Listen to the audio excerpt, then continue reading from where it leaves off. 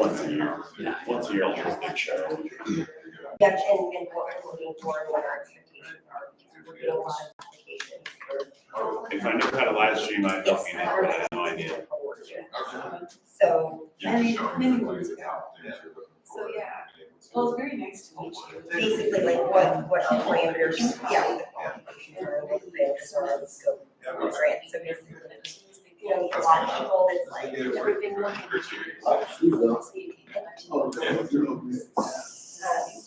So you're selling up shopping? So what you trying to do is? we do a lot of grants You're here. checking out the first thing. Oh, you're done.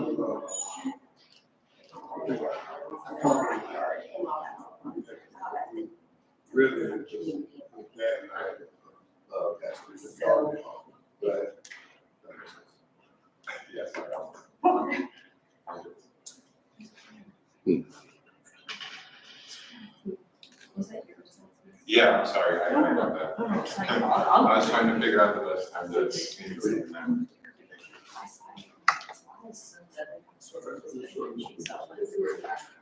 Yeah, I know. There's like a big red hook road, because I used to live like 2 blocks down. And I'm like, this is like my home library too. So I knew that they wouldn't have settlement thing. Yeah, one of those.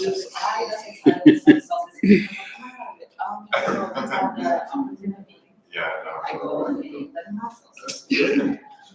What time is it? Oh, yeah, I was gonna say it goes later on. Be sure to take Good joke, it.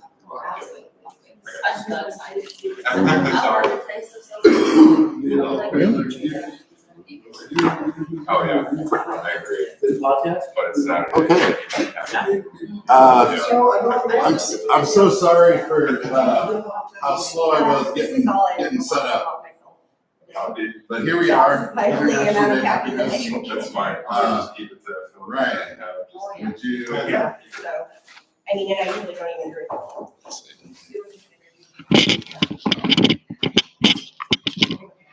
Okay. Welcome to International Day of Happiness, the event here at the library. My name is Ryan Weaver, I'm director of the libraries, and we're happy to have this event here, happy to have you, looking forward to hearing from you. And I think it's perfect to have this type of celebration recognizing International Day of Happiness at a public library, because a lot of good things happen here, you know, on a daily basis, especially on a Saturday morning. I always give the example, I love being at Gear Branch Library. At about this time, hear the noise?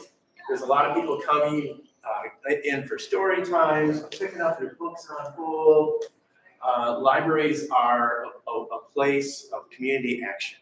And whether you're coming in and you quickly want to grab your book, you're leaving with a little bit of joy probably in your heart, because you can't wait to read that book. Can't wait to see the joy in the kid's face when you bring them to the story time. I'm thinking of, I just want to give a couple brief examples of the way that libraries impact people's lives and create moments of positivity, memories that are positive and may stay with you from a kid all the way to an adult. This past week, it was actually a week ago on Friday at our Walt Branch Library, our team put together a stuffy program. And I had never heard of this, but stuffy, meaning your stuffed animal. So Friday night before library closed, 25 kids and their parents came in with their stuffed animals, and the stuffies had a sleepover. So the kids did a little activity, made a stuffed or a sleeping bag out of a burlap bag, and decorated it, and they're reading a bedtime story to their stuffed animals. And then the next morning, we had our normal 10:30 a.m. story time there. These kids and their families came back and were presented with a book that had photographs of their stuffed animals and what they did the night before. So staff had gone around and had them reading books and pushing book carts and getting into mischief with, so it's kind of funny. And then the kids came back in wearing their pajamas that next morning. and got to see their stuffed animal friends. But things like that create a positive memory for their entire lives. We love that the libraries help to make that happen. One other example of how we partner with community members and other agencies here at Deer Ranch and at Walt Ranch, we do a program called Circle of Friends, where we have folks in the community who we notice would come in with caregivers throughout a day or throughout a week and sit, read a book, watch a video, maybe do a puzzle. And these are folks with developmental disabilities. And we decided, what if we get these people together? So once a month here in Walt, we have a special 1-hour program where they come in and have a party. Sometimes we play music and they'll dance. One time we had a joke stand-up comedian day where everyone of these folks would get up in front of the room and tell a joke, or someone would come up on their behalf and say something funny. But it was a way to get people together and to share in a moment of happiness, and instead of we had throughout the day people scattered about doing their own thing, we brought them all together for this Circle of Friends event. So libraries are great places for positive moments in many different ways, whether it's in that moment or things that are created for lifelong memories. Anyways, welcome. Looking forward to this. Thanks for doing this, Nick. It's great to have you here, and I hope you enjoy your time. Thank you.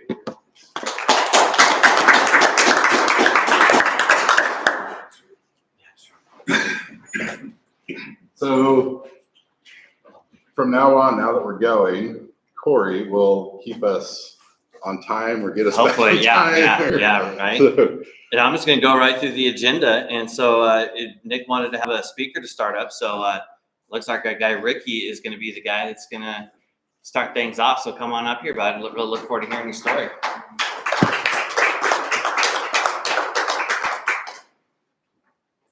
Well, I'll start off by saying thank you guys for the opportunity. The happiness part, there's a story and a struggle for me to get to that. So in order for you to understand why happiness is even important to me, I gotta, as I like to say, I gotta throw myself under the bus. So feel free to laugh at me, laugh at some of the things I'm gonna share with you. I'm not saying that these things I'm proud of, but I'm not ashamed of them. And the other thing I want everybody to understand is, since we have such an intimate group, I would like it, if it's possible, if it's all right with Nick, I'd like to do at the end a little Q&A. That's how I continue to get that. Is that okay with everybody? Okay, well, I grew up in a little small town about 30 minutes east of Dallas, Texas, called Greenville. My parents were both in heaven. They were both school teachers, master's degrees, very educated people. They raised me right. So everything I'm about to share with you, I'm taking full credit for it. It wasn't, I'm not your typical, I didn't know my dad. My mom was on drugs. That's not my story. My parents were married 50 plus years.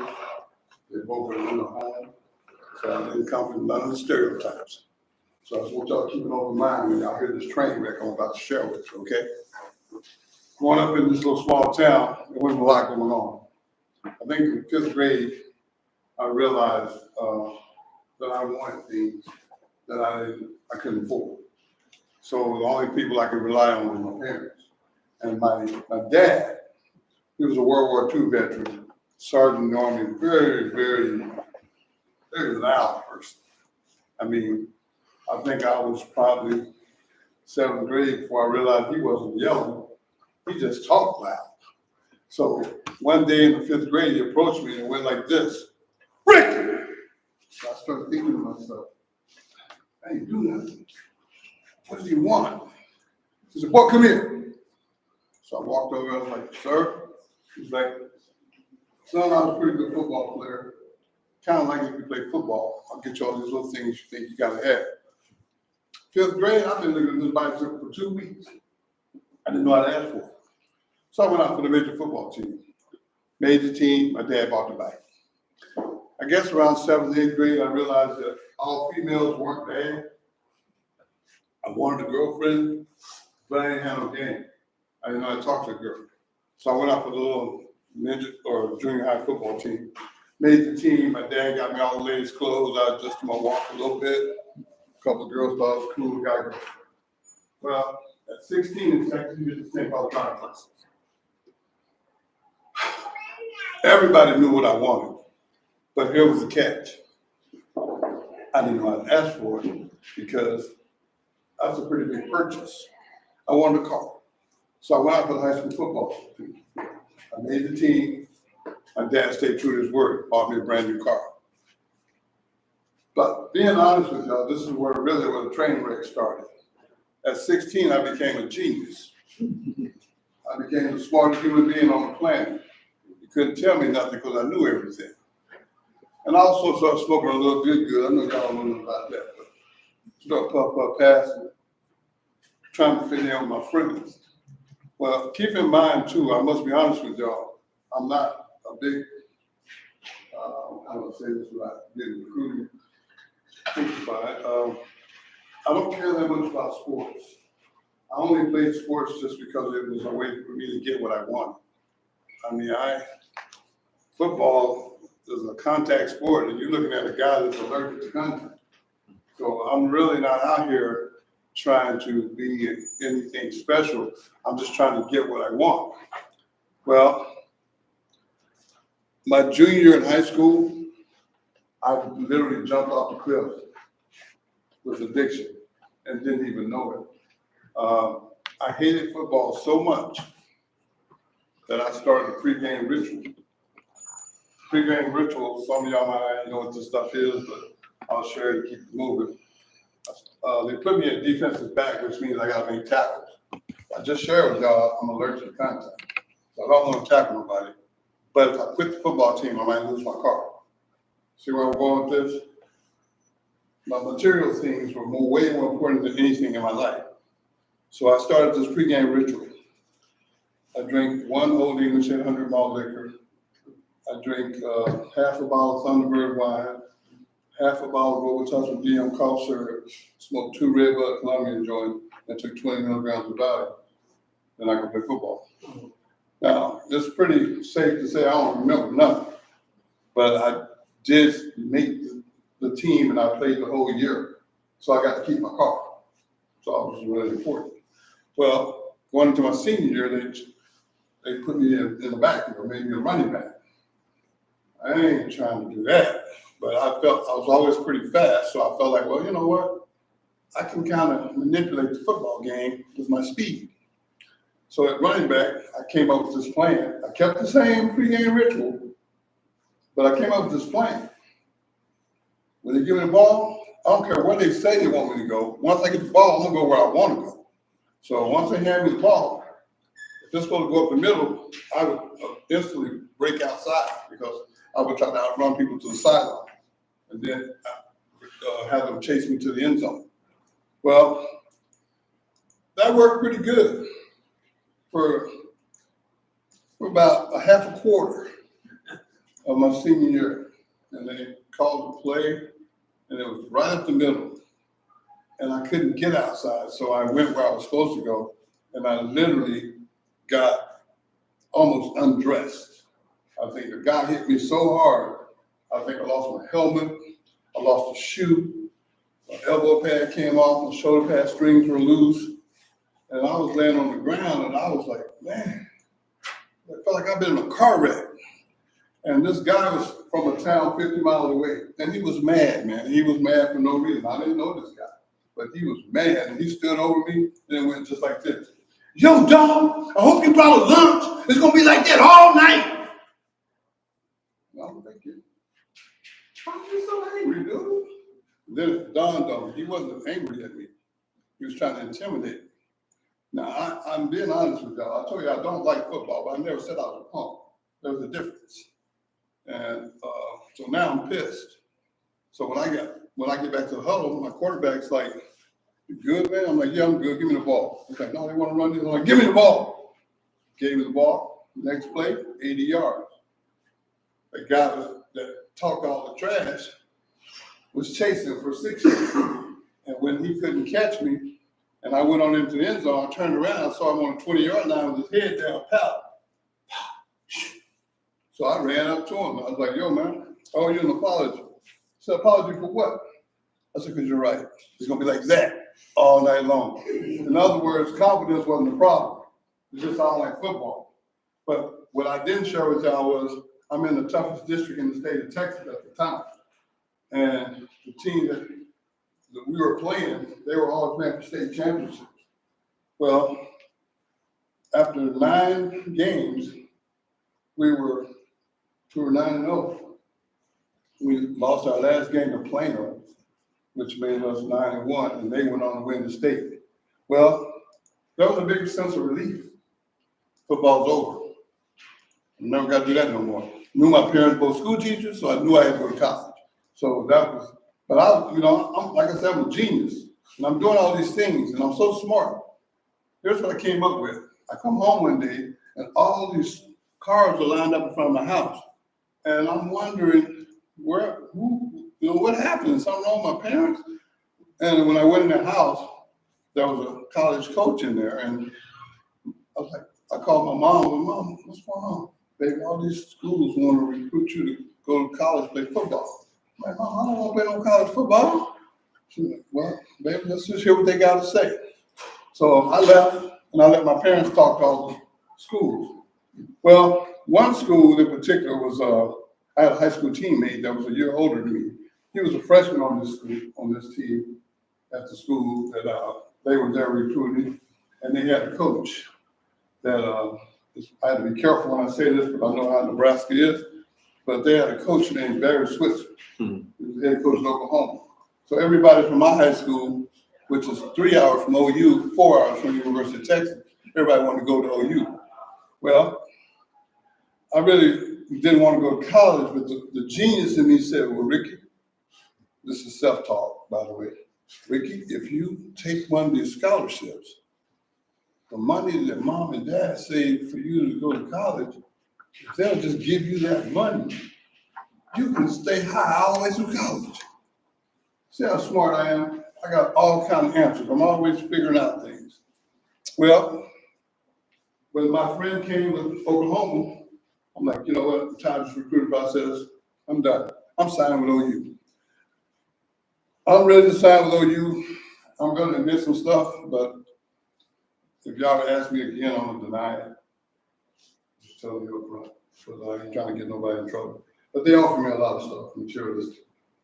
And I was impressed. I was 18 years old. And plus I was high all the time. I want y'all to understand that, because I'm going somewhere with that. I read the sign with Oklahoma, and then doorbell rings. I'm like, wow, tired of these schools, man. Whoever this is, I'm gonna go get rid of them, and then I'm gonna come back and I'm gonna sign with Oklahoma. Well, when I opened the door, there was this tall redhead gentleman standing there, and I didn't know who he was. And he was very polite. He says, hi, are you Ricky? I'm like, yes, I am. I'm here to help you. He says, hi, my name is Tom Osborne. I'm the head coach of Nebraska. I'm offering for a scholarship, go to school, play football.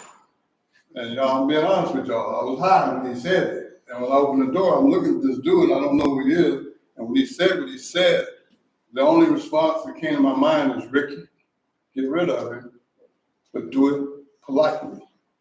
Because I was raised right. I knew right from wrong. So I looked at the man right now. I said, sir, I'd like to thank you for coming all the way down here from Alaska. But I think it snows up there. I'm from Texas. I can't do it. But have a safe trip. And I shut the door. So I go back and start talking to Oklahoma. Well, while I'm talking to Oklahoma, my mom comes around the corner. She said, baby, who's that at the door? I said, Mom, don't even worry about it. I'm talking redhead man from Alaska. I know I seen him on his way. And my mother runs to the door, and when she opens the door, Coach Osborne was still standing there with his arms crossed. And so I'm over here with Oklahoma talking about, can I get this right now? Let me get this right now. We're talking about the rest of the fall. And Oklahoma was like, yeah, we can make that happen. We can make that happen. And then all of a sudden they went, I'm like, what's wrong? I can't have it right now? Very selfish. Want what I want. But with the was Tom Osborne and my mother going to the den. I was like, I started laughing. I said, don't worry about that, dude. It's snow up there. I'm not going up there. So don't even worry about it. Let me get that right now. Yeah, we can make that happen, we can make that happen. Then my mom comes around the corner, she says, baby, before we make the final decision, let's just wait and see what the coach from Nebraska has to say. I'm pissed, but respectful. Coach Swisher, you and Elder, y'all come wait outside. As soon as I get rid of this dude, man, I'm coming to get y'all. I'm gonna sign and get this over with. So I came back in, I started my little interview process. My dad was on this end of the couch, Coach Osborne sitting in the middle, my mom was on the end. So I didn't have 3 questions. First question was, what kind of car you gonna buy me? And Coach Osborne didn't say a word. He was just looking at me with a little smirk on his face, and my mom was doing all the talking. My dad left the room. He went outside. So I really feeling myself now. I'm like, my mom said, baby, they're not gonna buy you a car. I'm like, strike one. Look here, man, what kind of apartment are you gonna give me? He's still smirking. My mom, baby, you're gonna stay in the dorm your freshman year. Then after spring ball, you can get an apartment. Strike two, hope this guy knows what baseball is about, because he got one more strike, this is a wrap. Hey man, I'm leading rush in the state of Texas, am I gonna start for you as a freshman? He ain't saying nothing. My mom, baby, you're gonna play on a freshman team your first year, then spring ball, you can compete for position on the varsity. Strike three, do the drive. So I'm going to get my school. Well, my dad was coming back in when I was going out. And when I got outside, there was nobody out there, including the school I wanted to go to.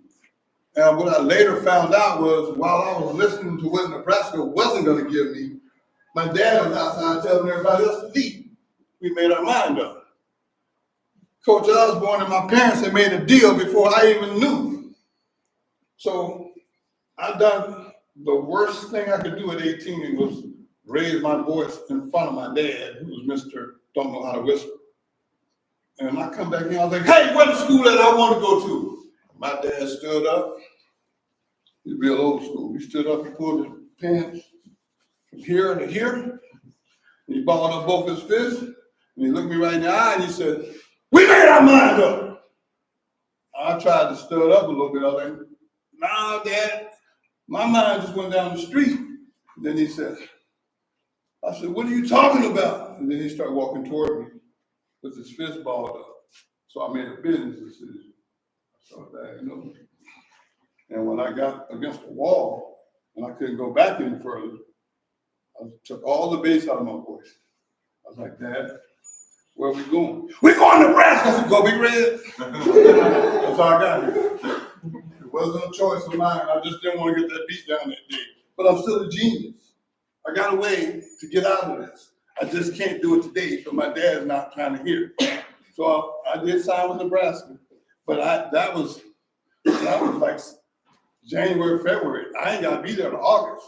I got all this time to figure out a way to get out of it. So I came up with another brilliant plan. My plan was real simple. The day I was to fly to Lincoln for fall camp, I went out in my backyard and I smoked a couple of good, I know y'all don't know about that. Smoked a couple of good ones. And I'm this guy that can't drink alcohol. I don't know what it is. All my buddies in high school could drink a 12-pack and be the life of the party. This guy right here, I drink 2 beers. I need a cab, I need to get to the cab. I mean, alcohol just didn't really matter. So here was my brilliant plan. I boarded the plane in Dallas. The lady asked me would I like anything to drink. I said, yes, bring me 3 Budweisers. Well, I can't drink. That was my plan. I'm gonna be so messed up when I land in Nebraska. They're gonna send me home and I'm gonna transfer and go over home and life will be good. See, I had them. I'm a genius. Got all the answers. Well, I landed in Lincoln, sure enough. I could have landed in Alaska. I didn't know where I was. I was walking like this, and bags going everywhere. I mean, I was not in a good spot. And the coaches looked at me and said, welcome to Lincoln. Let us help you with your bags. Like you got a little trouble there. I'm like, man, you can have your bags. I ain't gonna be there long.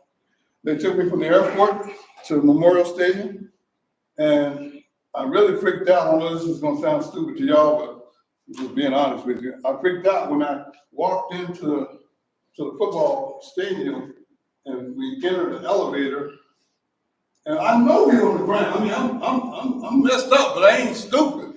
The elevator went down. See, in Texas, we don't have basements. So I thought they were taking me somewhere to do something to me. Like, man, why y'all going down? How can we go down? Out of this. And when I figured it out, sad part about it was I got off the elevator and just looked at normal. I was like, oh, okay. Then I hit up in front of the equipment manager, Cage, and he's like, what size shoe do you wear? I'm like, what difference does it make? He said, you got to run 40-yard dash. I'm like, I ain't running nothing today, dude. I'm messed up. Then the light bulb went off. Hey, Ricky, this is how you can get out of this. So, size 10, young man. And they gave me a pair of turf shoes. I had never put on turf shoes in my entire life because I'm from a small town in Texas where we play on grass. Well, I put these turf shoes on and I'm walking down the tunnel walk because they're going to run the 40s on the field. And when I first stepped onto Memorial Stadium, I looked up at all the stands. I'm like, man, there's a lot of seats. A lot of seats in here. Do y'all ever get close to filling this place up? And they said, yeah, every Saturday. And I was like, no. And I was going to say curse words. I'm working on my language, so y'all bear with me. Like, no. And my feet hit that turf with those turf shoes. I'm drunk and I'm hot. I fell. And when I fell right in front of a Lincoln Journal-Star and Omaha World Herald News report. And they were, I was like from me to you two gentlemen. And I'm sitting there on the ground feeling dumb because I done tripped over the turf. And the Omaha World Herald guy said to the Lincoln Journal-Star guy, they went to Texas to get this guy to help us beat Oklahoma. So he can't even freaking walk. So I got not plump. Now I'm pissed. So I get up. I run a 40. They're all staring at the stopwatches. And I was like, what's going on? He said, go back down there and do that again. So I took a good old healthy Budweiser belt. And I walked back down there and I ran another 40. But the second time I ran a 40, I became the fastest wingback in the history of Nebraska football. I don't even remember it. That's what they told me. And some of the upperclassmen saw it and they were like, yo, you're a freshman. Chill out, man, we got you. So I made a couple friends, did all right up until like Halloween Eve. I went to bed the night before Halloween, everything was good. I woke up the next morning, there's just much snow on the ground.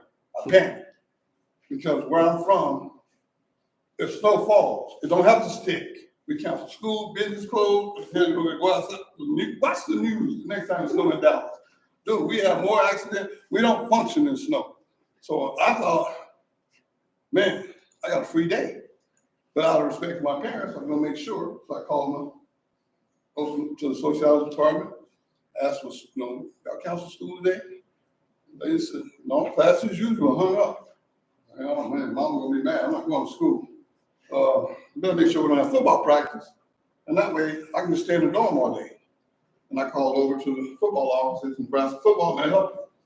I was like, hey, did y'all cancel practice today? The lady said, is this Ricky? I said, yes, ma'am. I said, it's snowing outside. We don't go outside. I'm from Texas. We don't go outside in the snow. She said, Ricky, you'll be here at 1 o'clock like everybody else. Just trying to go stay at 2 and be in team meetings at 2:30 and be on the field at 3. And on the phone up. And I did what most full scholarship stud athletes do. I started crying. And when I say crying, I mean that type of crying. Crocodile tears go with it.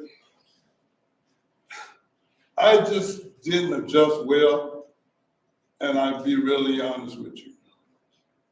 It kind of set me back because happiness was not a part of this deal at all at this point in my life. Well, I will say this. I was ready to leave, and I tried to call home and tell my parents I was coming home. And my mom said, baby, what's wrong? I told her, I made up this story. I said, Mom, there's 6 inches of snow. They ain't get this much. 6 inches of snow, they ain't canceled nothing. I can't do this, I'm going home. Well, her response was, okay, baby, so what do you want to do? Well, I'm a genius, I got a plan. Mom, pack my stuff, I'm gonna fly to Dallas, and then tomorrow I'll transfer to Oklahoma. And my mother's response changed my life forever. She said, baby, you're right. Me and your daddy will pick you up at DFW, but when I see you at DFW, I need you to understand something. I'm like, what's that, Mom, what's that? She said, when I see you at the airport in Dallas, I'm gonna whoop you all the way back to Lincoln. I know that don't mean nothing to y'all. Let me explain. When I was a child, I had this thing called discipline. I think it's called child abuse now. But when I was a kid, they had this thing called discipline. And when I was young, when I got in trouble, it went like this with my dad. My dad didn't whoop me. Rick, go take your mama. I said, take her behind her. And that's a long walk too. Mom, Dad said, turn my behind up. Okay, baby, go out in the backyard and give me a switch.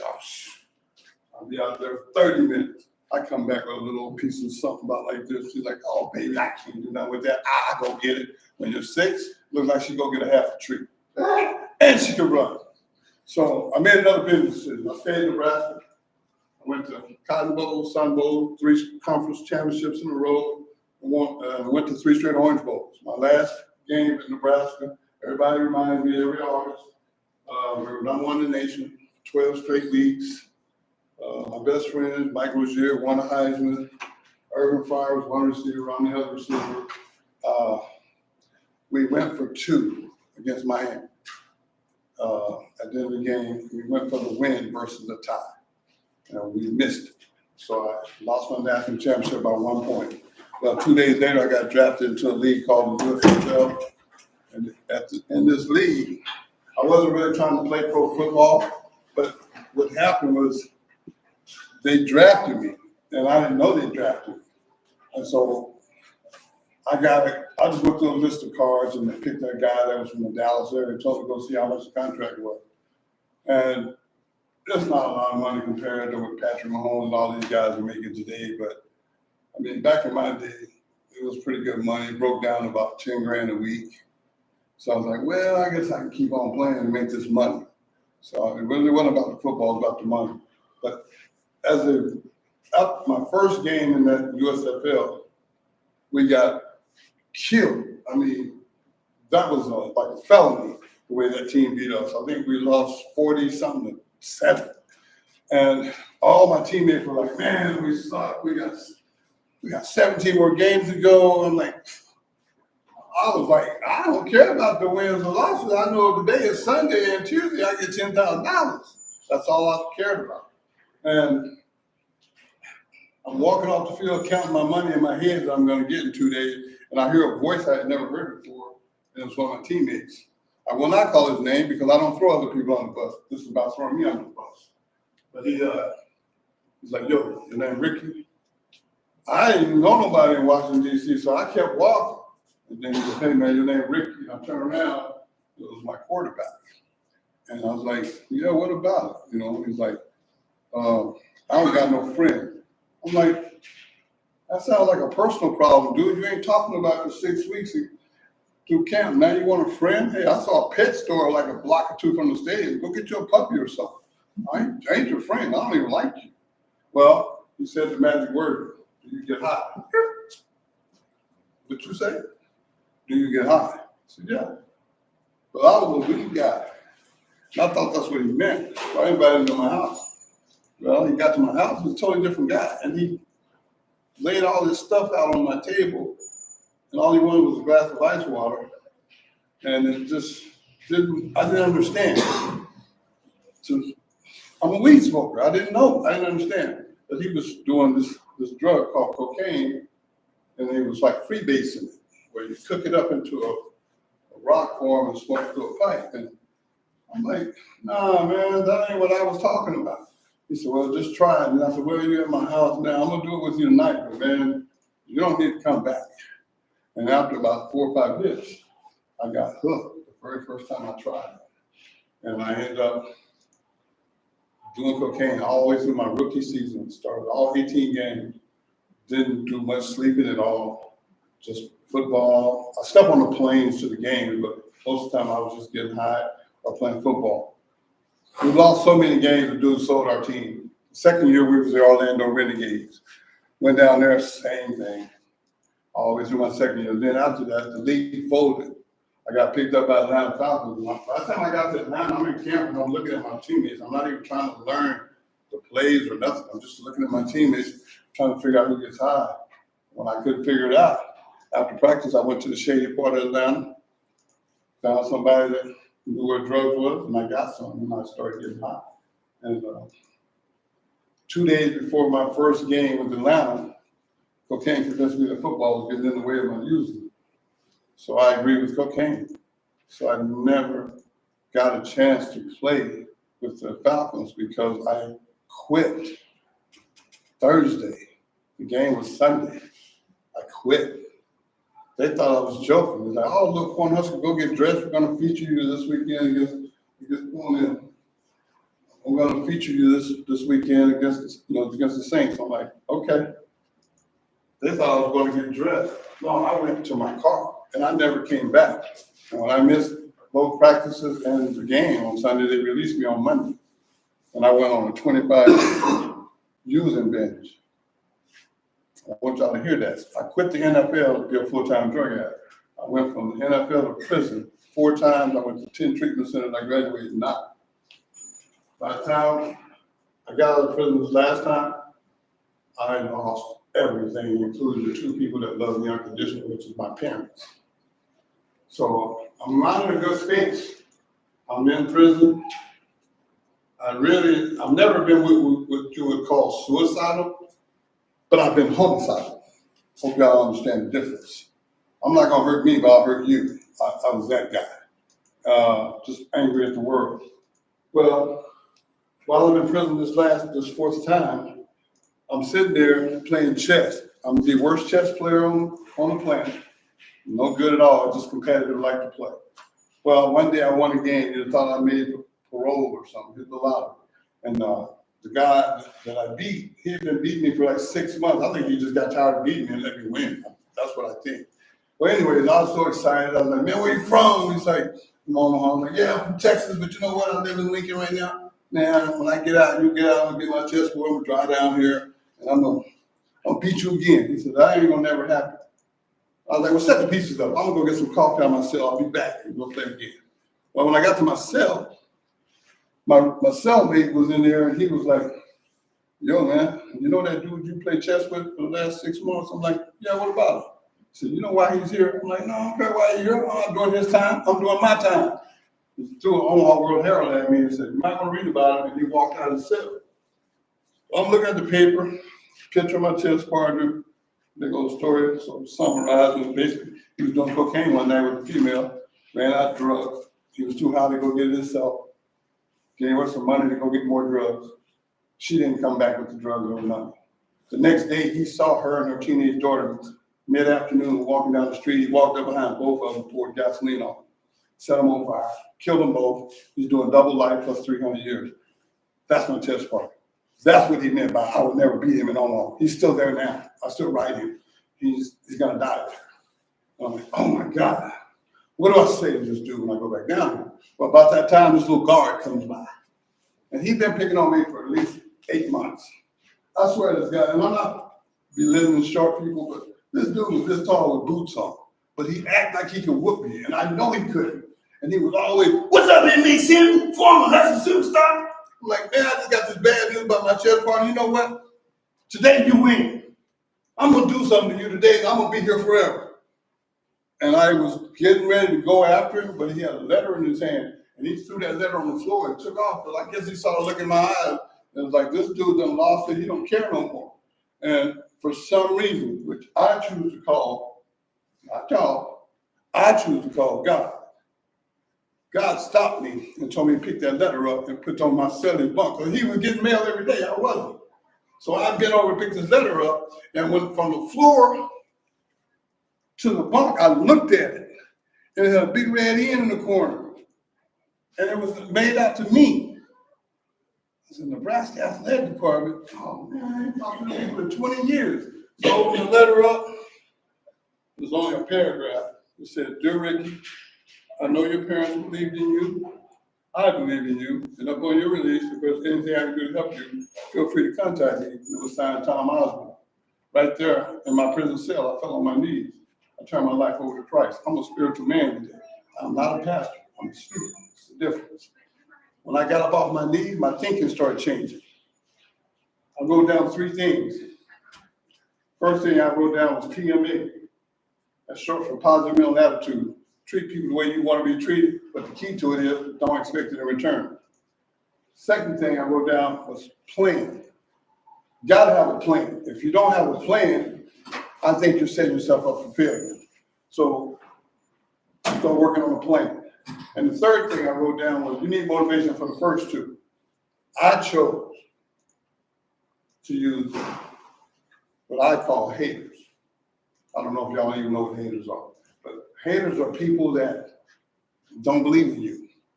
People that think that you're worthless and you're never gonna amount to nothing. Those are the people that motivated me. So when I got out, Coach Osborne was still the athletic director in Nebraska. And that was the longest walk up the stairs and then to go down that hallway to go to his office. And when I walked in his office, he looked at me and he says, well, Ricky, how can I help you? I'm like, Coach, man, I don't need money. I have no credibility.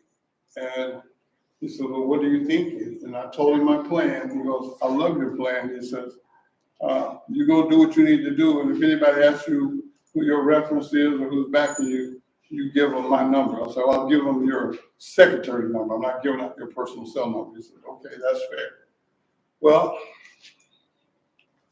I left that office that day and I put it to work. And this is why I'm here today. For 15 years and counting, I've been clean and sober. I don't drink alcohol. I don't do no drugs. I don't smoke cigarettes. I don't do jack. Every now and then when I'm living on the edge, when Mike Rozier's in town, I'll drink a Sprite with no ice. That's me living on the edge. What I want y'all to understand is I had to share that with y'all first so I can tell you this part. The happiness came when I quit caring about what other people thought. No offense, I know nobody in this room besides my business partner is the only person in this room that I know. But I will say this to you. I'm not ashamed of what I've done, but I'm very proud of what I'm doing. And I don't do things that I don't want to do anymore to please others. I'm not here to try to convince anybody to be any. If you want to be miserable, I mean, that's a choice you have to make. But I consciously, every single day that I'm blessed to see, I get up and I look like somebody. The story behind that I'm going to share with you here in just a second, and then we're going to wrap this thing up and let you guys ask me some questions, okay? I treat every day like it's my last, because one day I'm going to be right. The look like somebody part. In 2005 and 6, I was back in Texas taking care of my parents in 2004 through 2006. Both my parents, well, like I said earlier, were married 50 plus years. They got to elderly stage. My dad was like 84. My mom was probably 81 or 82, and she had dementia. She was diabetic. My dad was just physically failing. He had a walker. So I'm back in Texas taking care of him full time, 24 hours a day by myself. And one night, I'm not making no excuses, I'm just being honest with you. But one night I was in my room, which is a long ways from where they slept. But I always kept the house really quiet in case they called me, I could hear them. And I'm doing drugs because I had promised Adult Protective Services that I would be 24-hour care. It's not a justification, it's just I did what I had to do to be awake in case they needed me. Well, it was about 10 o'clock at night, thought they were sleeping. And I heard this clanking noise, clank, clank, clank. It was my dad's walker coming up the hallway, and I'm like, oh, shh. So I'm putting everything away, and he got outside of my door, and he sounded like he did when I was a kid. I was like, Rick! Scared the hell out of me. I was like, I walked out in the hallway, and he's standing on his walker. He was looking all serious, kind of trembling a little bit. I was like, what's going on, big man? He said, I need you to promise me 3 things, boy. I'm like, okay, Dad. No, say you promise. I said, Dad, I promise. What is it? He said, don't you never give up. I said, Dad, I ain't gonna give up, Dad. He said, son, at some point you gotta put God in your life. I'm like, Dad, it ain't gonna be tonight, because I'm doing something, but I will at some point. He said, that's fair enough. He said, the third thing got nothing to do with nobody but me, Ricky. Every day you blessed to see, you get up and you look like somebody. You do that for me. And he crank, crank. The next day, he had a stroke. He never spoke to me again. Y'all looking at a person that's highly motivated, and now you know why. I don't need y'all to agree with nothing I'm saying. I don't need y'all to believe with me. I love me some me. And I go around the world spreading this message of being happy. I deal with everything happy. I don't care if the sky is falling. I hope it don't fall on high D, so I can get to the grocery store. I got a positive way to look at everything.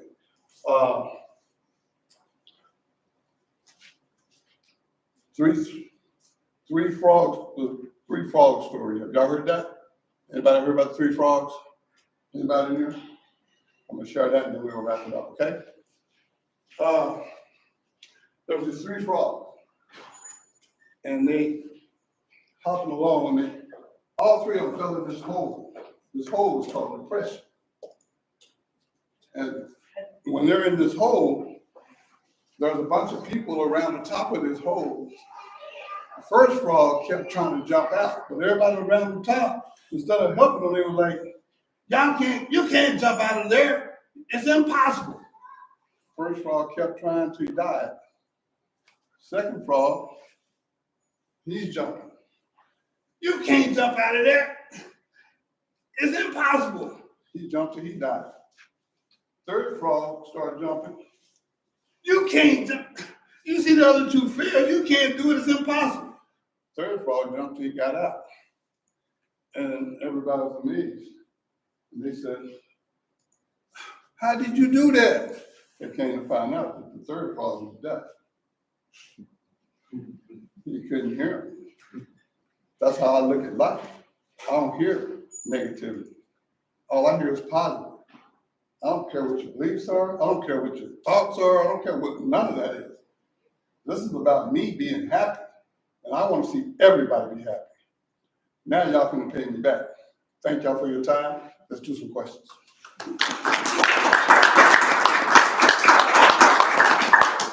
Come on, man. Somebody got some questions. No questions, don't do it. I suffer from a disease called high self-esteem. You cannot hurt other people. There's not any questions. Yes.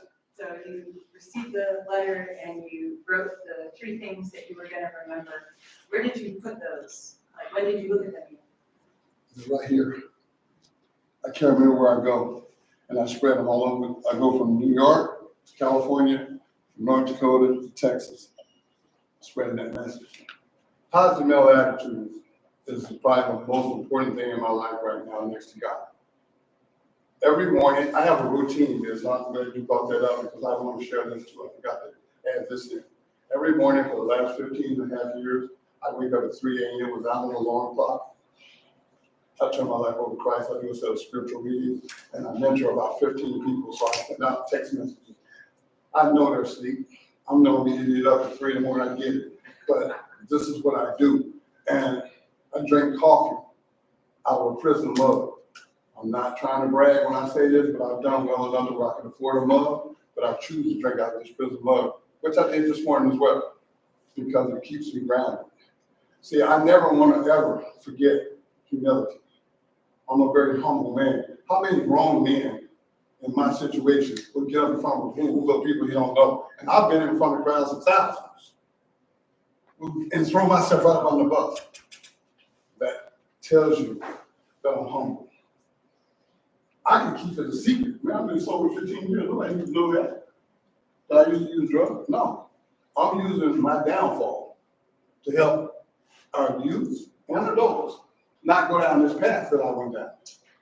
And the positive mental attitude, just as soon as I wake up, you think somebody just handed me $1 million. I'm just as happy because I got another chance. I don't know when the last day gonna come, so I treat each day like the last. But the positive mental attitude and the plan was real simple too. It was I'm gonna become a licensed drug and alcohol counselor, become a motivational speaker. I'm gonna travel the world and help people not make the mistakes I made. Because I've had speakers speak to me and they always seem like they spoke down to me. They told me what my problem was, like they were perfect. And I'm one of those guys, I'm a spiritual guy. I don't believe none of us are perfect. I mean, some of us are guilty of, and I get in trouble every time I say this, but I'm gonna say it again, I stay in trouble anyway. Some of us are guilty of the 11th commandment. Oh, I know it's supposed to be only 10, but I made up one. That's why I'm in trouble, because I ain't in a position to make up one, but I made up one for myself. Thou shalt not get caught. There's a lot of people who are guilty of that. But those are the ones who do all the judging, like God needs their help. Yes, sir. Yeah, thank you. Inspiring talk with a lot of really sobering moments in it. Seems to me one of the lessons of your tale, I'm Fred. Thank you, Ricky. One of the lessons of your story is that it takes time to be happy. It takes time to be healthy, and it takes time to take care of other people. Man, you just summed up. I guess I can go now. No, but Fred, you're absolutely right. I heard that from you. No, but you're absolutely right. And see, a lot of people question my lifestyle. That's fine, but I'm like that third frog. I don't hear them. I mean, I hear them, but I don't hear them. You know, I'm more than willing to listen. I'm just not going to go along with it. You know, and to your point, you're right. I've been working on this for 15 years. I mean, my son laughs at me all the time. Because, like, Dad, it's 6 o'clock. It doesn't even get dark till 9. And you're in bed already? Well, yeah, because I'm getting up at 3 when y'all just coming in like this. You understand? I'm not letting daylight saving time dictate my life. I got a routine that works for me. And when I get off of my routine, I think I'm doing myself a disservice. You just heard me say I love me some me. So I'm not going to disrespect me. Society can disrespect me all they want, as long as they give me 50 feet in the process. You know, I don't want no, what the kids say, I don't want no smoke. I don't want nothing. I just want to be respected because I'm going to give respect. And if I can't get that respect, then I'm going to remove myself. Any more questions? Come on, man. Yes. I don't think this is this is not a question, but I just kind of make a comment. Okay. And I just wanted to your story is very inspiring, and I really appreciate how open you have been about sharing with us. And the main message I kind of got was basically how the more we pour into our own cup, the more we're able to pour into other people's cups. And in order to pour into our cup, I believe society has taught us this ideology that being selfish is wrong, but I believe it's not. If we can't pour into our own cups, then how are we going to pour into other people's cups? I agree. And I think your story is 100% proof of that. And because you chose to turn your life around, you made the proactive choice to be like, okay, well, it's time for me to change. Then you're able to now be standing in front of us, and like you said, thousands of people to spread the message and motivate. And that's exactly what I'm doing, Miss. I mean, I'm not trying to be funny here. I use humor a lot because I just think, personally, I think people retain the information better when they're laughing. That's just a personal deal, but I'm not playing. I'm dead serious. I live this life. I'm not a hypocrite. I'm not gonna leave here today and go to some bar and be closing down the bar. No, I drink spring water. I brought it with me. That's just who I am. You know, people laugh at me all the time for different reasons. I'm probably the only person going to the grocery store with about 7 cases of water. Okay, this is my drink. You know, I didn't handle certain things in life well, what I'm trying to get y'all to understand. I'm not saying y'all can't drink. I'm not saying y'all can't smoke your cigars. I don't. Because, for example, you and I go out and have a drink. If I drink a drink of alcohol with you, when you're done, chances are you're gonna go home and be productive. Me, I'm going somewhere I don't need to go. But see, I know that right now. You know, I mean, let's keep it 100. I smoked cigarettes for 35 years. I smoked cocaine for 25 years. I smoked marijuana for 35 years. And tried to drink alcohol along the way. And 15 years and about 4 or 5 months. Well, this coming June will be 16 years. I ain't had nothing but spring water and occasional Sprite with no ice. I think I'm pretty serious about what I'm talking about. And I think I'm qualified to stand up in front of people like this and do what I do. You know, and and here's the deal. I just want to help you. I don't know why that's hard for people to understand. Like each one of you in this room, I actually care about you. And I'll be honest with you. I care about you just because you're breathing. I don't want nothing from you. I just want to see you be productive. And happiness, okay, happiness versus unhappy.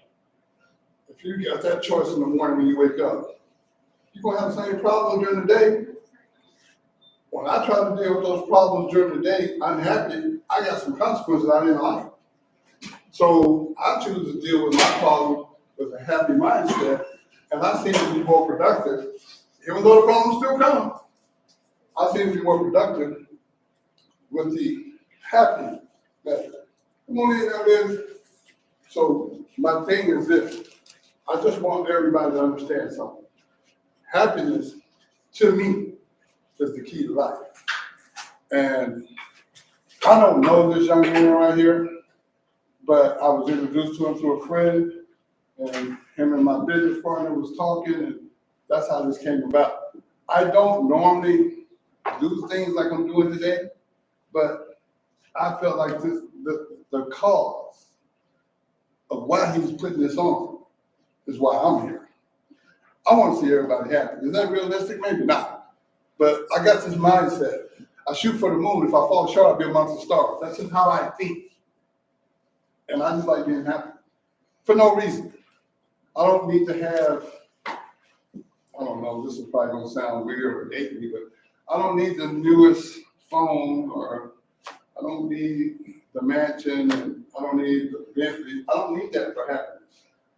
If you're driving a Bentley and I'm driving a Malibu, I bet you if you give me an address, my GPS will take me to the same place you're going. See, I got humbleness is very important. And I want everybody to understand that. Materialistic stuff will take away your happiness when you're constantly chasing it, because you got to keep reinventing.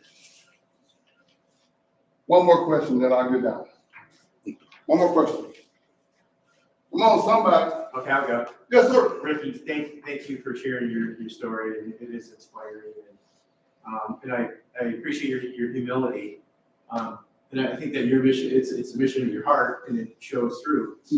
I wonder if you can give an example though of when you have spoken, how you have impacted someone in the audience who's heard you. Do you hear any stories back that make it your way as far as changing your life or perspective? And I'm gonna say this humbly. It's gonna sound not humble, but I say this humbly. I can talk for 2 more hours and won't touch how many people have reached out to me. But that's okay. I want people to reach out to me. And I know that this is the mission that God has me on. See, everybody has a purpose. This is my purpose. And I know that. And I get the love back. And it's usually in private, which is perfectly fine. Like I said, a lot of people want everybody to heap praise on you in front of everybody. I suffer from high self-esteem. I don't need that. I heap praise on myself. I believe in Him. So to answer your question, yes, I understand what I'm doing, and I understand the impact that I'm making. I just want more opportunities to make more impact before my time on earth is up. Thank y'all again for y'all time.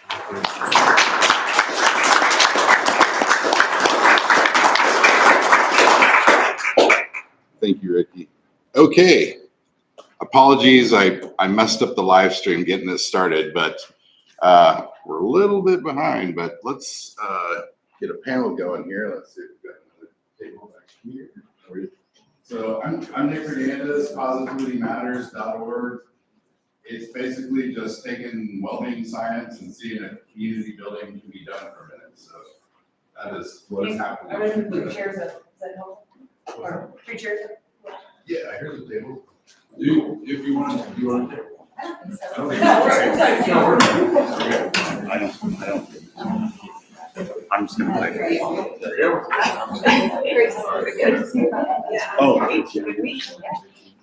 Where do you want us? Oh, yeah. Yeah, that's Maybe live good. You're, stream. I think it's great.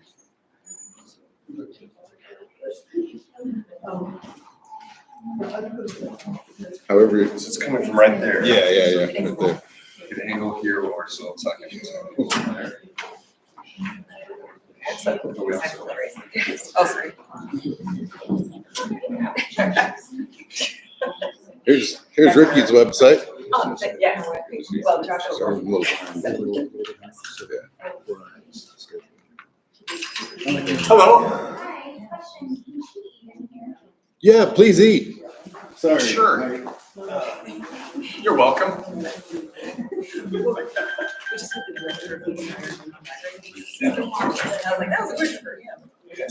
Well, it does have typically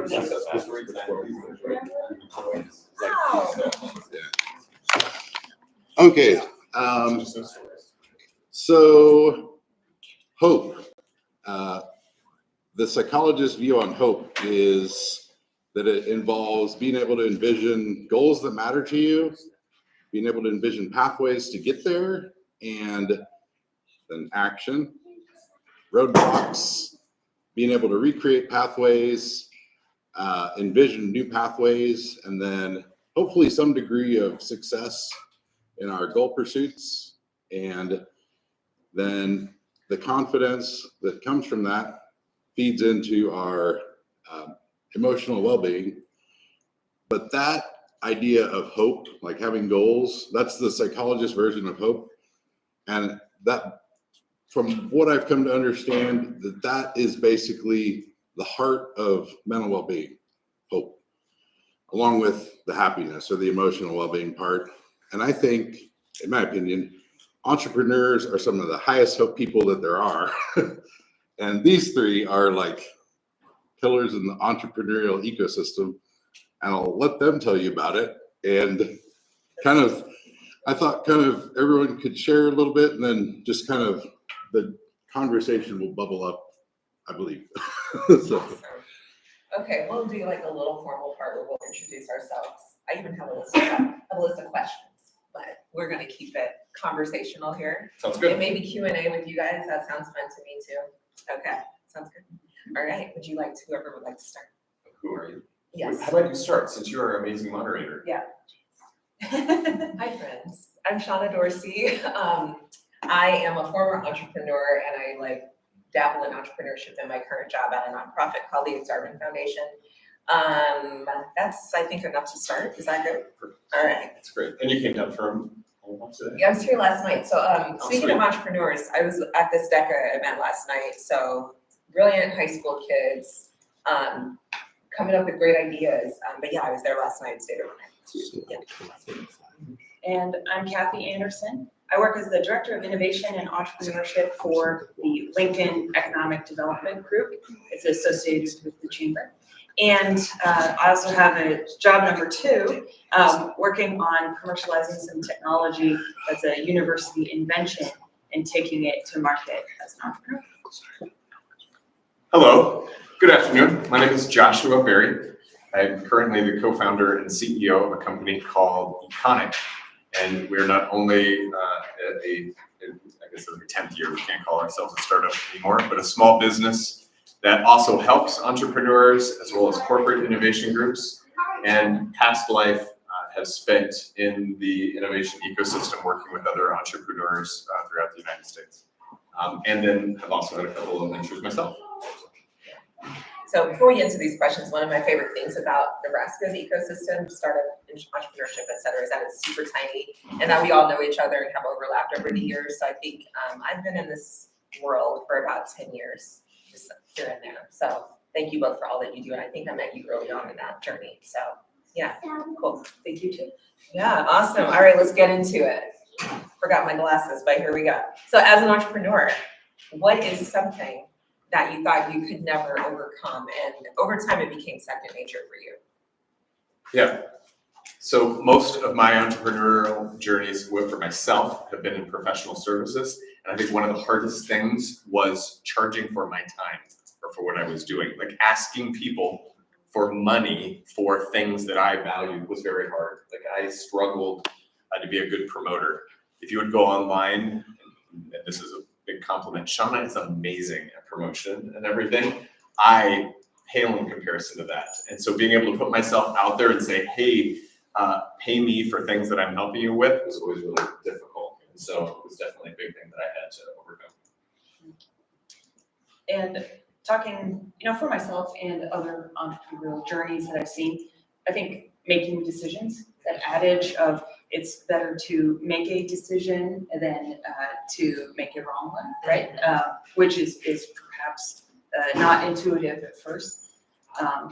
And they're always hard decisions, but I think it's you flex that muscle of like, nope, it's just time to make a decision. And I see a lot of people getting more adept at that faster.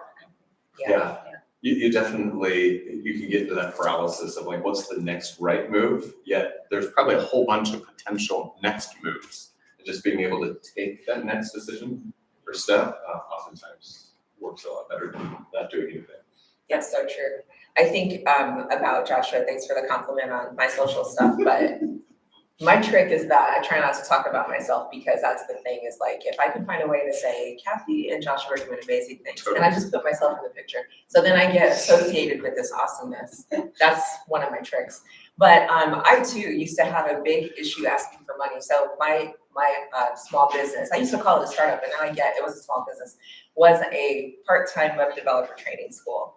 And we charged tuition for people to go there. And I felt so bad for asking for money for that, even though it cost us time and I had to pay instructors and all this stuff. Like there were real costs associated with this. But I was like, oh, they can do this on the internet for free, kind of. But they didn't, the network isn't there. So anyway, that was a hard thing. But once we got over that, it also led to me wanting to make sure that I helped the students achieve the outcomes they were after, right? So that's kind of the, I guess, the beauty side of it. But that was hard. Sure. Okay, any questions before I move on to the next one for this group? Something we didn't explain? Yeah. You made I think all the points are really great.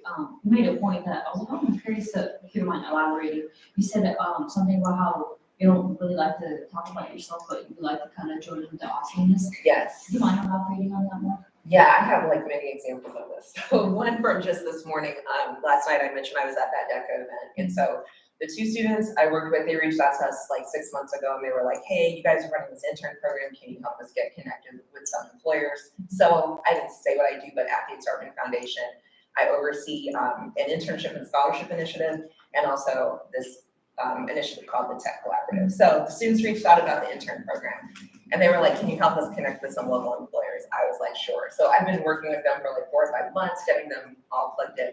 So last night, they did all the work though. So we helped connect them with employers, but they built curriculum. They did all this stuff for their high school peers.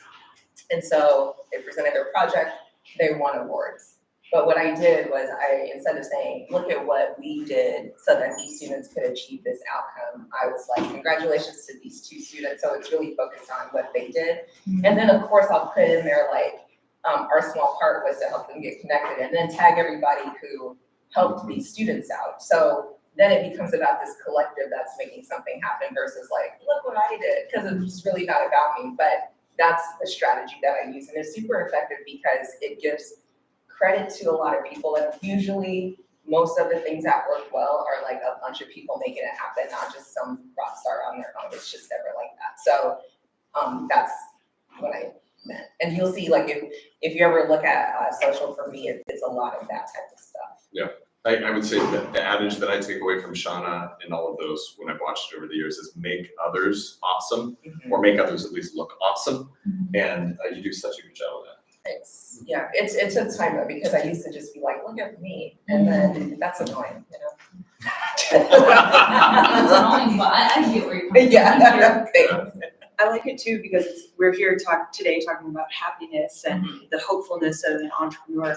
It really goes with the ethos of it is not a finite number of prizes or pie or things to or gratitude or credit to be given. It's like, yeah, there are a bunch of people to acknowledge, and we're going to do our best to acknowledge everybody and make it an open invite party. Yes. We're not going to be perfect, but going at everything with that idea of abundance is helpful, you know, in a company, when you're recruiting people to a team or you're making plans, you know, it's a good ethos. Yeah, that's true. And you're right, it's not annoying. I was just annoying myself over time, is what I was saying. But any other thoughts or anything before we move on to the next question?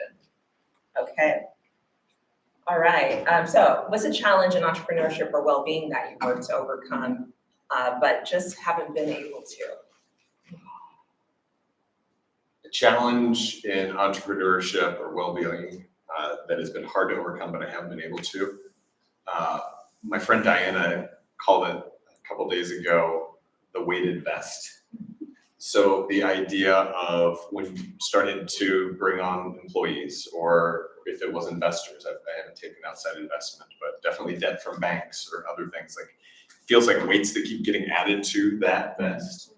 And there are times where I probably hold that vest too much and think that it's part of my duty not to let other people help carry that. And yet I am often surprised that there are other people who are very willing to help carry that vest, but I can't like let go of it because there's this part of me that is like, no, I'm supposed to be serving here. This is the right way to do it. And I don't allow myself to be interdependent upon other people who might want to carry that heavy vest. You're still working on it. Still working on it. Absolutely still working on it. Absolutely still working on it. My husband's over there, we were just talking about people who have a high tolerance for pain. And I think that is a fault of mine. And I probably, you know, in all kinds of things like, you know, putting up with interpersonal conflict or situations or, you know, taking on stress or, you know, sometimes there's short-term pain for long-term gain, but maybe that short-term pain is way longer than it needs to be. So that's something I need to improve upon. Yeah, for me, I think that I can be self-deprecating, it's the whole thing. But it's like, I want to take away someone's chance to say something bad about me first, and it's like a thing. I've been working on it for years and years and years, and it was super hard when I was running that small business because, you know, we're in Nebraska, it is what it is, but as a Black female founder of a company that was kind of tech, and there weren't a lot of us for sure at that time, still not a ton of us now, but definitely 2014, not very many of us, and I had to keep putting myself out there. And even though some of the criticism was valid, I would just like pre-criticize myself. And I'm like, why am I doing that? Because we're putting out some good outcomes and it's not perfect, like nothing ever is. Running a business is hard to do, and to stay in it is hard. So yeah, that's something that I still work on. So just one example, we ran this Nebraska Women in Tech Summit a few weeks ago. It happened on March 7th in Omaha. So we took like 6 months to put it together. It was awesome. It sold out. It was really great. But even that day, I was like, I'm looking for things to go wrong, and it's just it's hard, but that's just like in my head constantly. So still working on it, but I'm aware of it. Step one. Yeah. Okay, so have you ever hit a breaking point? And if so, what pulled you back? Oh, that's good. Yeah, it feels like for me, every 18 to 24 months, I hit a breaking point. It's almost like it kind of builds up and then it needs to release the steam. A particular one I'm thinking about is several years ago, where I felt like a partnership I was in wasn't fair. And I didn't think that equal best weightage was being held there. And I forced that partnership to dissolve. And the difficult thing about that was it became very clear through that what I didn't want, but it was really hard to be able to name what it is that I actually wanted out of that. And that then started to creep into other parts of my life. And what eventually broke was I needed to understand that I just had a difficult problem with contentment and achievement. And that was a pattern that I had in life, was like, could I ever be satisfied with something? And what helped pull me back from that, still something I'm working on, but was good friends and a good executive coach who was able to get me to a spot to say, it seems like you're always discontent. Will there be anything that will ever get you to contentment? And so books and a good executive coach eventually kind of had some of those breakthroughs for me to realize that I think I was keeping a lot of my happiness at bay because there was always something more that I wanted or needed to have, and I thought that would satisfy what I want. It's like the curse of entrepreneurship, and a beauty and curse, because it's like you always want, like, okay, so what's the next thing? It could always be more. Right, It yeah. can always be more. Right. It could always be more. I published a book now almost 2 years ago, and everybody's question, how's the book going? Like, it can always be more. And if I let myself slip into that world, like there's always something I could be doing. And so getting to a spot of balance and regulation and understanding what brings joy and happiness and what is good for this moment and what I need is such a hard lesson to learn in entrepreneurship. You said the word regulation. You said the point of a breaking point and how to overcome, or if I'm remembering the question correctly. Yeah, there was a point of, really big disagreement between our small team at this point, and backing up a little bit, going into the venture at all, I was nervous because I knew there would be a lot of remote aspects. I wasn't physically co-located with everybody on the team, and that, I didn't know how that was going to go, how that was going to fit my work styles, and I was really nervous about it. That being said, there have been some really beneficial parts about space after a conversation, or even space to evaluate that. We're having a really hard time coming to an agreement, and I'm making that sound really simple. I'm just like not going into details, but where remote work probably isn't my favorite forever, I have appreciated the ability to say, yep, we get off the Zoom call, we go on a walk, we help with whatever helps with regulation, and we're just not going to talk to these people for a couple days, and then things fit into place better, and you can come back, and it's okay to remember the whole person, which for me is better if I have some space and distance. That makes sense. And in case you're wondering, audience, these questions do get like super positive after this. Yeah, like I hit the hard spots. It's like part of well-being is like going through hard things. I think so too. But so I think for me, like just going back on the last question about, well, it's true. Dealing with like criticism and stuff like that. I think one of my biggest shifts was to get okay with feedback. So with nearly every event we do over the years and class we've taught over the years, we always send a survey out that's like, how did it go? What could have been better? What was great? All that stuff. And I would always focus on and get really mad about like, what could have been better? When I'm just like, you ask these people what they thought, and it's helpful and we don't have to do everything with all feedback. Some of it, if it's helpful, we use it. If it's not, we toss it out. And so just getting better over time with accepting that and knowing that I don't have to like internalize everything that's said.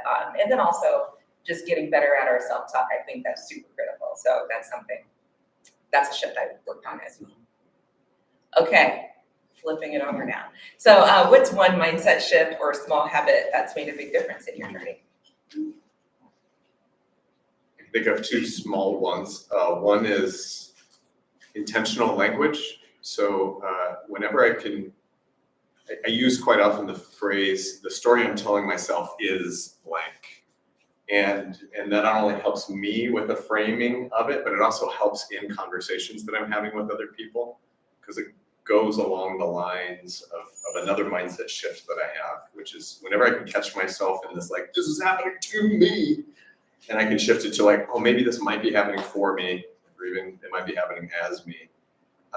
It's this idea of the story I'm telling myself about the situation is we're running behind on time, and I'm a facilitator, and I'm looking at this clock. Yeah. Okay, that's only my perception of the reality that's happening right now. It may not be what Nick's concerned about. It may not be what the next speaker's concerned about or anything. But if I can actually get myself to that spot to just be like, that's my story. Cool. All right. Do I now want to do anything with this? I actually wanted to follow up on when you were talking about the mental, what did you say, self-talk. Self-talk is really interesting because, like you said, the story is running for so long before you catch it. And you say, what is the story I'm telling myself? Or the self-talk, it could be going for so long before you have something that lets you check in. How do you take that pulse? Yeah. I can tell when I really feel like over time I've just become so self-aware. Now, I may not always be able to take action on that awareness right away, but I'm like, oh yeah, this is me, totally. So let me just pause for a second. And I used to always have to try to fix things. So for example, if you and I were having a conflict, instead of letting it just sit and over time, we'll come back together. We don't need to solve this right now. I don't need to feel so anxious and call you and text you. I can just wait it out. Powerful. Yeah, I'm still working on that. Yeah.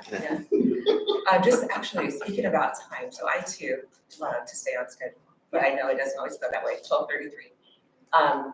Nick, let us know. What do you want us to do? Are we good? We can go to questions. Yeah, let's just go to questions. Oh, we got a question. So Yeah, then you call and it, then then we you can, cut us off, kinda- right? It steals back Yeah, time yeah, if you need to. absolutely.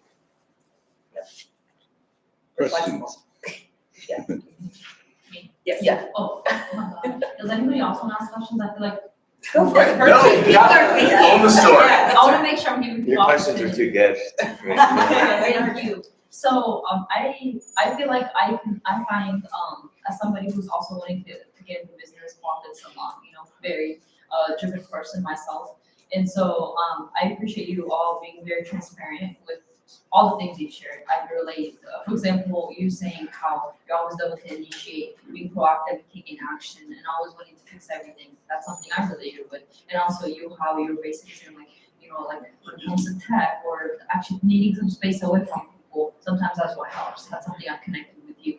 And then mainly what I connected with I was the hyper independence part and basically letting other people help you, because I feel like as somebody who I've high achiever, I've also struggled with that as well, that hyper independence. So my question is, how do you overcome that? How do you allow others to be there? Because you have this picture of what you want things to be, and then to be able to trust people, or what you call it, the way to invest. The way to invest. Yeah, to help them trust them to help you carry it. What are you doing to help you with that? Yeah. The first thing for me is to let go of a little bit of what the outcomes are to it, that the vision that I have for the thing might not be the only thing that's possible. So it's almost always worked for me that, there might be another approach to how this could go. That's one big one. Another, back to Shauna's self-awareness, just continuing to remind myself that I'm honestly only good at 2 or 3 things, if I'm being very honest. And if I really want to spend the majority of my time in these 2 to 3 things, I need to have other people around me. And so that's helped me over time to understand what are those compliments so I can appreciate and see those gifts that other people bring.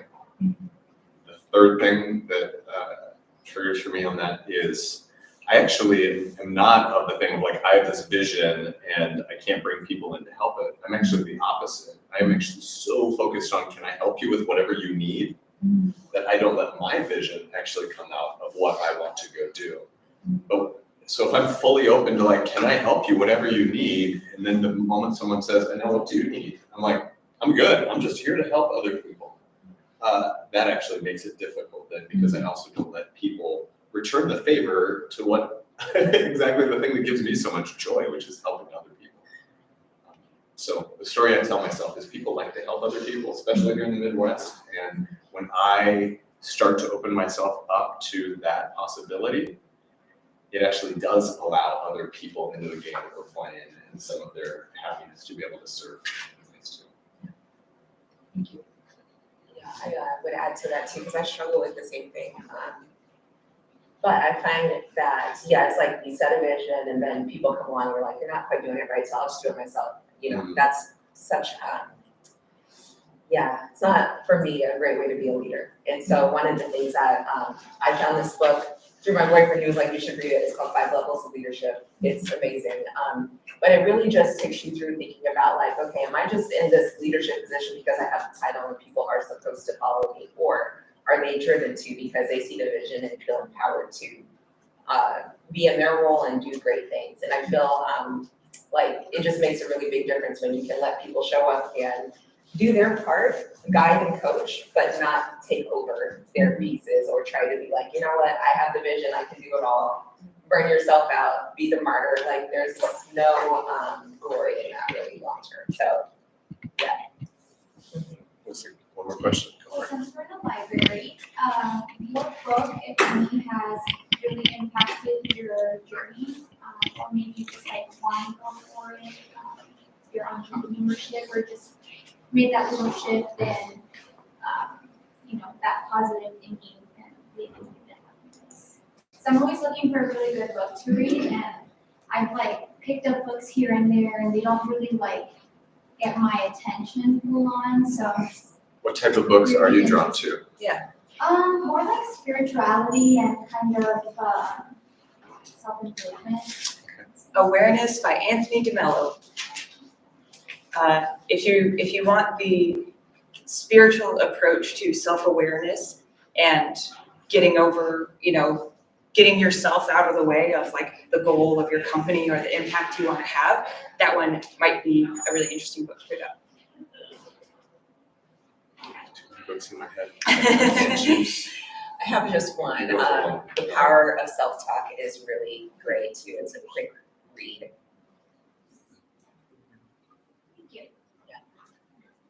The one that's coming to mind for me right now is The War of Art by Stephen Pressfield. So The War of Art, it's the play off of The Art of War. It's a very short, easy to read book. I've read that. Yeah, it's about resistance. So there's definitely spiritual components to like what's stopping you from doing your best work. Welcome. Thank you guys. Thanks, everybody.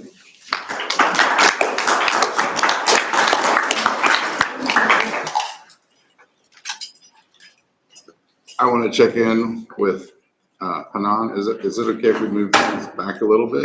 What was that? Is it okay if we move things back a little bit? Are you okay? Yeah, what that? Maybe like 10 minutes, a little bit But later. 10 minutes should work, yeah. 10 minutes. Okay, so let's take a little 5-minute break and then we'll hear laughter from the storm cellar in just a little bit. Break time. How long is the laughter from 10 minutes? Oh, just 10 minutes. Okay. 10 minutes break. 5 minute break. 5 minute break. Yeah. No problem. You got 10 minutes or so. Yeah, I've got about 10 minutes, depending on how long it takes and whether or not it's still working.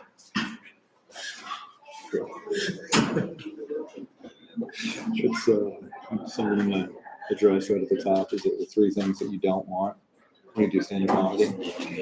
Daylight, children in the audience, and 5 students.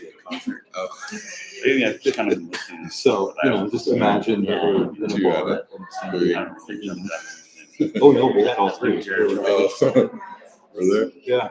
Like going 2 o'clock. 2 o'clock. Also, I thought it would be a fun gimmick to have some walk-up music. So I have a Bluetooth speaker in my jacket. Does that mess with your recording at all? Okay, cool. I'll move my Bluetooth speaker closer. Spotify? No, I'm literally just playing it off of YouTube. I've had the window up for the last 20 minutes, just so that it doesn't go to commercial. I can pull it up on. Kind of want to go get a coffee. Well, it's connected to my speaker. Oh, gotcha. Yeah, it's gonna play from my jacket. Yeah, I didn't get the big speakers. No worries. It's a pretty loud speaker if I turn it up. But I just thought it was kind of a fun gimmick, kind of break the tension a little bit. Nice, yeah, it's too thick. Cool. But yeah, I think I'm gonna untuck this shirt, honestly. My torso is just so short, What do you think?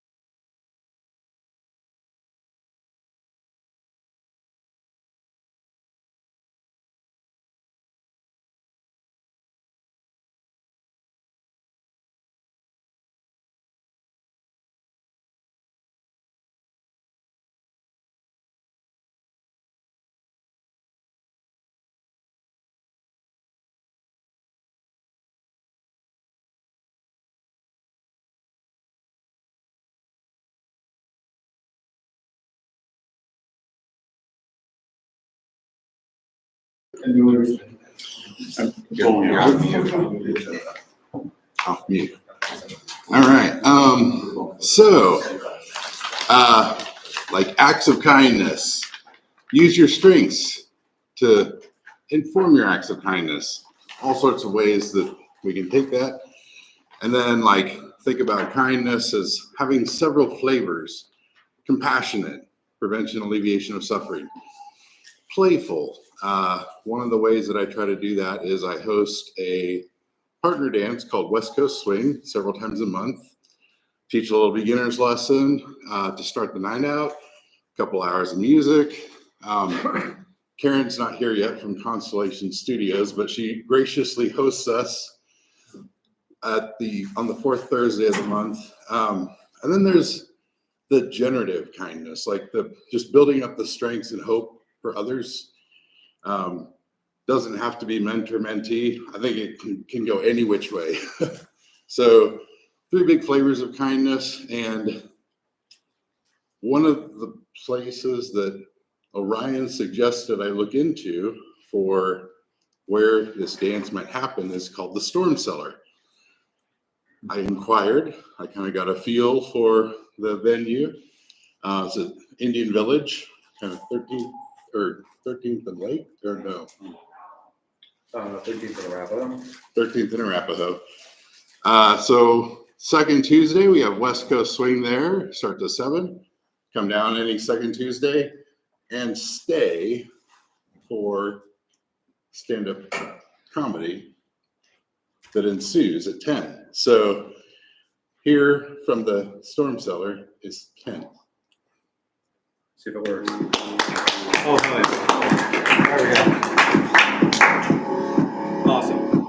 I want to give myself walk-up music because I thought that would be a fun gimmick. They say that the things that, and I'm just going to have notes, which is deeply unprofessional. They say the things that you don't want with stand-up. You don't want high ceilings. You definitely don't want to do it with any daylight, and you don't want children in the audience. So 2 out of 3 for this set. Really excited.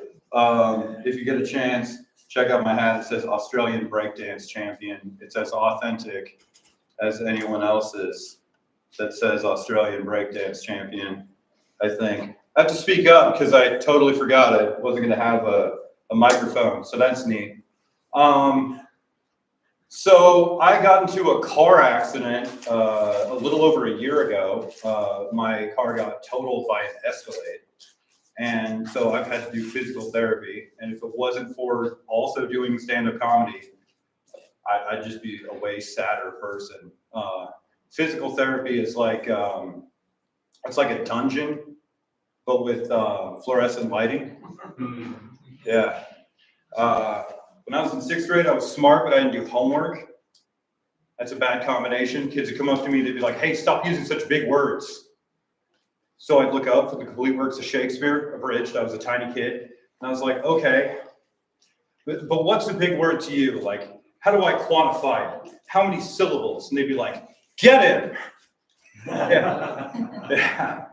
And I took French when I was in high school. It's been over a decade, and I can remember like one word of French. That word is l'ordinateur. Any French speaker? It means computer.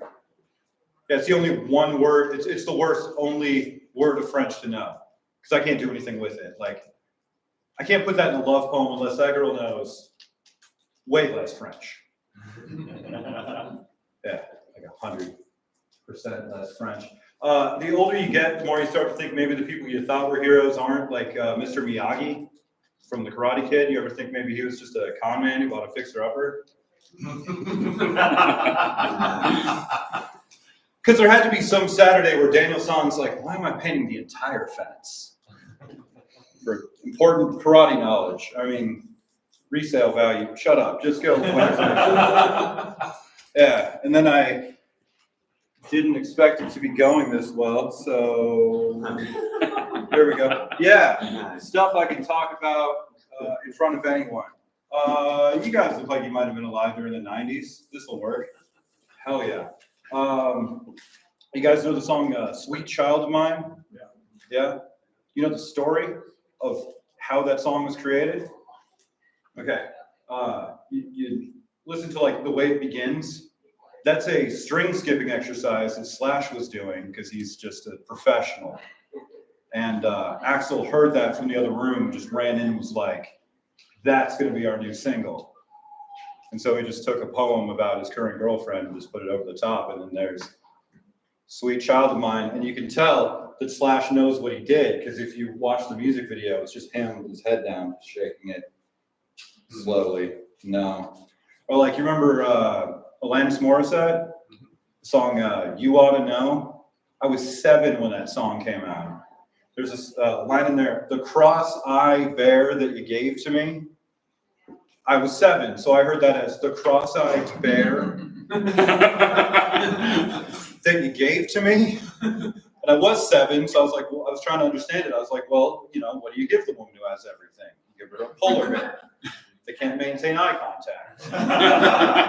That's assuming it's a live bear. Maybe it's a stuffed bear. She's like, I'm here to remind you those Thai children did a bad job of sewing up my bear. And the eyes drooping. Cross-eyed bear. You ought to know that if you paid him like another 70 cents a day, you'd be getting way better output. I was a really precocious child. I don't know if that's coming through at all. All right. I don't know if I have any other. Yeah, are these my best jokes? No, but they are my cleanest jokes. A lot of comics have also acted. Not a lot of comics have done casting. I've also been on that casting side of the table, and you get the same question from every single person who performs. They're like, "How did I do?" And you can't tell them because that's not how it works. It would make sense to just tell them, and then like they can just go on about their lives, but that's not how it works. You just like you call them and let them know they have the role, or you never speak to them again. That's how it works. So you got to say something non-committal, like you did your thing. Yeah, or like, wow, man, what you did, I don't see anyone else doing. Or like, my favorite go-to was like, you made some strong choices. Yeah, you want to believe that's a positive thing. All right, how do I close? I don't know, because the joke I used to close, well, there are no kids in this room. I could just do this, and then I'll get out of your hair. I think I've done most of 10 minutes. Nope, I've done 6 minutes. All right.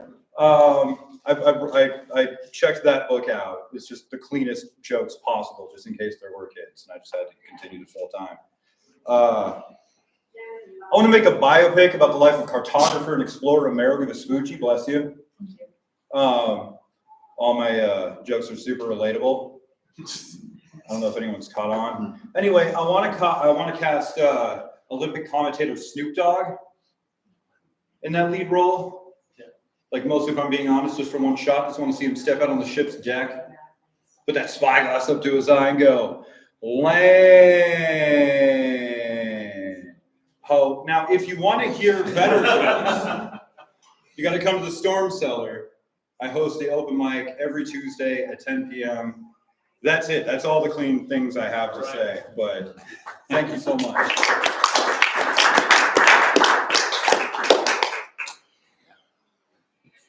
Right. Yeah. Walk-off music. Nicely done. That's right. That was You Ought to Know. This song's written about Dave Coulier. Yeah. No, go look at the lyrics and then think about Dave Coulier, the nice guy on Full House. All right. Now for some music. Thank you so much, Kent. Yeah. Made that happen. So you can catch Orion Walsh frequently in Germany, or on occasion at Crescent Mill. That's a Crescent Moon. For sure. And I'll let you tell us anywhere else in the near future if we want to hear you again. Cool. I don't know how he does it, but he does it. Orion Walsh. When I think about happiness, I think about contentment, actually. It's really, really important to be content with what we have right now in the moment. And that's kind of how I think about happiness is being content with what we have. And in this song, I sing, I've got right now, and that's enough for me. Very, very important for well-being. I've got right now, and that's enough for me. It's called So Many Places to See. It's about traveling over in Europe and doing music over there. Hope you're having a good day for International Day of Happiness. 1, 2, 1, 2.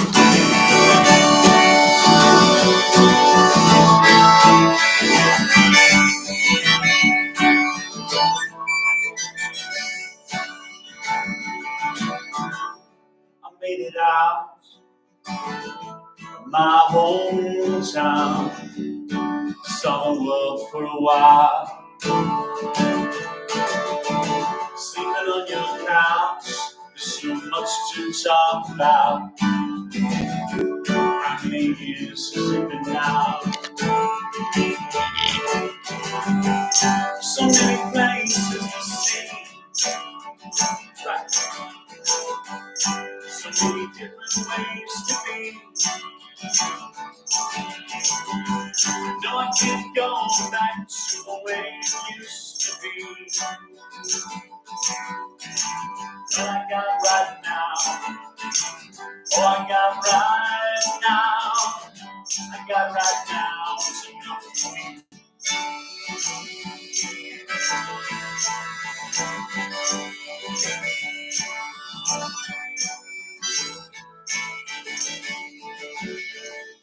I made it out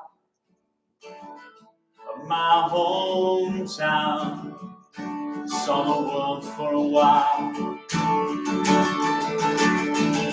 Riding around on streets, flying high up on planes, meeting new people every day. From Paris to Rome, down to that Scandinavian snow, I jump over lines like hot skies. So many places to see, so many different ways to be. No, I can't go back to the way it used to be. What I got right now, what I got right now, I got right now, it's enough for me.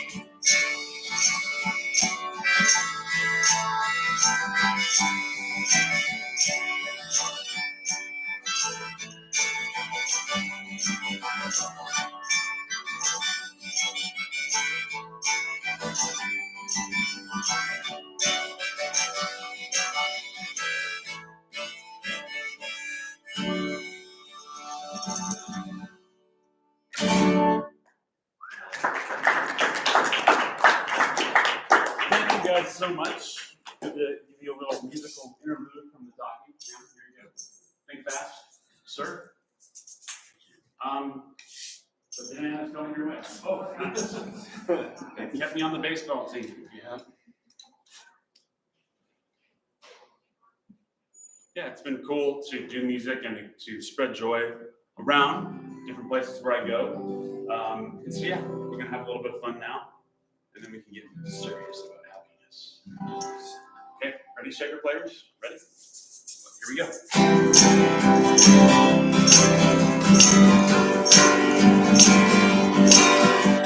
You got it. You got it. All right, here we go.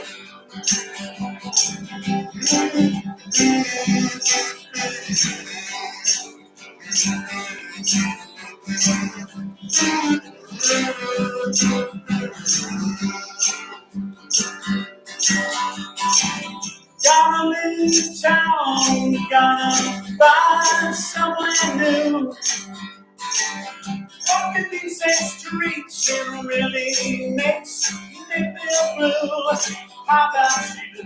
Gotta hit the road with the wind down, slow down. Hey, where we'll go, well, I guess we'll find out.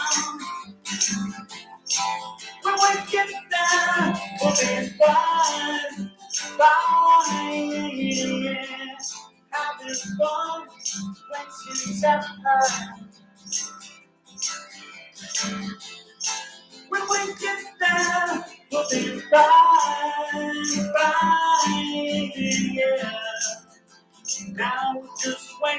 time.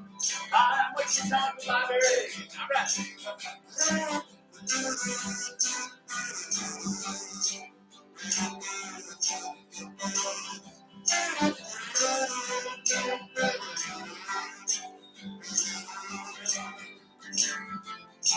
When we get there, we'll be fine, fine, yeah.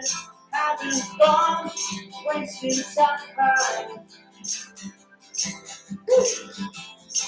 When we get there, we'll be fine, fine, yeah. Now we're just wasting time. Shakers, shake your soul.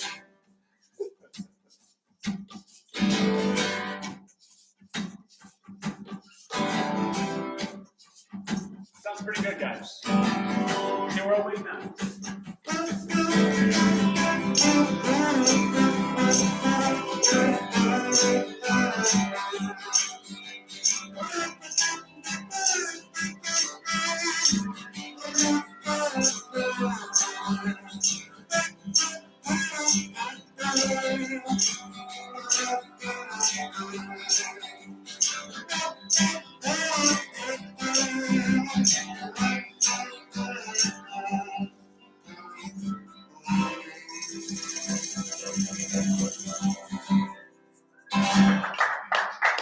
Great job, guys. Good job, guys.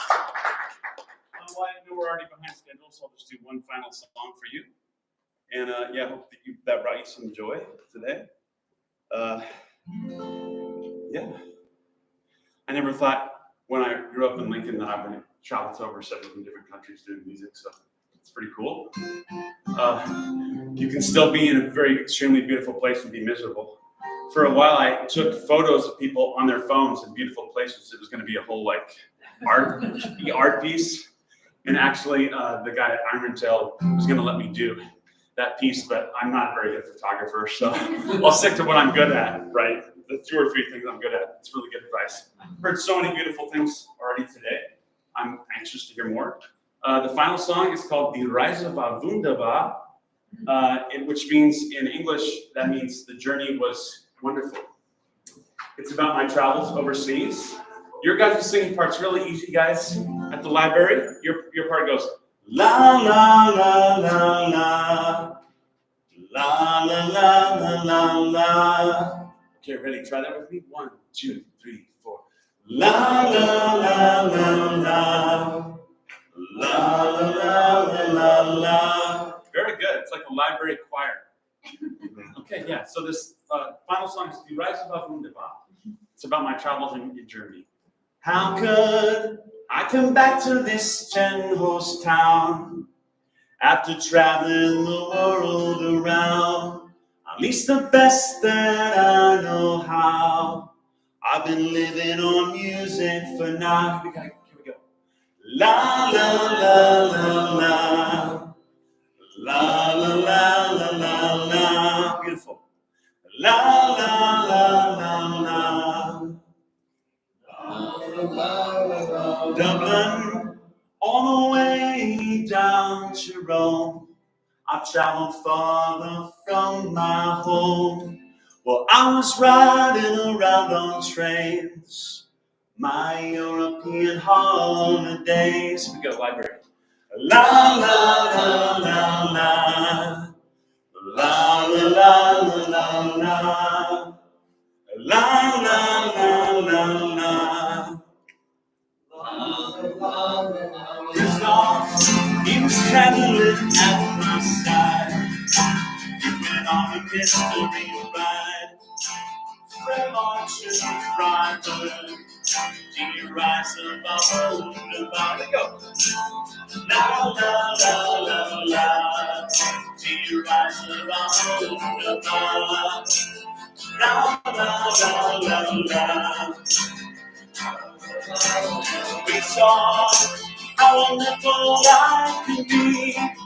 You see all the beauty now in everything. That's right. In all the people you meet. La la la la la. Die Reise war wunderbar. Good.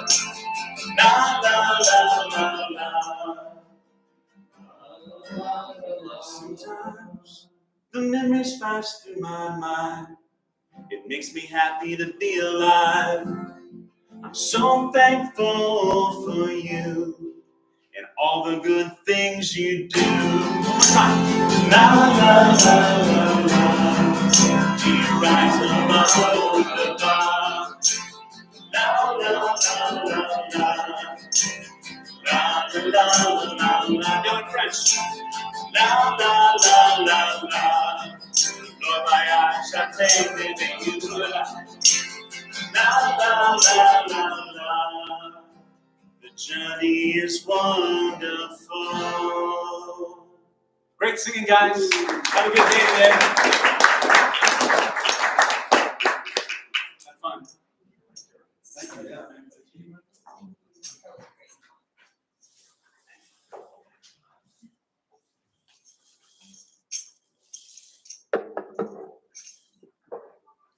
Okay, college means community. I didn't know this. It just means a collection of people. That's like what the word literally means. And I found some collegians from around Lincoln. This West Coast thing, I was able to share a little bit of the West Coast at Southeast Community College and met some great young people there, and the conversation has continued. And Mars is going to tell us a little bit about her experience at Southeast. Mars Adam. Should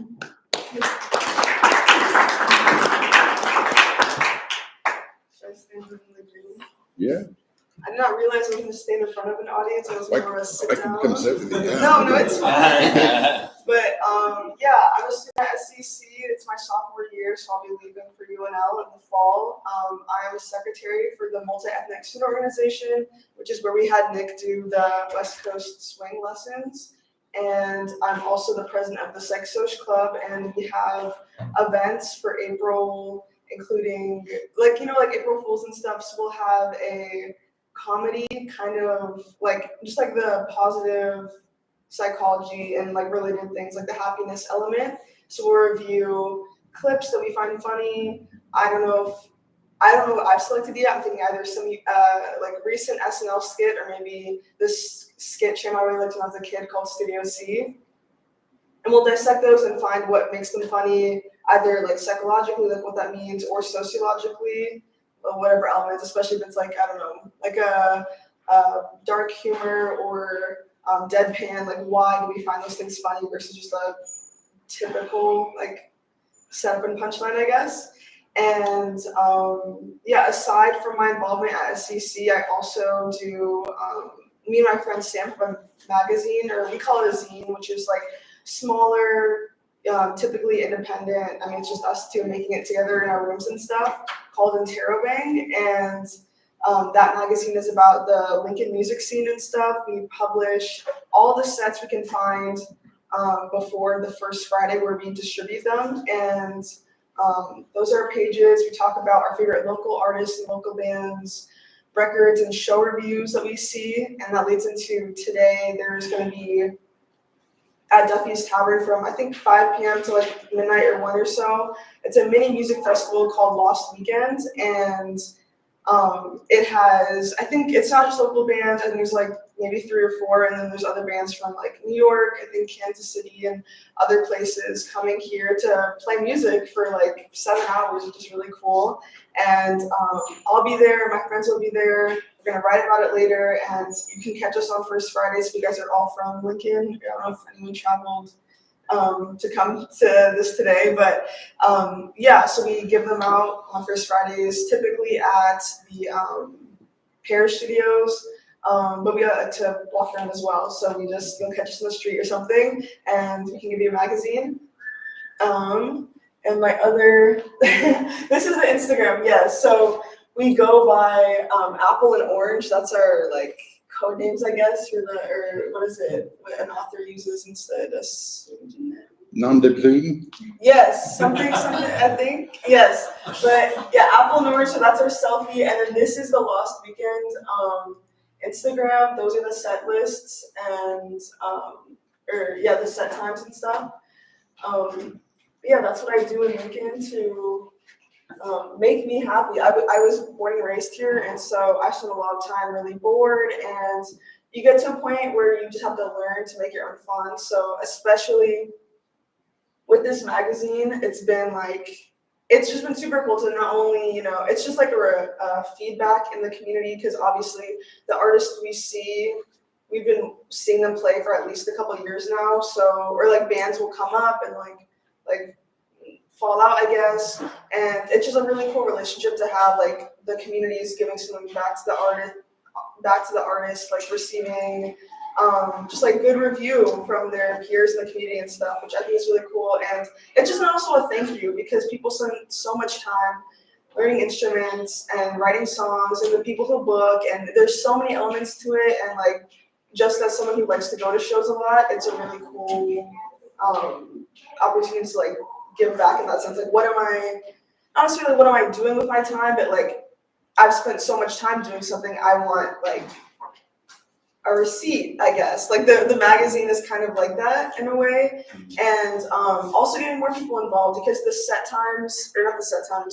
schedule for the month, I feel like it's very hard to see. Like, people will be like, where do you go on weekends, especially college students who, aren't 21 yet. And that's where I'm at. We're just like, you have money, you have a car, but there's not much else to do. It feels like everything closes at like 6 p.m. and stuff, but finding out all ages shows, places that are safe and welcoming for anyone of all ages, but especially for people under 21, I think that's a really cool thing that we can do, to just let people, other youth in the city, know that there's stuff to do on weekends and evenings and stuff like that. I don't think it was 10 minutes, but. Yeah, no, questions, is Yeah. that okay?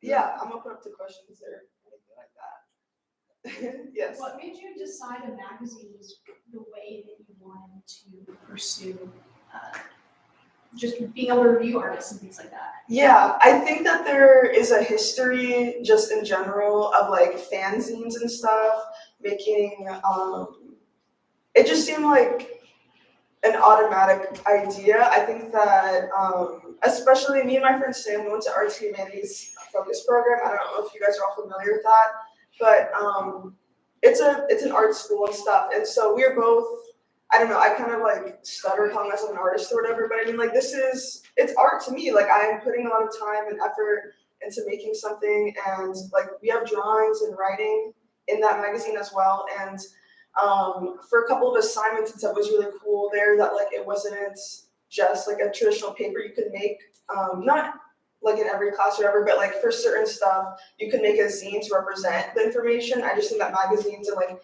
booklets, pamphlets are really interesting ways to combine like text information, but then also images to like get whatever point you're trying to get across. And so I think just our experience with that school, and then again, like the history of fanzines that's been happening, like I couldn't even set a date, but like at least since like maybe like the 70s, that like fans make art or write zines about, like even the term punk, and our little like tagline is "It's punctuation," because interrobang, if you guys know, is like the exclamation mark and the question mark together. That's what that symbol is called, and so it's punctuation.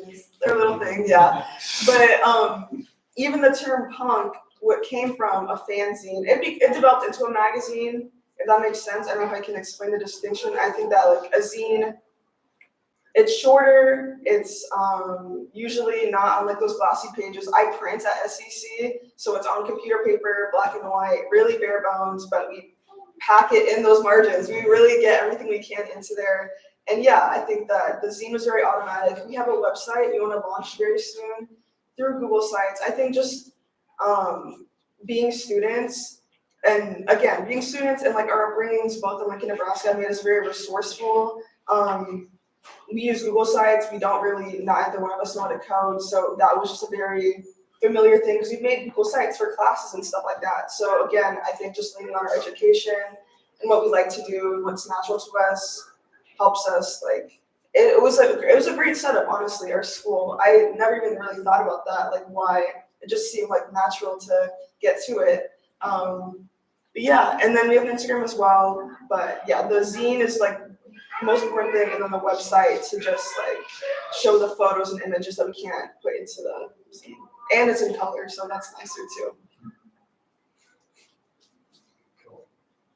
Awesome job.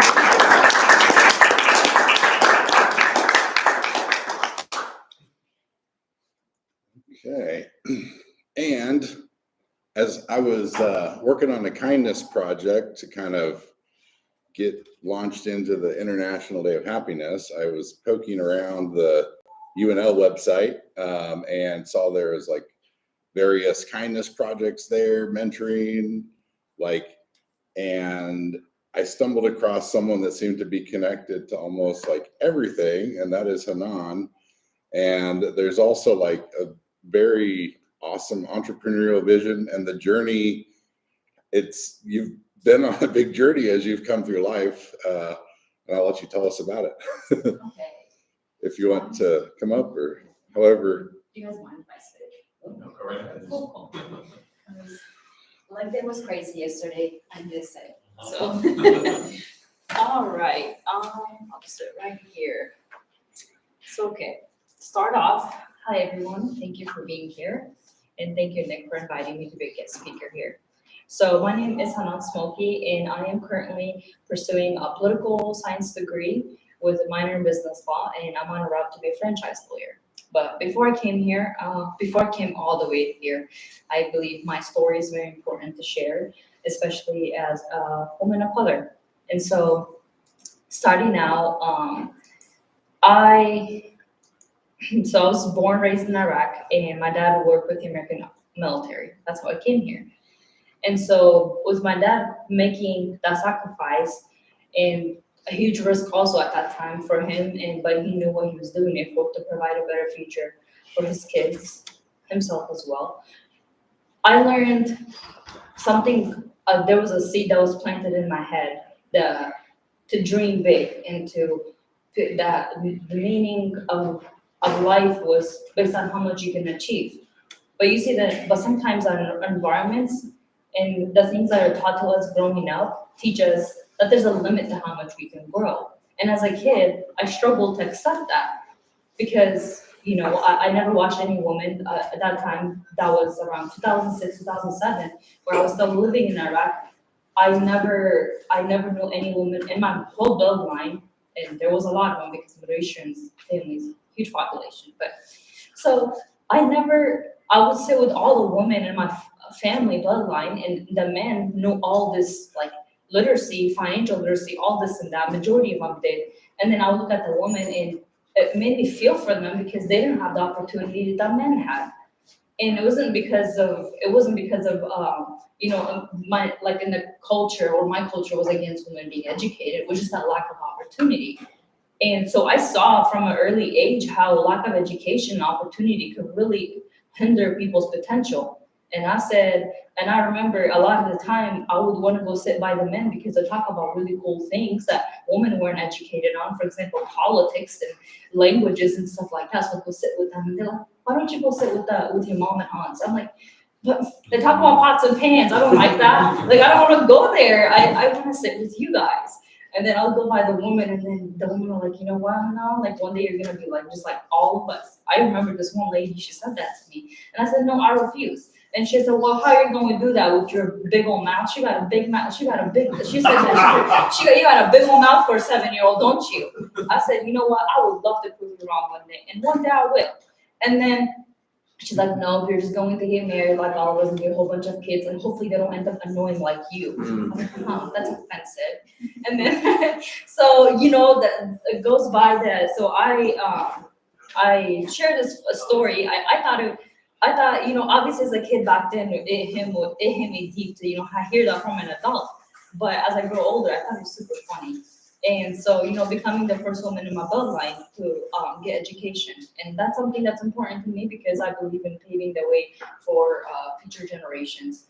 And that, to me, so all that, what it really installed in me when I moved to America in 2012 was the American dream. But then, as I grew older, you know, being this high achiever, basing my whole worth on just achieving, I really lost what other things I really enjoyed, what came with being a high achiever. You know, I was able to be a very wise person from a young age, and a lot of people looked up to me. But there was that one area in my life where I feel like I was not satisfied with just, I couldn't pinpoint out what it was, but it was that vulnerability part. I looked at myself in the mirror one day and I said, you have become such a high achiever to the point where you've lost touch with how to be human in terms of like vulnerability, in terms of to actually look at yourself as a work in progress, that you don't have to be perfect 24/7. And so growing up, my positive outlet in life always became writing my thoughts. I don't know what I was, at that time, I didn't know what was happening. I just thought, you know what, the adults are not going to listen to me, maybe my book will. And so poetry became kind of like my outlet for that. And the reason why I believe poetry, it's a form also of self-expression, especially when you're in an environment that ties certain beliefs onto you. It's important that if those beliefs don't help us into becoming who we think we are, because I believe we can become anything we want in life, is we need to rewire the way we think. And then, and we're able, by rewiring the way we think, we're able to achieve everything that we want in life, but to never forget to leave a positive mark everywhere that we go. And so this poem I write is about breaking cycles. And although I do agree, and I do have a lot of empathy in my heart for people, because we all come from different stories and different experiences, but I feel like there's always some things that hold us all back. And sometimes it's okay to acknowledge what's holding us back, whether it's the way we grew up, the beliefs that were installed into us, all that, and kind of look at it as like, you know what, this is the last day and the last time you'll have that power over me. And so, but before we do that, we need to acknowledge that this is what's holding me back. And that doesn't necessarily mean it's a bad thing, but it's just not what works for me. And so, breaking the cycle. So a call for healing and love. And by Hanan Smoking. So. In the shadows of our shared history, I reach out to those who carry the weight. Faces lined with echoes of the past. Voices hardened, hearts closed. Reflecting mothers who bore their pain, youth stolen the agony of silence. You wear the weight of their struggles, fathers who never learned to be boys, leading without knowing the way. Turning love into weapon, trust into fear, a cycle unbroken, generations lost in the echo of screams. But listen, love is a leap, a daring fight. Not the chains of history, not the weight of our unhealed wounds. We're all born as soft beginnings, yet too often tenderness fades to rage. As the scars of our mothers shadow our hearts, I see you buried beneath the armor, craving connection but flinching at the touch. Afraid to trust, to share, to love, but know this. We are the echoes of their dreams, the children of resilience, with the power to break these chains.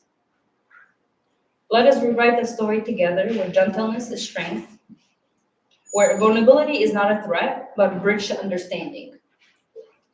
A chance to heal what's been broken, to nurture the seeds of a softer future. So I call you forth to embrace the little boy inside, to honor the mothers who fought for us, to choose love over fear, and in that choice, let us rise. Transcending the weight of our past, building a legacy of kindness for every heart that dares to trust. And so that is my poetry. That's one of my poems. And right now I'm in the process of writing my own book. And this is something I basically wrote. And the reason why I presented the way I presented today is because I believe there's always things that we can grow in as human beings, and mine tends to be vulnerability. And then writing became a part where vulnerability became poetry became something I was able to be vulnerable, because I was aware that was not an environment that allowed me to be vulnerable, but I was not going to let that stop me from being chasing the American dream. But also part of a reason why I chose this poem specifically to share with the audience is despite where you're going in life, as long as you have reached your decision, to share this whole message that strength, ambition, drive, leadership, creativity, everything can go hand in hand with compassion. Because I believe that we all have the power to hold space, to be that person, to listen to people and to understand with curiosity and lead with curiosity instead of judgment. And when we hold that space, we're able to make at least one person feel understood and seen. And every person has a potential to change the world. It takes one person. And I choose to be that person through my poetry. And so, yeah, I appreciate y'all for being here and listening. And I'll take any questions if any of you have. Yeah. Did you find that writing poetry came naturally to you, or did it take time for it to start to come? I appreciate that question. And so, yeah, I believe so, because I believe as much as I've always seen myself as somebody that's very outspoken, I believe there's just those places where I feel like it hindered my potential of practicing how outspoken I was at sometimes, especially growing up in a different country and everything. And so, so to answer your question, I believe I've always been a creative person with my words, but I just never knew. A lot of the time I struggled on how to say them out loud, and so that's where like poetry became a thing for me. Any other questions? Another question, what was your journey to the United States? How old were you? And when you said that, I didn't get it, but what was that like for you? Yeah, and I appreciate you for answering that, because when I was reading, I'm like, I feel like I rambled because I'm still struggling with the whole vulnerability part and really sharing my story with people. But thanks to Nick, I think this was a great opportunity to do so. And so to answer your question, I came to the United States of America when I was 10 years old. And so, and a little bit more about my journey. Life is really different. And I think that, and with all sharing my story, I hope it inspires people to hold compassion for ourselves and other people, but also to kind of the whole proactive approach in life, how it's necessary, especially when you have a lot of ambition in life, you want to get there. Life will never be easy, and I like to use the perspective.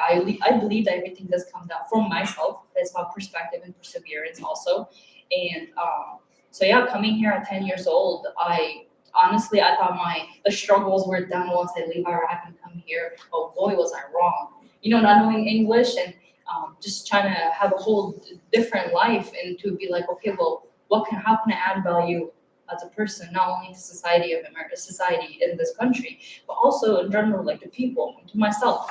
And so by doing so, I was able to basically be this person that I'm always working to improve myself. And then in life, everything's an experience. That's what it taught me, that everything in life is experience. And then I choose to look at things that they happen for me, not to me, because once you really dig deep into what you're trying to find, what your purpose is in life, the perspective shift is really inspiring, is because you get to see that, oh my gosh, these things are happening to me because I need to use that as a tool or stepping stone to get where I want to go. For example, when I came to America, I had such a hard time fitting in with people. I didn't know the language, and all the kids around me at the playground would all play with each other. And I go to the playground, and I just didn't know English, and I would just sit back and just observe everybody, and then just observing people. And from that age, it really made me become this person who was able to gain skill of attention to detail.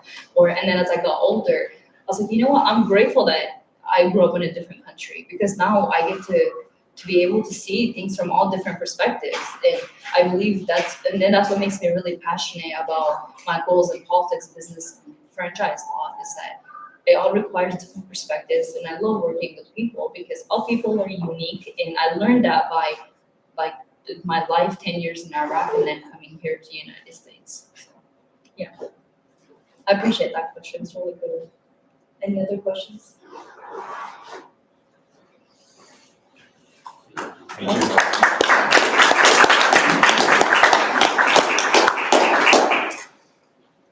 My apologies. I seem to be exactly a half hour behind. So, let's see. I guess we can check in with the Strengths and Wellness and Organizations panel with Tori Peterson, Scott Miller, and Kelly Ross. And then we'll check in after. Kristen cannot make it. Emily Cleaver, Paige Piper, and Mylan Wall. I see you're all here. Does anybody have, like, I don't want to keep anybody captive, but does anybody have a, like, I gotta be out of here kind of thing coming up? Okay, yeah. So, yeah, maybe, yeah, we'll just take a short break if anyone needs to get up. I brought just a few snacks, like nuts, and there's gum. And yeah, just a few minutes, like 2 minutes, and then we'll just get started with strengths and wellness and organizations. I had some technical difficulties getting the day started. And, so Omaha did a proclamation for the International Day of Happiness. We had an event on Thursday. There's some proclaiming. I was trying to figure out a way to bridge from the official International Day of Happiness to today. I came up with a framework for thinking about well-being science as a whole, and that is this happy life is the happy life is the acronym for all these various pieces of well-being science. And then I found there's all these different, it's the International Day of, it's the hour of, events in between. So I tried to make a bridge from the official International Day of Happiness to today. So this is the Happy Life Bridge. But yeah, I'll edit it a little bit so it fits in. And let's see, do we want a table? Would that be helpful, or just seats? Whatever. Okay, yeah, we can come up and set chairs here. What do you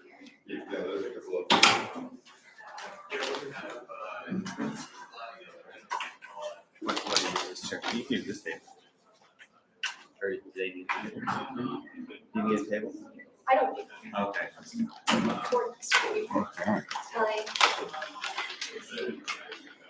All right. So strengths is I think the shortcut to hope building. And these organizations all are strengths focused. Like, I think that's one of the coolest things about Lincoln is just how embedded the idea of focusing on our strengths is in the culture here. I'm extremely appreciative that this was in the air. I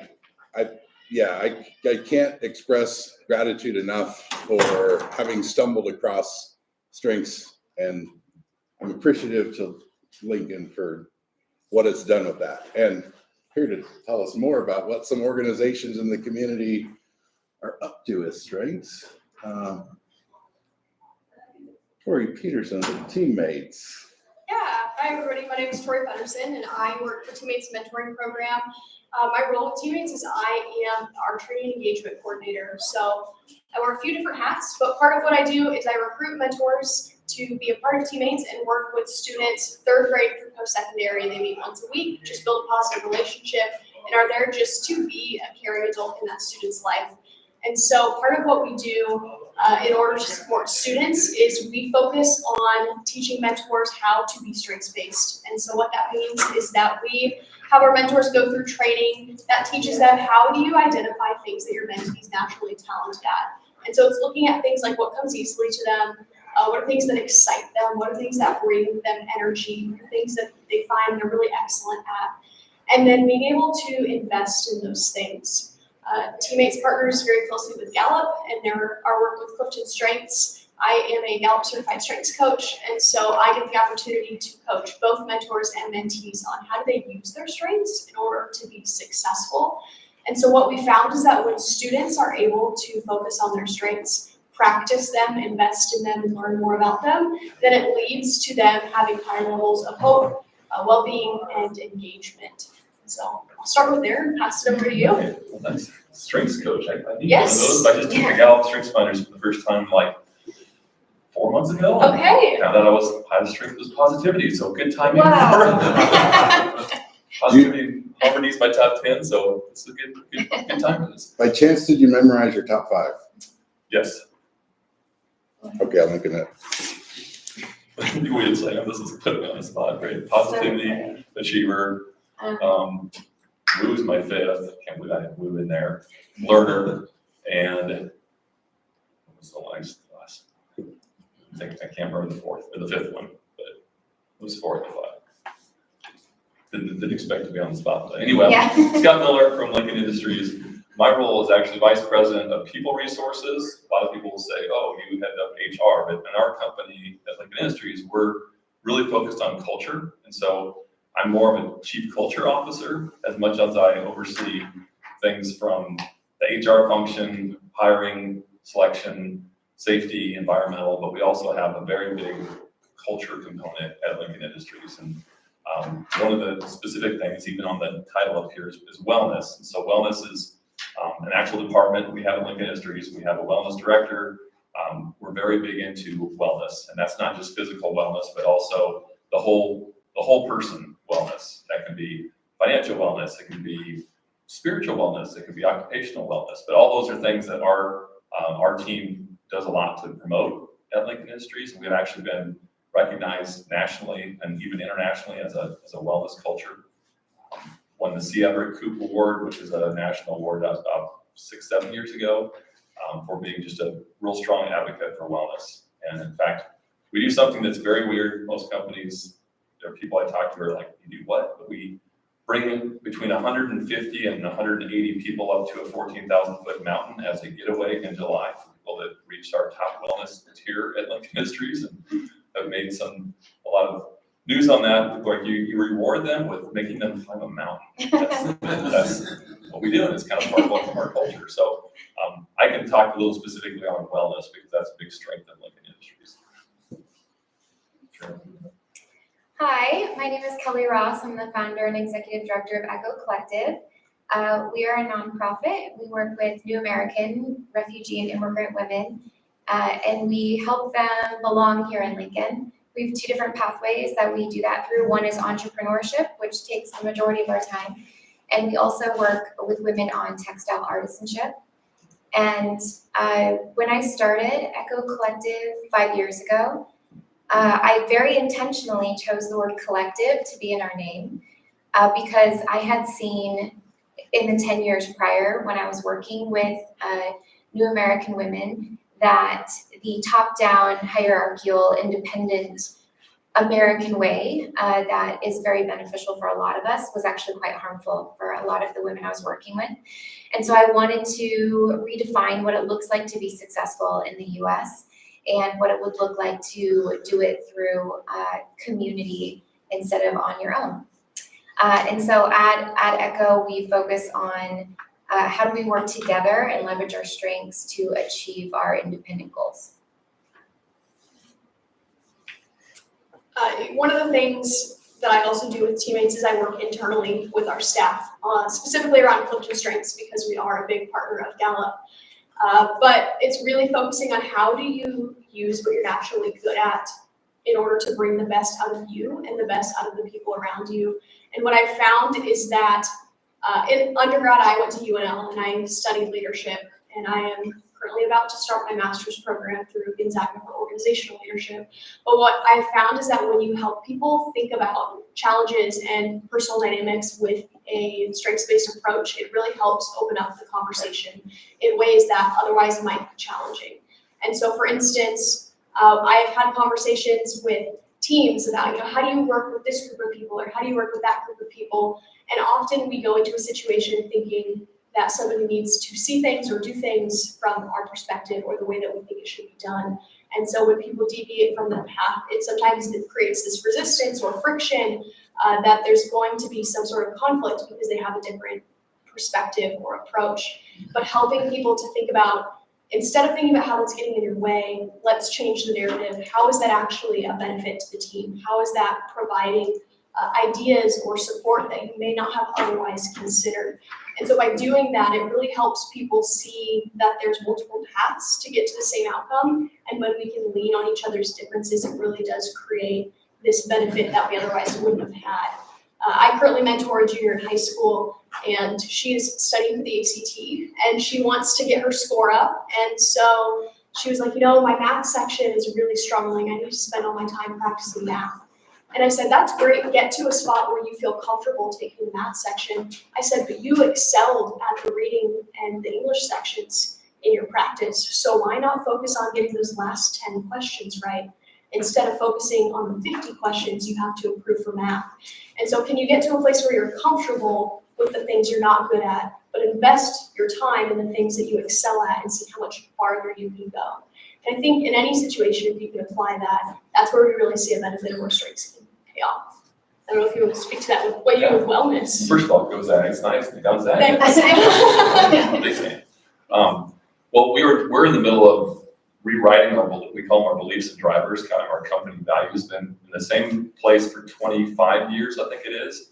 And this is the first time in 25 years we actually are going to have been tasked with helping rewrite them, which is a big task. But in doing that, we look at, okay, where are we going? What are we different? How are we different than we were 25 years ago? And of all things, in doing this exercise, our CEO gave us a book to read. And it was the Elon Musk biography, which is not going to get anywhere into politics in this because it's a biography about major companies that he's created. But in this process, we have all collectively, our senior team and director team, have ruled out that we're going to do anything that damages our culture, which in the biography and all the companies he has, that is probably not one of the high points of his companies. They're very innovative, they're very savvy, they're driven, but their culture is not good.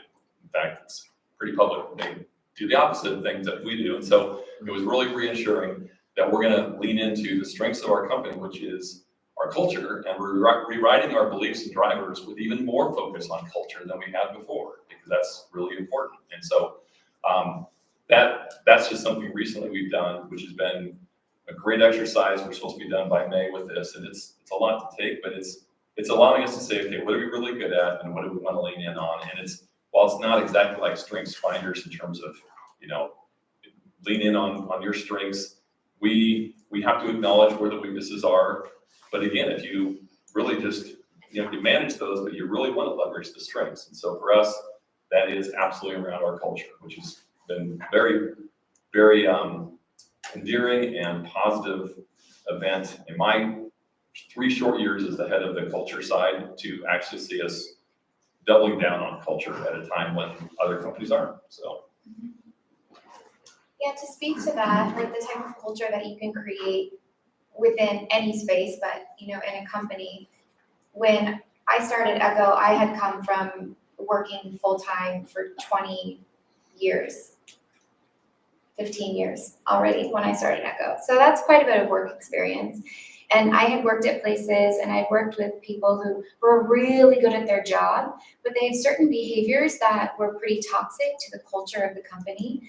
And I found that my supervisors didn't really know what to do because they'd sit down for evaluation time and they were checking all the boxes. They did their job really well, but they were affecting their colleagues in ways that increased turnover and just made it not a really great place to work. So when I started Echo, I wanted to ensure that we had something in place that was not just focusing on those logistical talents that we look for in a business, but also the soft skills that makes a team and a culture really thrive. And so when I had my first team finally together, we created leadership competencies and we hire based on those. Those are part of the hiring process. We have 8 of them, and then we evaluate twice a year and sit down and say, okay, which one do you think you're really focused on lately? And then we set goals that we check in throughout the year. So, and one of the top competencies that always comes up is growth mindset, which you kind of alluded to, where when you see a challenge, you say, okay, I've never done this, and I'm not good at it yet, but we're going to try and see how that works, especially as a team. Growth mindset is actually one of our core pillars. Yeah, it's integral. It truly is. for a team to be flexible and productive. Yeah, we talk about that with our mentees a lot, of that word yet. Can you add the word yet on the end of any statement? You know, whether I'm not good at math yet, I'm not on the varsity team yet, but you can be. Questions?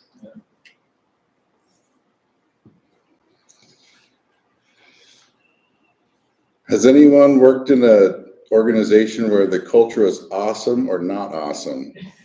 How do you describe corporate culture? Oh, wow, we always talk about that. How do you describe it? I mean, it's something that if you're talking to someone in the community and they say, oh, for our example, if you work at Lincoln Industries, the person will say, oh yeah, it's a great place because of, it's not, they don't lead with, I rack parts on a machine that goes into it. No, I've got friends there. I look forward to going to work. I'm happy there. I'm engaged. Valued. Valued. I would call Lincoln Industries a good place to work. So it's people that are outside talking to others. How do they define their workplace? And sometimes if it's positive, that's probably means you have a pretty good culture. Or it's just work. I work there, and then when I leave, I just leave. But we have a lot of attachment and engagement with and we don't even say employees, we call them people. I'm conditioned to not say the E word, but our employees are highly engaged. For a manufacturing company, they're really highly engaged. At Echo, we view culture kind of the anthropological way, where it's a set of agreed upon norms or values by which everyone's using to interact. So in the same way, it'd be really weird if I were jogging around this room while I'm talking to you, that wouldn't jive with what we've agreed that we're gonna sit here, right? And I'll face this way and talk kind of the same volume, even though we didn't agree on that. Like, it's just the norms, right, that we've set in this room. So having those same norms at work, so you know how you treat each other and what's expected. And I would add to that, of that agreed upon expectation of how do we do things? What is, when you show up to this place to work, what's the way you're expected to treat other people? What are the ways that you're expected to problem solve together? And I would say there's layers to that, right? There's the things that as an organization we say are expected, but then there's those unspoken norms. And so when I sit down at my desk and I say hi to every person who walks into the office, that's not something I'm told to do. That's not a policy that we have, but that's just the way that we've adopted in our culture. You greet people in the mornings, you ask them how their weekend was, you ask what they've been doing. And so what are the relational dynamics of the way that people treat each other and want to be treated? And it's funny, the word culture, if you think of the first 4 letters of the word culture, that's a group thought. I mean, it's kind of a group, but it's a positive one, not a negative one. The word cult has a negative connotation, but there's a reason why that's the beginning of the word culture. So it's kind of that group thinking of a collective, we're together kind of thought. Great question.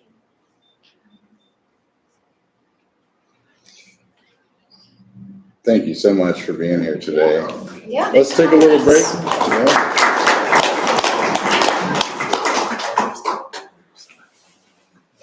I want to move these chairs.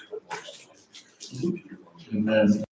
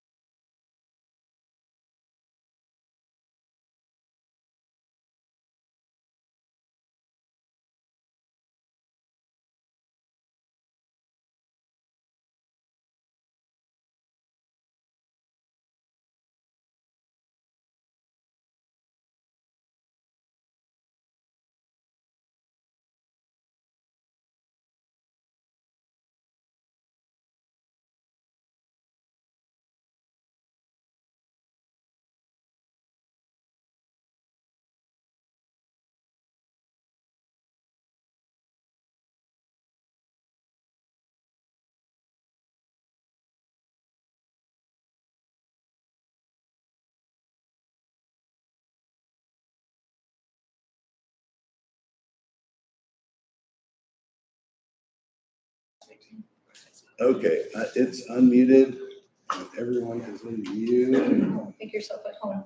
So, yeah, so how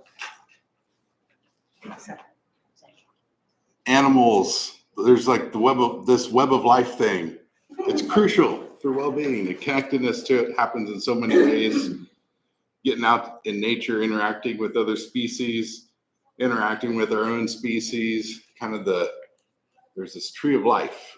And like, you know, there's the saying that dog, let's say it's the person's best friend or something, we'll modify it a little bit. But like, I think in whatever way it happens, like friendship is kind of the most beautiful bloom on the tree of life. And we'll let Liz start and share with what she has going on here, which is pretty fascinating. Yeah.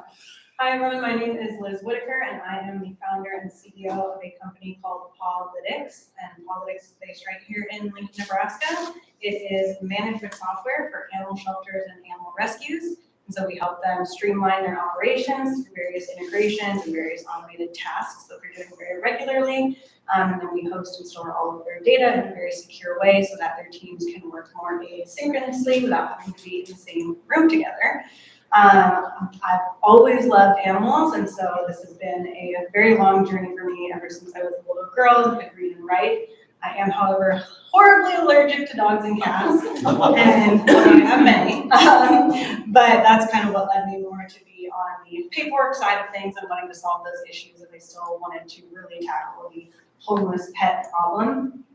And for me, it really came down to one dog. I think a lot of us have a story like that, where one dog kind of changed our life, or one animal, your heart animal. And I was fortunate enough to beg and beg and beg my mom when I was 13 to adopt a dog named Rex from an animal shelter. And he was the oldest, mangiest mutt I could find in that shelter that I wanted to take home. And he completely changed my life. And so after he passed away, it really kickstarted this journey for me to want to be more hands-on in that realm instead of going down the typical path that I thought I was going to do, which was go to college, become a lawyer, and then donate to animal shelters one day. And instead, I decided to make my entire career and my entire life's work in figuring out how I make money in saving dogs and cats. And so Pawlytics, our company tagline, our company motto is actually engineering positive impact. And we were able to create a lot of different products. We have one leading product, which is the Pawlytics software, but we also help a lot of animal rescues with any digital needs that they have, from making websites, hosting websites, basic IT things, and then we also started getting hired by larger companies in the animal welfare and pet supply space to build and maintain their various applications and websites as well. And so for me, it's just been a really fun journey of getting to make a career out of helping animals in a way that, you know, when I was a little girl, I definitely could have never envisioned. And I'm not techie at all. I did not go to school for computer science. And so it's been a lot of brute force learning, which took a lot of positivity and a very, very healthy dose of delusion that I could get it done and figure it out. And of course, surrounding myself by people who are much smarter and who are very kind and willing to help me and learn the ropes of building a application. Now, I will say when it comes to this topic of positivity and I think, you know, mental health, that really is core. On our team and our company culture, we embed a lot of this day-to-day foundations of habits of growth, habits of personal health, habits of being positive. We believe that the concept of positivity, the concept of compassion especially, starts within. And so if you can continue to cultivate, you know, selfishness or selflessness, which is essentially working on yourself so that you can give to others better and be the best version of yourself to give to your community, to give to the animals, and to give to the people that you want to help. And so we've embedded that into our company culture on a day-to-day, but I saw that as very low-hanging fruit because I think company culture is just one of those things that we all like to talk about. But for us, it really led into our customer service culture and how we speak to our customers, especially in difficult conversation when they want to be upset or feel upset about certain features not being created or certain price points for certain features. And so in our company, we've designed very specific ways for how we have these hard conversations. And it always starts with addressing people first as human beings and validating their feelings as human beings first and foremost. Secondary, we see you as an animal rescuer trying to complete a mission, and we understand the stress that goes into this unpaid and usually thankless job. And then tertiary to that, you're a customer. And so we speak to people in a very certain way, which has helped build a pretty large cult following for our company, being that we came from, the underdogs in the space and quote, nothing. We've generated now 450 animal rescue users using us in 11 different countries. And so it's been a really fun journey for me, and I really enjoy getting to help people and help animals along the way using technology and not having to be as allergic. No, it's great. I'm like, yes, I'm feeding off the vibe. So yeah. Maybe if anyone has any questions, Liz Yeah. has a engagement and has to Yeah. scoot here. Yeah. So, You can always look us up on Facebook, Instagram, or the web at PAWLYTICS, Pawlytics. It's like pause and analytics. I think I want to clap. Well, thank you. Well, there you go. Yeah. Good, yeah, I'll save like 5 more minutes, but yeah, I'll let you guys take it away and then I'll just leave. Okay, who's next up? Nick? We'll just go in the rest of the order. Paula, Healing Hearts Therapy Dogs. Hi, I'm Paula, and this is Bolt. This is my team member. We're with Healing Hearts. Marla Waterman is the co-founder. She's out of Crete. We're into our 3rd year of therapy work. It's nothing I dreamt of doing. Honestly, I did 20 years of agility and performance with my dogs. He was supposed to be my next performance dog.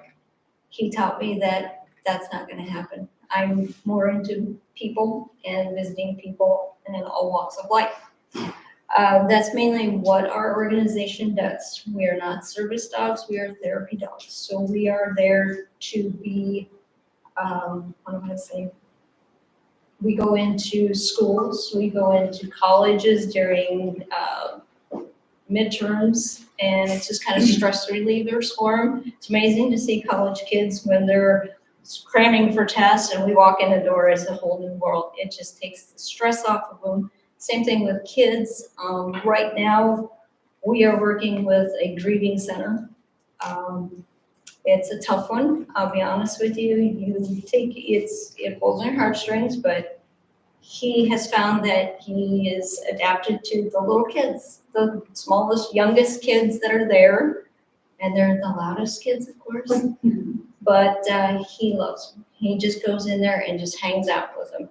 They'll come over, they'll walk over him, they'll walk around him, and he is just into it. He has latched onto a couple kids, and it's like, you know what, that's what you're here to do.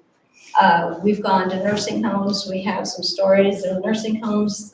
We've had people with Alzheimer's and dementia that a couple, his wife hadn't spoken for over a year. And he walked in the door, she sat down and started talking to him. And it's like, if we can do this, this is what we're meant to do.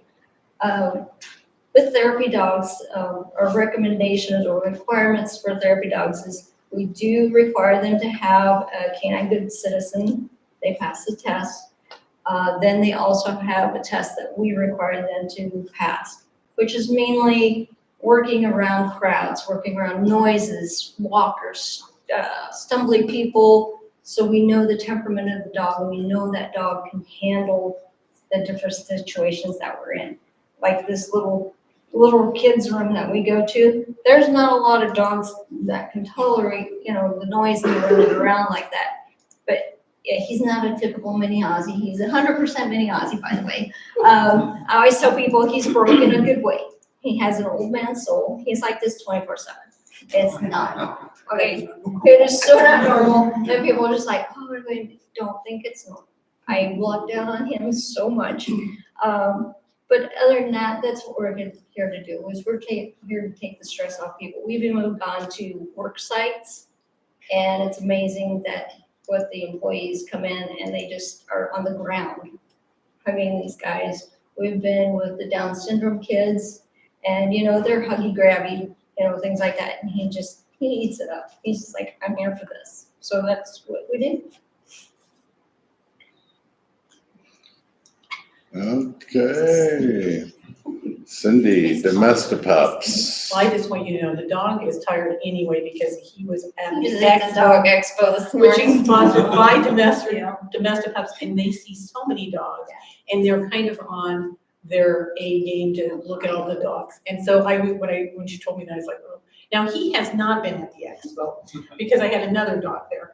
So I'm Cindy Twilliger, and I have been a volunteer with Domestipups for 7 years. And we do a host of things. We do service dogs, and we place about 5 to 7 service dogs a year. It depends on how many of our dogs meet where we want them to be. The service dogs are an unusual group. We do a lot of the breeding, but we also do take rescue dogs that we think we can convert into a service dog. They have to have pristine hips. A lot of people are like, why don't we just do rescues? Well, they have to have top of the line hips because they do what we call brace. So if somebody has a seizure and they come to, the dog does a brace so they can get up easily, just kind of like a footstool. So they have to have the top of the line hips. So a lot of dogs don't make it to that level if they're a rescue or even a regular dog. Like he's got good hips, but his brother did not, so he didn't get to move on to the program. But it takes about 2.5 years to train a service dog, and we are fortunate enough to work with the Department of Corrections.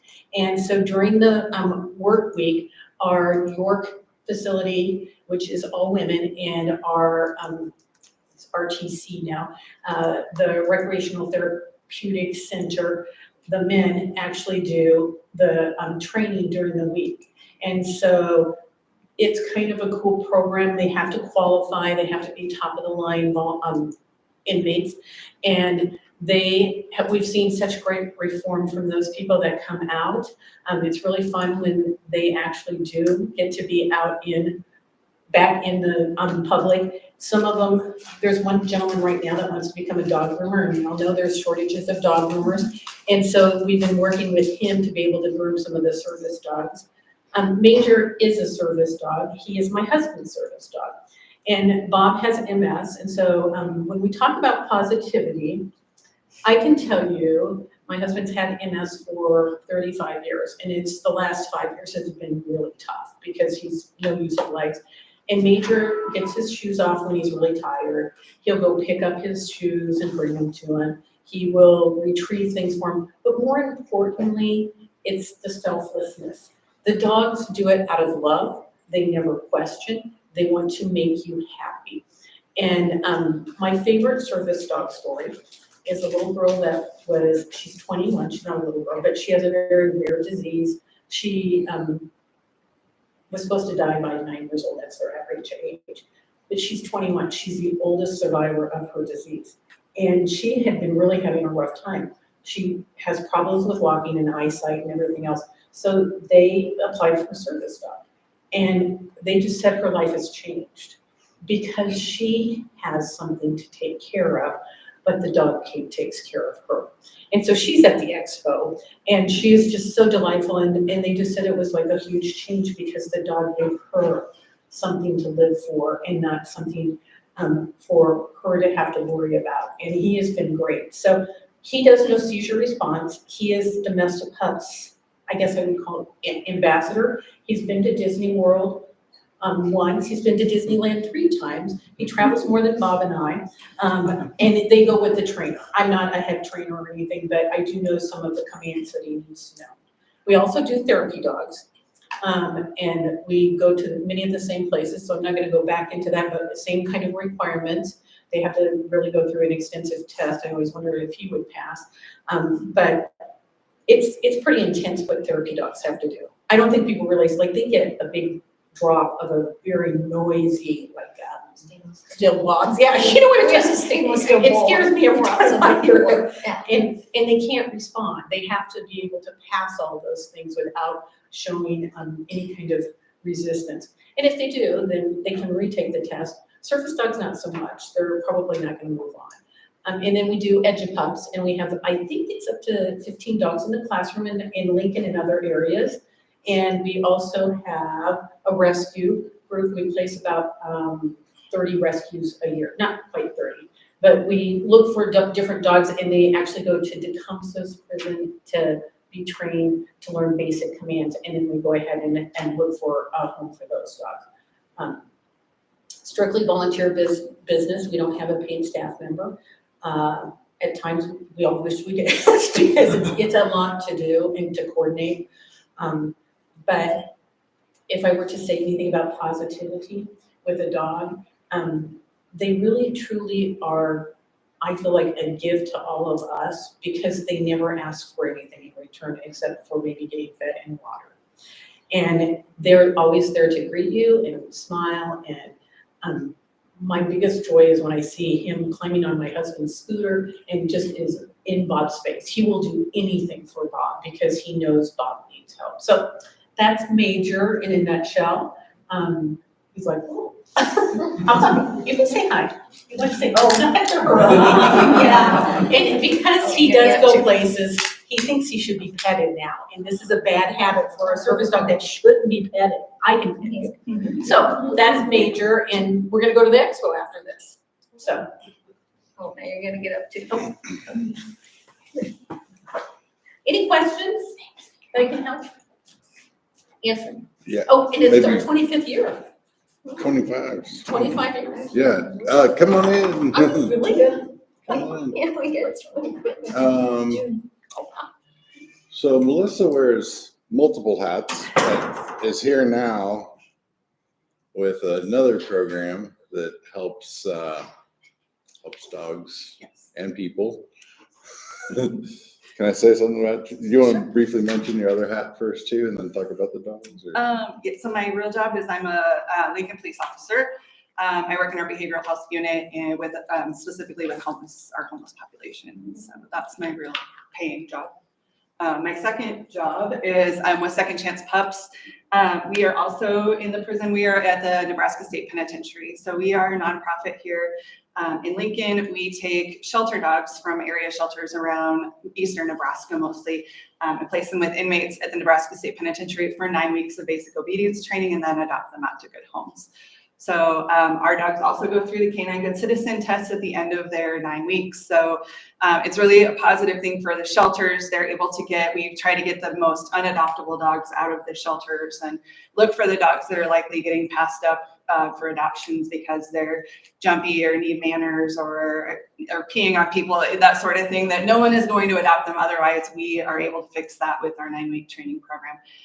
And then the inmates always benefit greatly from that program. They learn a lot of life skills. There's a lot of parallels between the dogs that we select to come into the program and the inmates that are in the prison program as well. A lot of them have been thrown away by society, just like the dogs have, and have a lot of learning to do about how to take care of others, how to take care of themselves. And so we teach a lot of just basic life skills through that program with the dogs.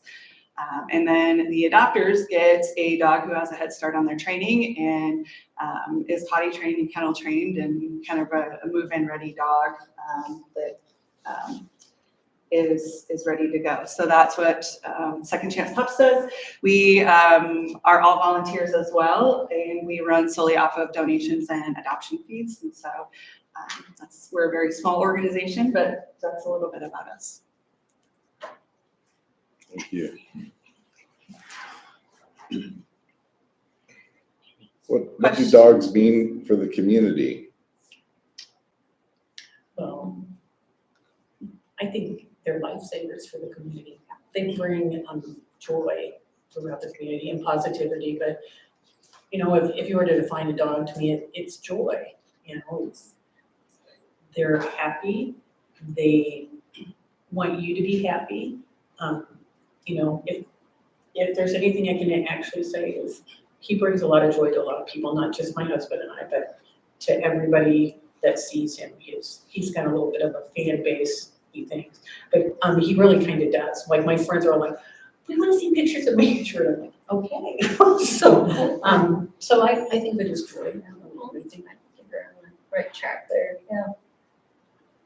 With the inmates, they haven't done a very good job of taking care of themselves usually, and that's why they're in the situation that they are in and haven't been taught how to do that. And so the dogs providing that unconditional love back to them is something that a lot of them have never experienced. And so seeing that connection with the dog and receiving that positivity back from the dog is a really cool transformation to watch them go through.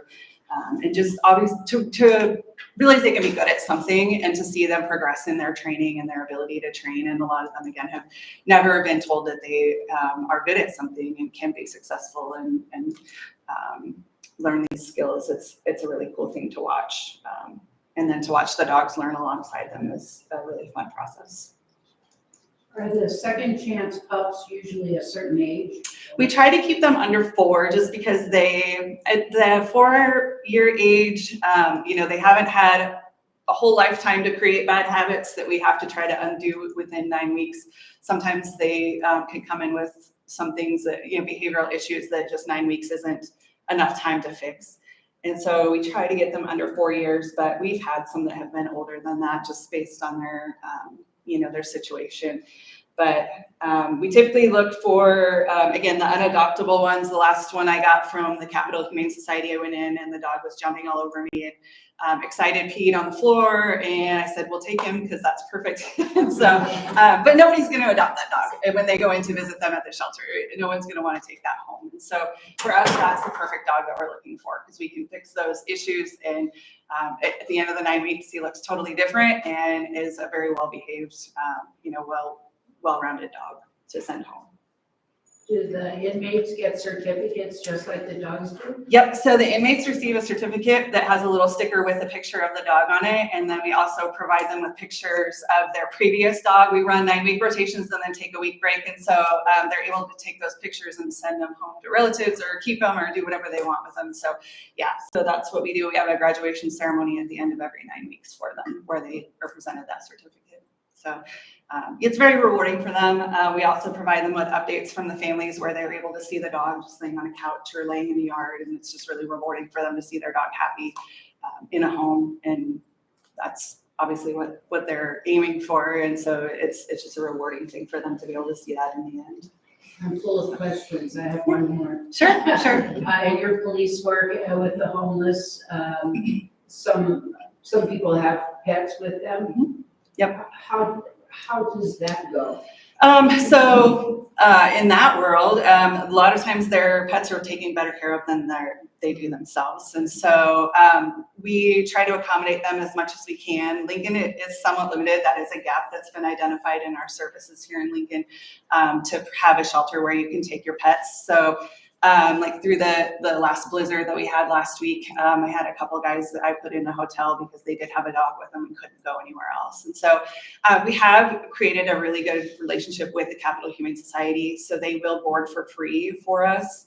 If we have somebody who needs to go to the hospital and they won't go because they don't have a place for their dog to go, they will board those animals for free for us on a short-term basis so that we can get care for the people that need them. But the Humane Society has been great. Lincoln Animal Ambassadors has been great about providing free food, free vet care, whatever it is that we need that we can get for that animal as well. Wow, so good to hear. Yeah. I will play a little bit off of what Teresa talked about.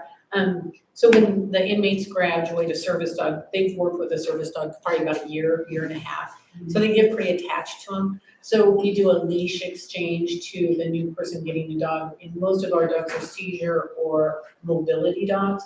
But it is probably, I would say, one of the top 5 emotional things I've been to, because the guys prepare a little speech. The parents of the recipients or the recipients give a speech.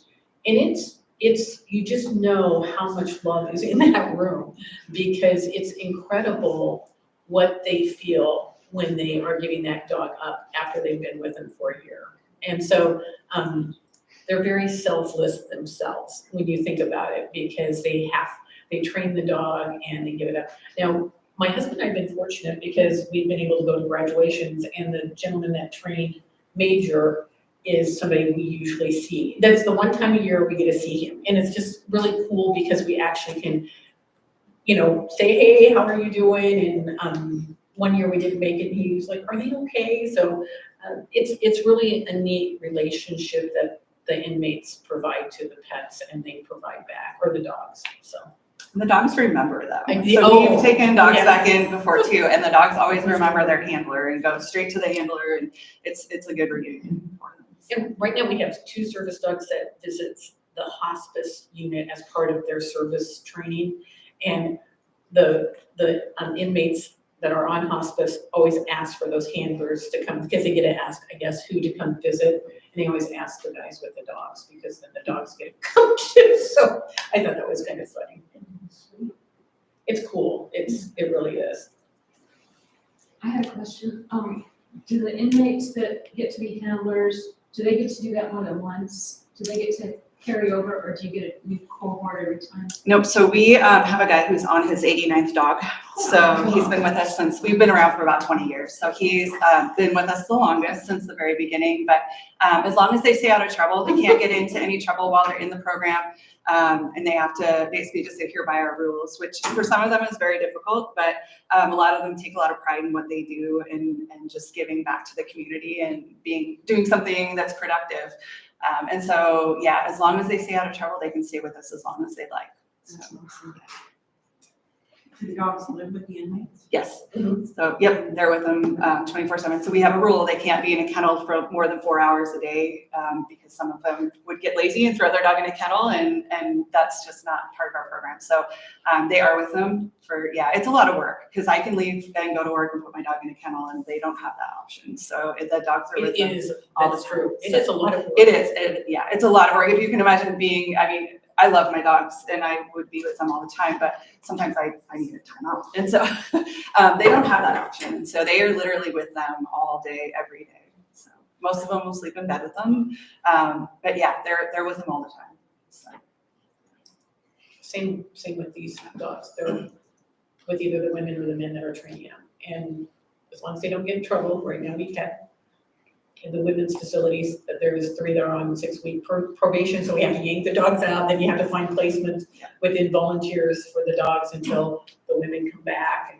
And, it's just, you don't know what might happen. Usually we are really fortunate, and they see the dogs as such a benefit, they don't want to get in trouble, so. So is their independent living unit bigger since they have a dog? I've never. Our dogs are only in certain units at the state penitentiary. So they are in, we try not to put them in with the dormitories where there's, 100 beds on the floor, just because it can be kind of overwhelming for the dog. So they are in the cells with the guys, and have like their own kennel space that they're able to kind of get away from people if they need to, because it is an overwhelming environment for some of the dogs. And so the dogs that we do take have to be more outgoing and more just able to handle that sort of environment. It's not for every dog that we see, obviously. So I think I'm going to try to get better at watching the time. So we'll take a little break and come back in like 5 minutes.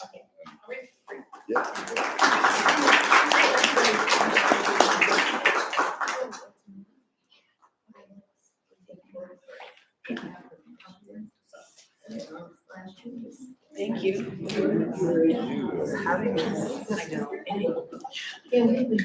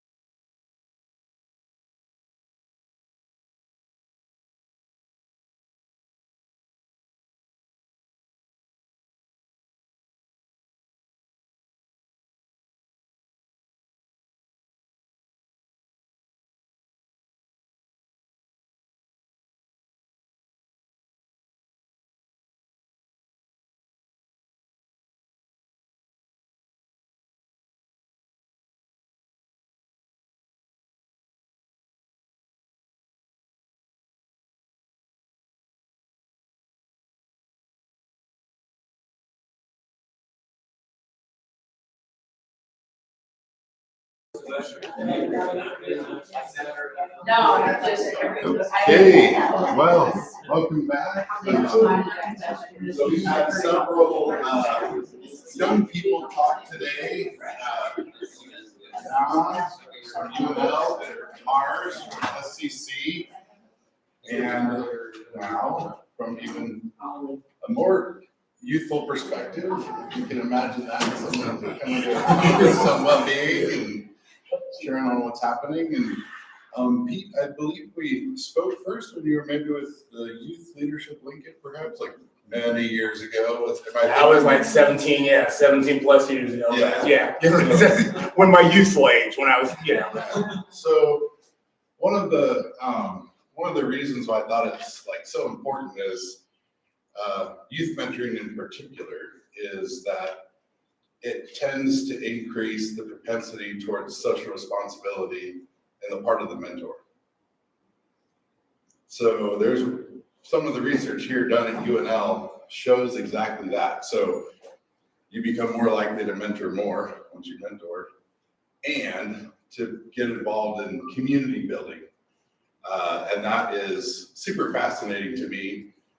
I think you can build hope in any domain. So I think I mentioned it this morning, like the hope science is basically your ability to envision goals that matter to you, create pathways, envision pathways to get there, and then action, and to be able to recreate pathways as obstacles come up.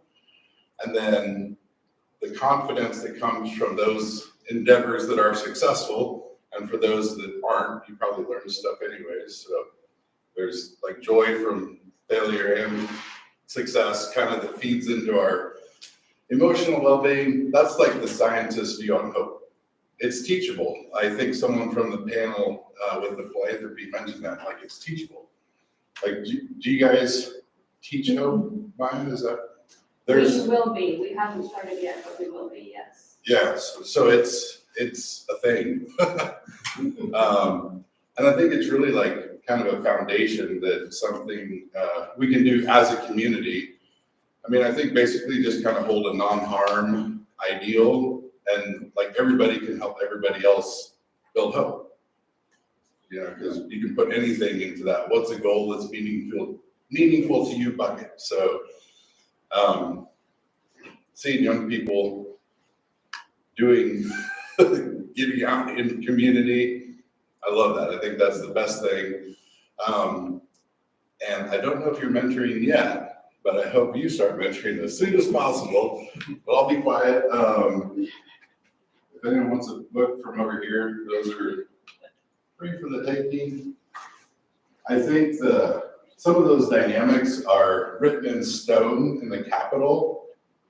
So there's a book that explains the development of human rights as is embodied in the Capitol. A philosopher from, I believe, the Netherlands wrote this book recently.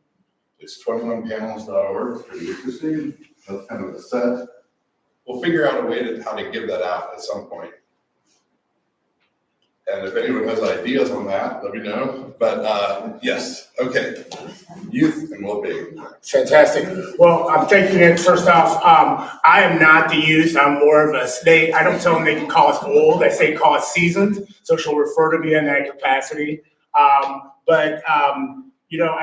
We'll start off with kindness. And again, who I am, I want to get into Gianna, but when we think about kindness, think about positivity, and I'm just kind of using my notes because I want to make sure I hit on time, and I know we're running. I want to honor that. It's just the things that we all know about, but nobody really gives us a lesson plan to. And so I think it's like when we're born, we come, and everything is like, oh, you're going to be a kind, you're going to be a cute baby, this, that, and the other. But where does the lesson plan actually come from for positivity and kindness? Hope per se, I gotta have some different philosophies on that. That's a whole nother workshop. So we'll have conversations on that. But I agree with a lot of things Nick said. But as adults, we oftentimes get in the way. Like we get in the way of kindness and that positivity and that inclusiveness, that healing and that well-being. And as we look at the different stages. And so, I asked you to kind of just kind of envision and thinking about, as an infant, when was the first time that you had that moment of kindness? When was that first time that you truly remembered? And you don't have to share, but I just kind of go back. And for some of us, Gianna's looking at me, that's been a while. So she's like, can you go back that far? But we all can kind of remember that initial moment of just kindness when it hit us. You know, I can remember from my daughter, you know, I'm a Folgers coffee kid, okay? I'm a Folgers coffee can kid, and I see some heads nodding and some eyes lighting up. It was the tin can, you know, it was that you wake up, the best part of waking up is Folgers in your cup, none of this Starbucks, 7 brews or whatever else. But I remember like that was a constant in my life, getting up in the morning. And my mom, like, if she didn't have her coffee, there was no kindness going on during the course of the day.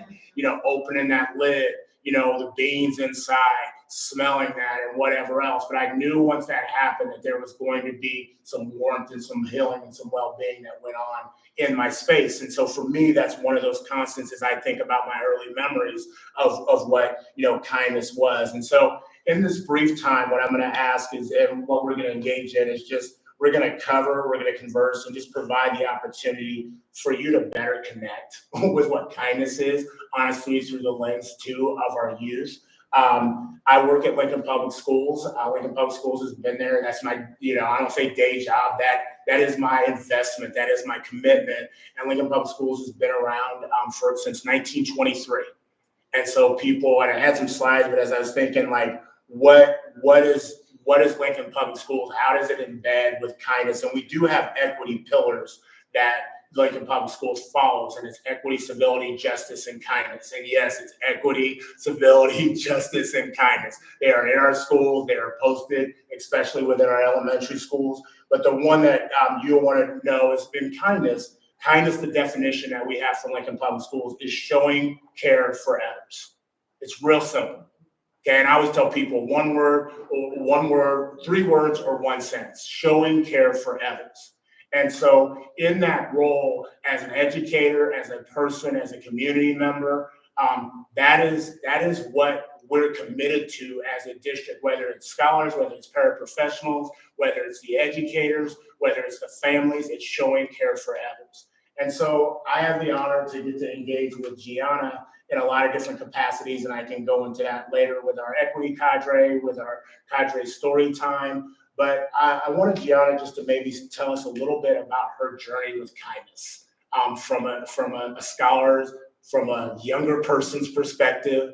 And so just maybe start with that. Just what has been your journey with kindness, kind of from the onset to where you are now? Right. So, And some of the purpose is. Oh, yes. I'm Gianna, and my purpose is to advocate for myself so that I can advocate for others. I'm kind of in like a pivotal point in my life where I'm a junior in high school, and I'm sure that while you might have some good memories from high school, it's also a lot of silly fights and immature drama and just not a lot of kindness. And so I think that my journey to kindness now has been realizing that no matter what space you're in, there's always a time for kindness. And even as a kid, you can be the kind person for those younger or older than you, you know, not pointing out things and just like being a nice person. That's kind of what we think of as kindness. But as a high schooler, it's so much more just being inclusionary and standing up for what's right and hearing people out and having empathy. So, yeah. So one of the things is Maya Angelou has a quote, "Be a rainbow in somebody else's cloud." And again, it's quote, "Be a rainbow in somebody else's cloud." And so I want you to share, like, because I think sometimes we don't see that. Like, we don't, you know, maybe you've had children or they're grown and you don't get, like, you're not in a school system or you don't see young people on a regular basis, or you just see what happens on the news. You know, and sometimes that always isn't the most positive. To speak to you and brag on yourself a little bit, like, how are you, and I appreciate Nick, asking you, like, be a mentor, but I think mentoring is extremely important. I've worked with Big Brothers Big Sisters, I've overseen a mentoring grant, but I also know we do so many things in different capacities, especially our young people throughout time. And so how have you been a rainbow in somebody else's cloud with what you've given, knowing that other scholars have done things as well? Well, when I think about being a rainbow for someone, I think about being bright and colorful and a little bit unique, but not rare. You know, you can find a rainbow in so many different avenues and by so many different light spectrums. And so I think that being a rainbow is seen in such small ways that you can aim to do it every day. So doing small acts of kindness is being a rainbow. So for example, I'm part of the UNL mentorship project, NHRI, and my mentor. So she is mentoring. So Yeah. there you go. There you go. You got her card. My mentor and I, for one of our meetings, we just got a bunch of little greeting cards and we wrote little tiny like have a nice day, or you did such a good job today, and we left them all over people's cars. Some of them, like, we were gonna put like gift cards and just like, we wanted to brighten up people's days. And then for one of her friends who we knew personally, he has this really nice Mustang. And so we wrote him a little specialized card or a specialized note about his car. And he still talks, it's been probably 2 years, and he still talks about it and brings it up and how it made him so happy. And so it's like, just being able to be that color for him and like be what made him happy and what keeps making him happy, and a little memory that gives him light. That's what's being a rainbow. So before we open for questions, kindness, if you look up and we do engagements, I don't like to say lesson plans, I don't like to say events, you know, I just say an investment, but we use the term with our elementary on up to when I engage with adults on just what kindness is using a lesson and saying, loaning someone your strength instead of reminding them of their weakness. Again, and I think that's really, I mean, people say pertinent to the times. I think it's every time that's relevant, but now loaning someone your strength instead of reminding them of their weakness. And we use Toy Story is one of my favorite movies. And so there's a moment in Toy Story, the original one, where Woody's talking to Buzz Lightyear. And Buzz Lightyear is like, I'm just a toy. I can't do this. I can't save anybody. I can't help the cause or whatever. And he says, you are not just a toy. You're a superhero. And he ends up flying, getting Woody to his parents and everything and saving. And that's reminding him of the strengths that he has and not reminding him of his weaknesses that he made to kind of be actually a fictional toy. And so I want Gianna again, and I'm asking her to share just from her lens and her perspective, is what advice would you give to people when that's hard? Because it seems like it's really hard. And I hate saying right now, but it seems like that's really hard right now for people to remind people of their strengths, not necessarily their weaknesses. To people my age and younger, I would say to keep in mind that you are so much smaller than you think. You know, you matter so much to those around you and to so many people, but at the same time, how you matter and what value you have towards people is the only thing that will be remembered of you. So if you are living in a way that is putting kindness first and putting others first, you won't have an impact. And no matter how much you think your popularity or your looks matters, it never will.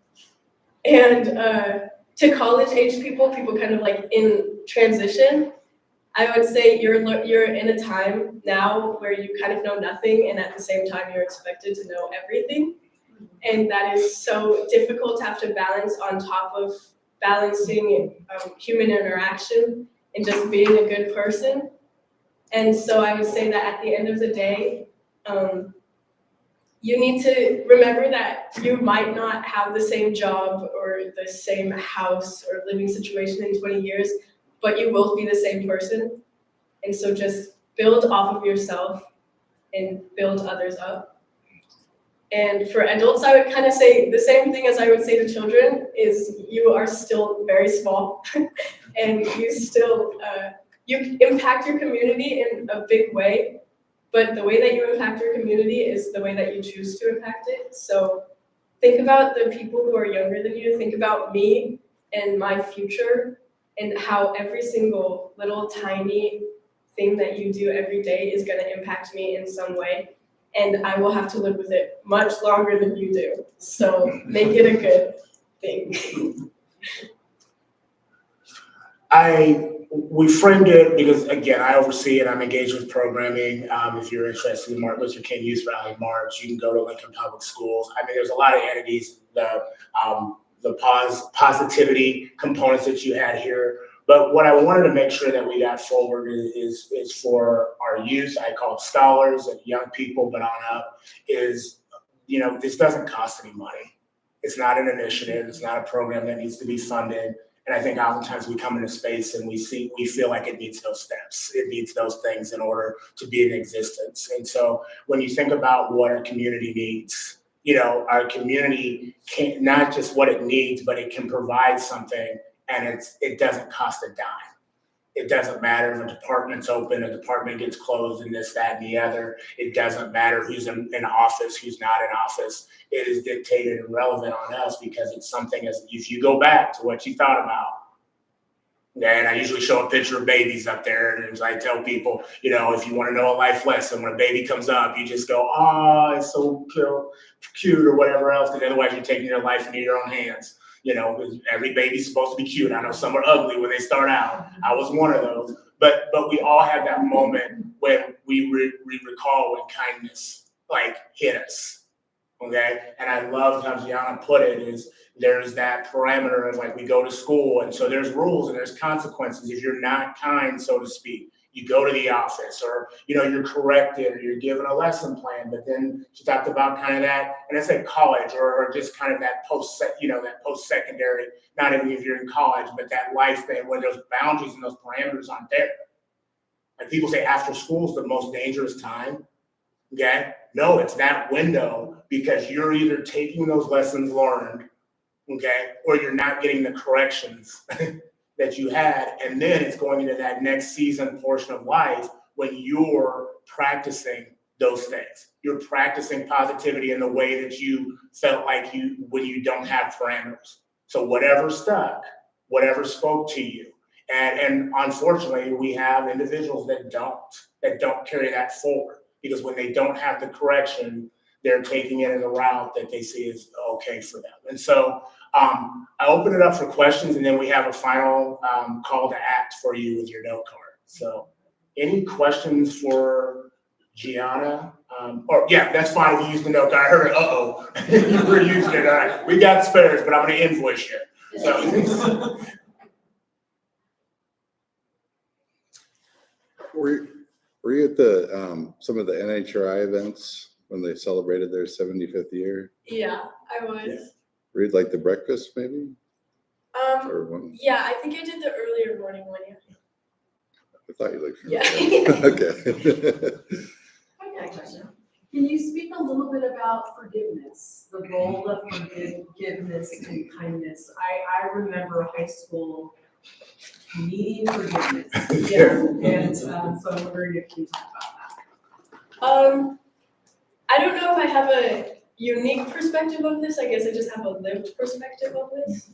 I'm from Western Nebraska, and the town I used to live in was very not welcoming to most demographics except for one.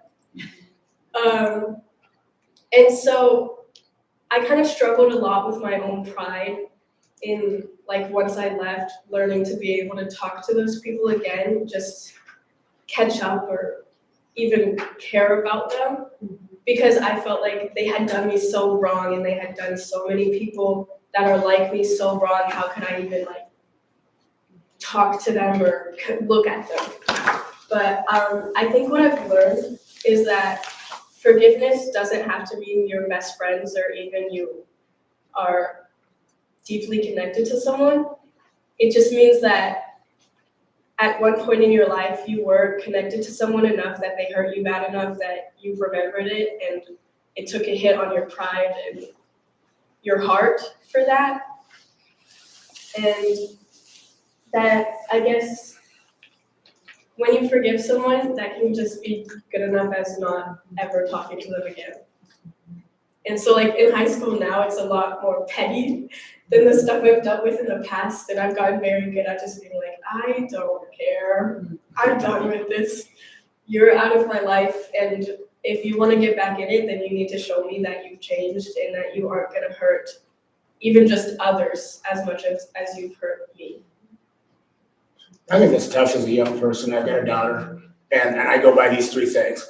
I said, you can provide grace, but not at the expense of you being re-traumatized. Okay? Then there's they're responsible, and then accountability. So grace, the responsibility, and then the responsibility comes with resources. So it's your call. If you want to provide the resources or say, hey, you know, this is where I'm at. This is why my hair is this way. Like, she's the type of person people are trying to touch her. Here's a resource. This is why you don't do this, et cetera, et cetera. Okay? Again, without you being re-traumatized. Because I think oftentimes people think about forgiveness is I do it at the expense of myself and then I get hurt again and I continue to get hurt. And that's not, I tell them, that's not your job.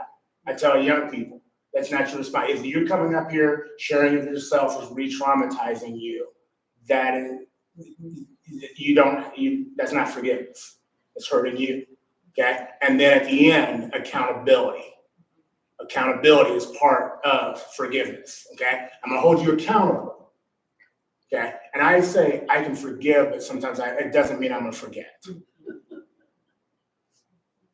Like, because that puts you in it. I mean, again, we can be as kind as we want, we can be as positive as we want, but that puts you, that makes you vulnerable in a way. That makes you vulnerable and makes you susceptible to some things, and that's not good either. And I think sometimes we just got to be very, very truthful and honest with that. So I go by grace, resources, and then accountable. Great question. Any other questions from John before we make you use another note card? Fantastic. Well, so I was in with a story. There's a couple different ways I've done this. Don't have the video, so I'll share. Many of you are familiar with the starfish story, maybe. And so the story, the way it goes is that the tide came in on the ocean, obviously not in Nebraska, and it washed up starfishes onto the shore. And there was a young person, and I'm going to see Gianna was walking down on the beach and in western Nebraska, and she saw these starfishes. And as you know, if the starfish doesn't get back and the tide doesn't come in, they'll die, and then they become the collector's items, etc. And so the young person, Gianna, knew this as she was walking along the beach. And so each time she saw one, she would reach down, she'd pick it up, and she'd throw it back into the ocean. And there were some other individuals like myself and you all, and we were all walking towards Gianna, and we were all kind of like, okay, there's, you know, hundreds of these starfishes on there. And saw Gianna, and one of us spoke up and stopped her and said, you know, you can't save every one of them. And kind of the gut punch to Gianna, because she was doing and practicing the acts that we have said to do of kindness in elementary and middle and high school and in life and at birth, was like, you're telling me not to do what, like, I was kind of programmed and told this was the right thing to do. And because she's the person who she was, she had one in front of her, reached down, picked it up, threw it back, and looked at all of us and said, I made a difference to that one.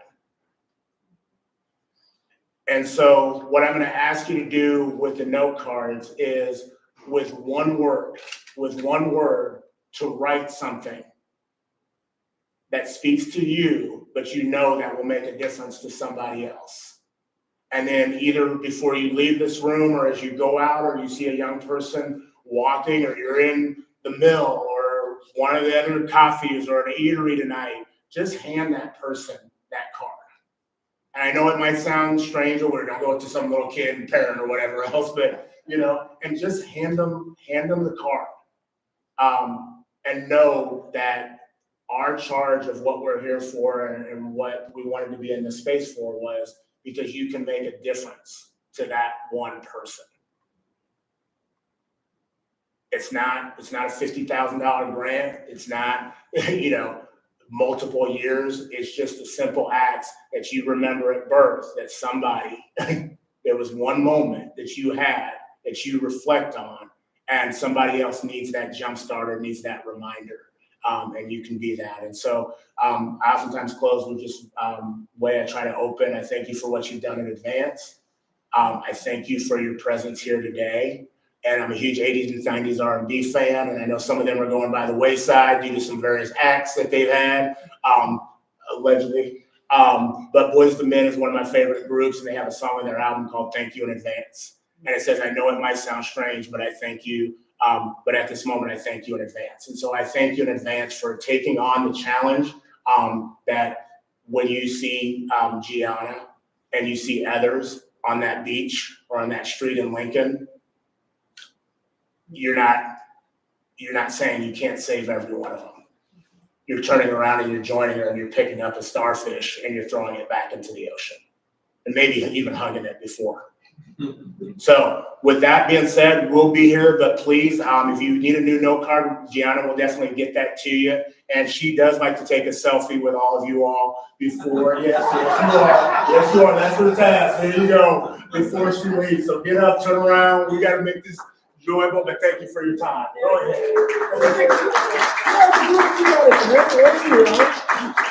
It's already turned around for you. I unlocked it. She acts like she doesn't know how to use the phone now. I know that's not true.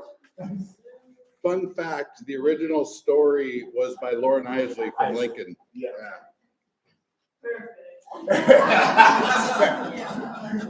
All right. Thank you all very much. Appreciate your time.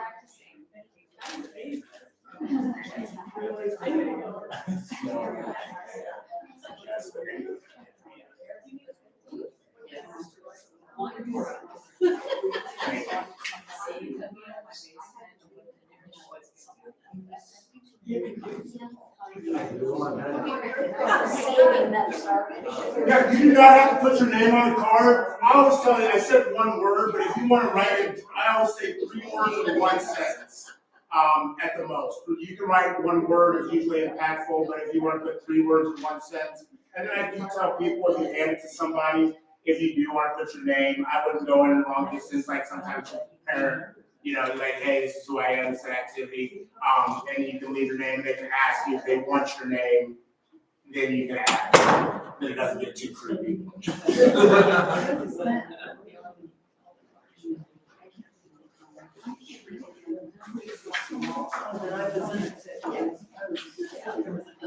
sure.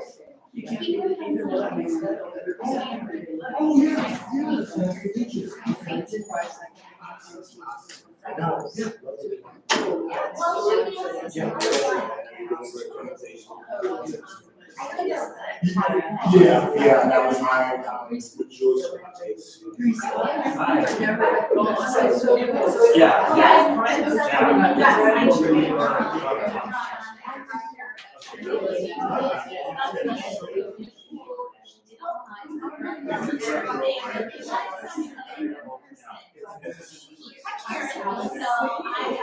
So Nick, are we still on next?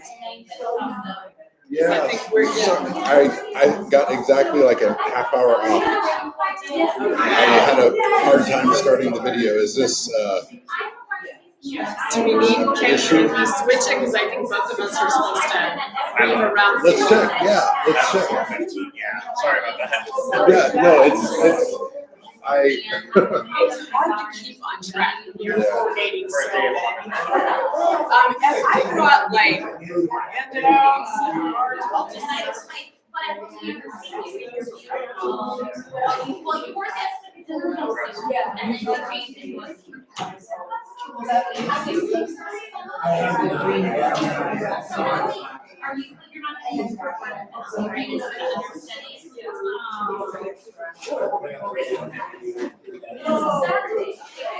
In fact, yesterday, my Instagram post was, Oh,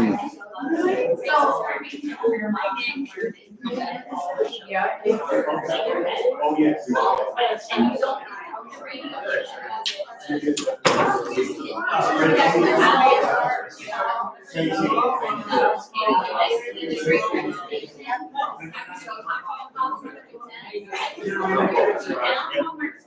Can I send her a snap?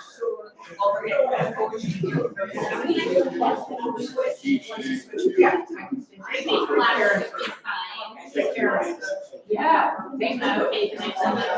So Brian's wife, she does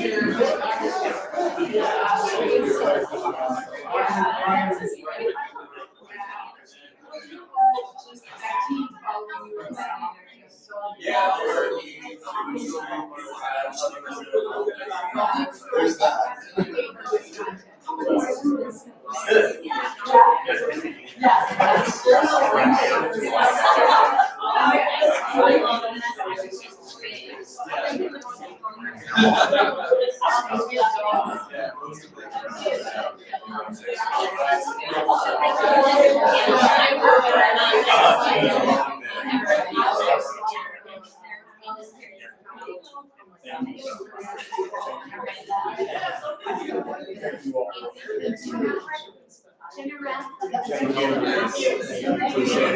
Nick, thank you. Thank you.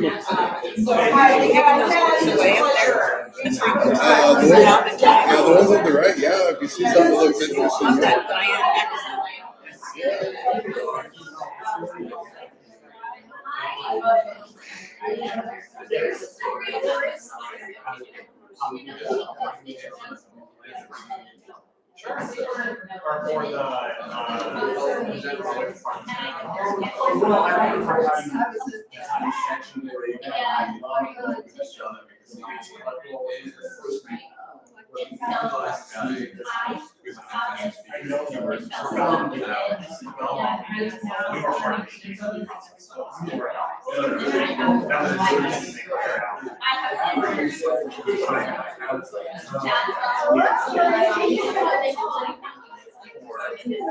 Yeah, yes. They have.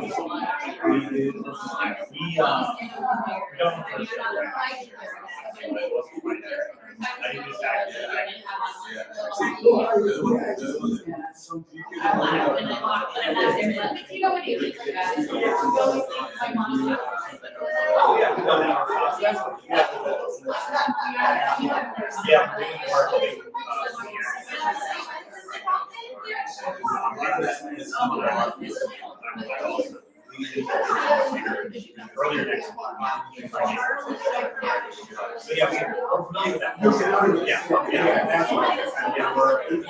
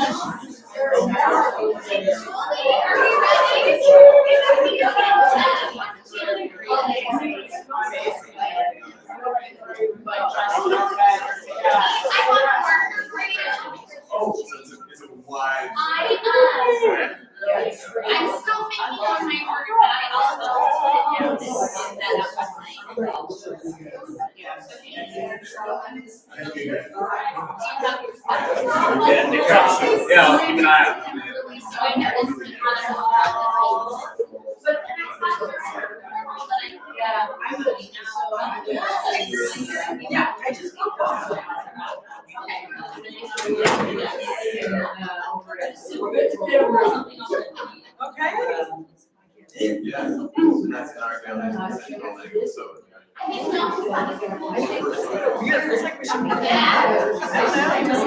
Or are we videotaped? Oh, yeah. That's fine. Okay.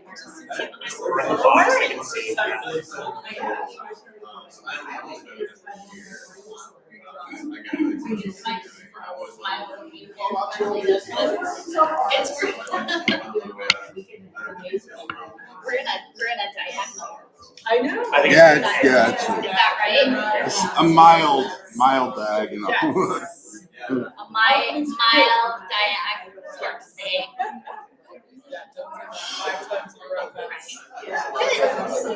Yes, we're getting ready for a big bowling event, though, and I need bowling teams. For top tips. Yeah. Ever run one before? Okay. So we'll get this next session started. So Gianna had just shared, being involved in NHRI, it was the research done between the mentors and mentees in that program where that finding came out that the active mentoring increases generativity, goes back into more mentoring and the community building. And I thought, how does that happen for someone in Lincoln, Nebraska? So there's Big Brothers Big Sisters, team out in the community base, there's teammates school-based. My idea is get people as young as possible, mentoring as early as possible. If the theory is correct, then they will move towards community building. And I thought kind of like just people with ideas kind of can come to NeighborWorks, and Brent's kind of an idea mentor is kind of how I see Brent. And then if it gets a little more formalized, kind of, you're like, maybe this could be a thing. Maybe this could like grow. Then you go to the foundry. So I see this as sort of like the institutional infrastructure for kind of what sparks that journey, I think, for some, and then like how that might manifest here in Lincoln, Nebraska. So maybe we'll kind of start in that order, like with the spark, or does anybody have to scoot perhaps? I think are we good? So for Amber, Yeah. 25 minutes, yeah? Amber, Brent, Julie. Yeah, that sounds good. Do you want to switch? Sure. Okay. Just so- Sorry, I haven't eaten yet today, I'm a little So, lost. hello, everybody. Big brothers, big sisters. Amber, Yes, that is so cool. I'm so happy that you're like the big brothers, big sisters thank person. you. My name is Amber Noring. I'm the Director for Community Engagement with Big Brothers Big Sisters. We are a community-based mentoring organization that pairs youth that we call littles with an adult that we call big, one-to-one, to go out and explore the community and learn and grow together. Hence the big brother, big sister, little brother, big little sister, or you can match as a couple. So you can be a big couple and have a youth to mentor together as well. So I just felt I'd introduce myself since you were like, hey, Amber, blah, blah, blah. I'm like, well, they may not know who I am. Would you guys like to introduce yourselves Sure. next? Yeah, I'm Brent Lukey. I'm a community builder at NeighborWorks Lincoln. Just familiar faces in the crowd, but for those that don't know or maybe online, NeighborWorks Lincoln is a community housing development organization. So our mission is to work to ensure that every Lincolnite can live in a safe, affordable home and a socially connected neighborhood. I work on the community building side of NeighborWorks, which falls in that strengthened neighborhoods category. So we're kind of hand in hand with our real estate development team, which builds new affordable housing and rehabs affordable housing, in our home buyer education program, which helps people achieve the dream of home ownership that, we kind of all part of the American dream, the thing we all strive towards. So yeah, on the community building team, we organize our own events in neighborhoods. We have a few different target neighborhoods that we work kind of more deeply in, following actually sort of positive psychology adjacent model of community economic development called asset-based community development. So we're really looking for what's strong about places and what's already there that we can work on, empowering residents to build community with their neighbors and also work together towards more collective action to improve their neighborhood. So I work kind of in that more focused capacity in what we call the Capitol View neighborhood. And my colleague Tukel H works in the Malone Holly neighborhood, which is where our office is. And yeah, we do everything from finding opportunities with existing groups to help foster and get them arrived at like different funding sources or events that they want to have on the one end. And we also sometimes just connect with individual residents that are passionate about something and want to see the change that happens in their neighborhood and maybe don't yet see themselves as that change or that agent of change, but we kind of come alongside them and help them in that journey in all the various forms, everything from school bike buses to gardens, gardening projects to public art murals. So many things before I started, I'm still relatively new there, so yeah. Okay. Hello, everybody. My name is Dr. Julie Murray Jensen, and I'm the Executive Director of the Foundry Community, which is a 501c3 nonprofit in downtown Lincoln. We consider ourselves sort of the helpers of the helpers. And so we work with lots of nonprofits, over half of who we serve. We serve about 250 groups a year. We have about 150 members. Most of those are nonprofits, but we also serve a lot of purpose-driven businesses and public sector organizations. And so we do it in 3 different ways. And I'll talk primarily about one, but just so you have kind of an outlay of what we do. So we do have a co-working space that's right downtown that houses lots of nonprofits and organizations like really doing cool work. I always tell people, you know, I go to work, I never quite know what I'm gonna encounter. I might encounter lots of people there in wheelchairs. You know, I might encounter folks that are incarcerated, that are spending the day there in healing circles. You know, I might encounter Native American youth that are doing really important activities and reflections. And so it's just a really like neat community space, educational place. And that's one of the things we do. Kind of our second bucket at the Foundry is a program that I'm going to talk a lot about today, and that's called Intern Foundry. And I actually have handouts that I brought at the very front. But we have our second bucket is kind of a talent and capacity wing to what we do. And so we have a really robust partnership with the University Honors Program. So we pair high achieving students with community impact work. And so that's a program. And then we have a fellowship also with UNL Honors, where we have 2 recent graduates in partnership with AmeriCorps Serve Nebraska, that we train up on how to write grants, you know, how to do websites, how to do marketing. And then they work on with community impact with nonprofits, especially in the anti-poverty space throughout the year. So it's just a really cool program. We're actually getting ready to work with Big Brothers Big Sisters, and we had an intern with NeighborWorks, so it's so fun to be with Brent and Amber today. So that's our second bucket. And then our third bucket at the Foundry is incubation. So we know there's lots of what we call change makers, individuals who want to do something, right? They've got maybe an idea, maybe they want to create their own nonprofit, maybe they want to go into a purpose-driven business, maybe they want to start a new program or contribute to an existing organization.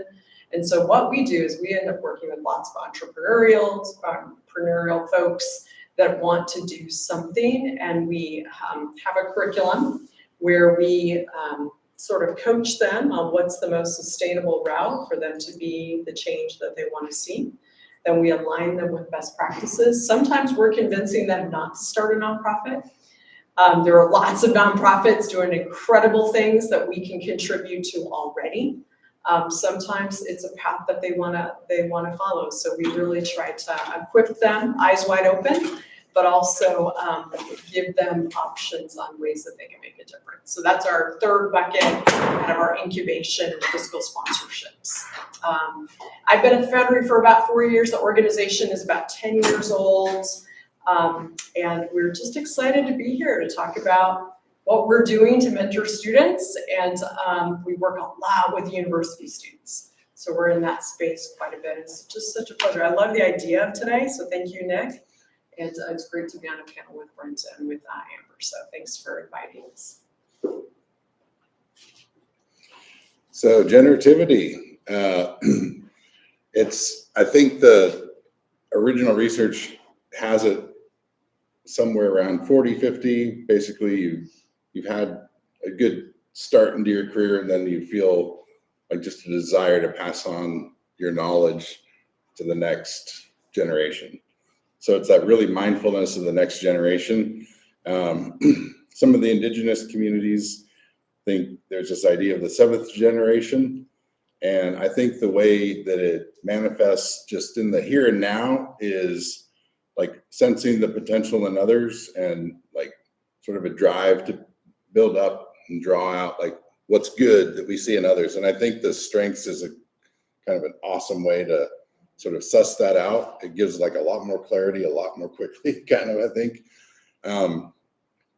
But I think it's kind of that double vision of build up the good that you see in others right here and right now, plus looking 7 generations out, especially with that kind of get young people mentoring as early as possible. Some of them, the community builder is going to spark, and just like, you know, get a generativity generator going. That's what I'm hoping that this eventually gets to. But for now, I'm starting with a hope generator, but so back to you guys. Maybe have like the idea of generativity, have you, is that sort of like an active thing that you feel, or when you hear about it a little bit, like what does generativity mean to you, I guess? Yeah, well, that was a new term for me, but I read the, you sent a great article talking about it for generating, and how I thought it relates to the work we do with mentoring is we have a nice influx of college students that have not yet started their families and their careers, and they have that 4 hours a month to come and mentor a kiddo, and it's super helpful. But then they move away after it, you know, start their life, etc., and have family of their own. And then as they are becoming kind of empty nesters again, or kids are getting older, they'll come back and mentor again because it makes an impact. And before working at Big Brothers Big Sisters, I knew the impact it has on a youth to have a mentor in their life. I mean, that's studies show it, we all know it. What I didn't consider is just how much of an impact it has on the mentor who is helping the youth. It's incredibly life-affirming, life-changing, and so people will then come back later and mentor. What I really like about our program as well is we have a current board member who has been a mentor for a long time because he himself was a little and had a mentor of his own. And so it's common for people to grow up and then find a way to give back, which I think is really heartwarming. We are in not just Big Brothers Big Sisters, but I'm a co-facilitator for the Lincoln Youth Mentoring Coalition this year. And we see it across mentoring agencies. There's a tremendous need for more mentors, especially males. We have a long list of little boys waiting for a big bro. Women are answering the call, which is fabulous, and we always need female mentors. Men, takes a little more to get them to commit, right, to mentoring, surprise. But when they do, they're on it for life, like they're fully involved. And so we're looking for ways. So part of our partnership in working with the students is how can we speak to a more diverse selection of, so not even just men, but like empty nesters, old, elderly. And in reading about for the panel, you're talking the micro impact versus the macro impact. I think people think I'm going to mentor a child, and that means I have to come in and do this big thing. Like I have to go make this big impact. I have to go do this special activity, or I have to put this money. And it's not that. It's very small. An example would be my niece, who I adopted in September. She's a sophomore in high school. She's had a mentor since she was in 3rd grade. Every week since 3rd grade, they've gotten together and just talked. Every year on her birthday, she gets a cupcake from Cupcakes and More for year after year after year after year. Every Girl Scout cookie season, She gets a box of Girl Scout cookies. I saw them on her Snapchat story yesterday. That's when she meets with her teammate. And I was like, whoo, Auntie's gonna get a cookie when she gets home. And guess what? There were no more cookies left. And I was like, where did the rest of these cookies go? And she just looked at me like, very clearly I've eaten them all. But it's that little thing that year after year builds up, and then the overall impact is so big that then we have mentors, kids turn around and become a mentor later. So generation after generation, it definitely does make an impact as you pass it on. And then I'll share one more example and quit talking so my co-panel can talk. We have a gentleman in his mid-60s who came to the office recently, just walked in, and he moved here from Europe. And he said, with the current change in our political Circumstances. Landscape, I just like, wait, I need a good professional You're so tactful. panel leader. It's my girl. So tactful, the stuff. Yeah, he's like, I need to do something, but what can I do with a kid? Like my kids are growing. He goes, would they like this kind of stuff? I'm like, well, what are you thinking about? Like here again, he's thinking we're gonna get them into college and we're gonna do homework. And he's like, well, I have a little metal detector, and I like to go around and just sort of, feel out for different coins and would anyone like doing that? And I'm like, I have 28 little boys right now that would absolutely come look for pop cans with you. And then he's like, in my office, I'm a physicist, and he's like, I have a laser that, blah, blah, blah. And I'm like, say less. Yes, they were going to come to a university campus and see a laser with you. I'm like, this is his everyday life, right? And he's thinking, how can my everyday life really make an impact? And I'm here to tell you that it does. And so everyone here has something that would benefit the younger generation, and then that in turn, as they grow, makes an effect to turn around for their younger generation and so forth. So that's how I felt I could share some stories to contribute to the panel, and also ask everyone here to please consider mentoring a youth. And if you feel so called, I also, Julie, have handouts, cards, and jelly bracelets for free for you. Well, that's great. Regrettably, I didn't do my homework on the generativity article. However, I do think that one of the, for me personally, one of the big aspects of generativity and creating these social relationships and fabrics requires kind of what some people call like a space of encounter. So that's sort of, some people call it third plate spaces, some people think of it as the park. I was reading a document that was produced after so at one point there's almost a freeway running through Northeast Lincoln.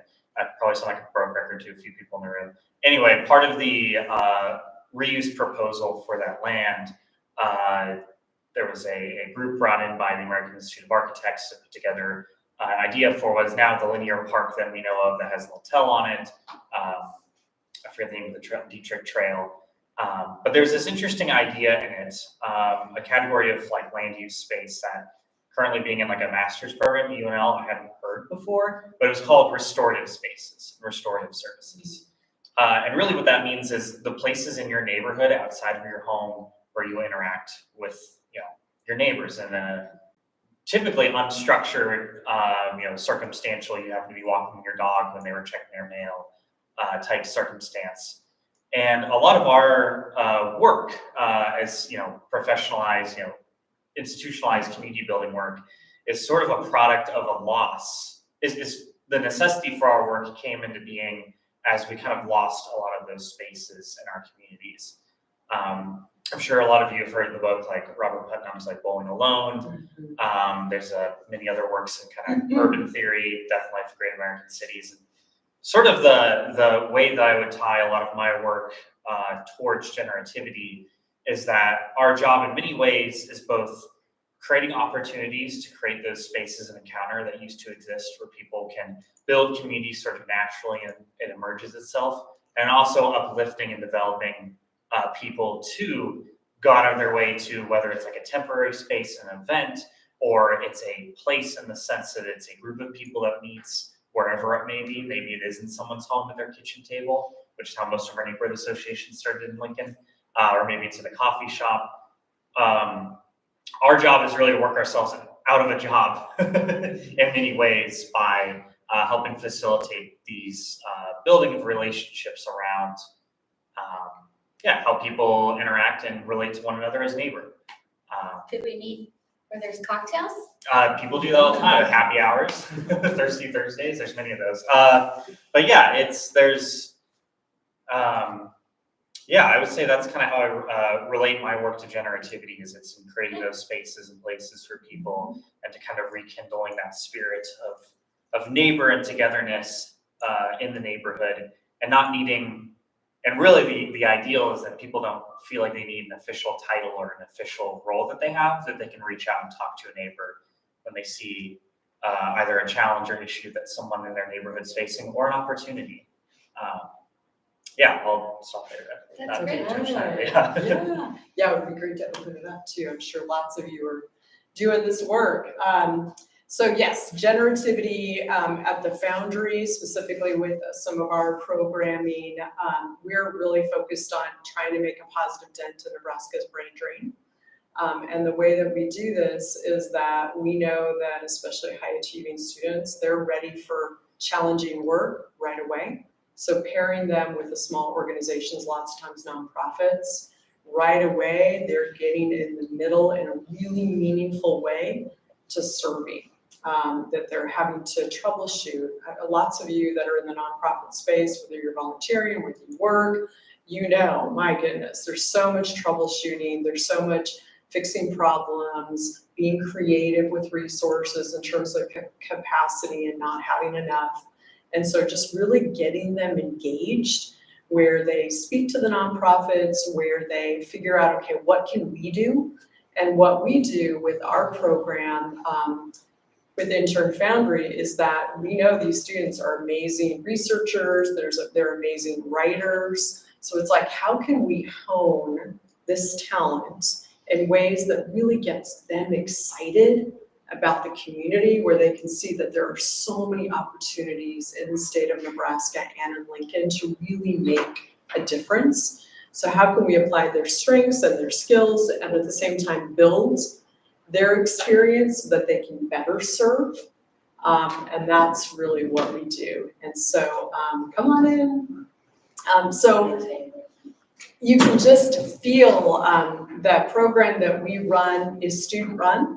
So students select the interns, they supervise the interns, they're meeting with me with the funders. Just a couple of weeks ago, I had a couple of them testify for one of the legislative bills. And so this idea that, students, they can be given challenging work right away.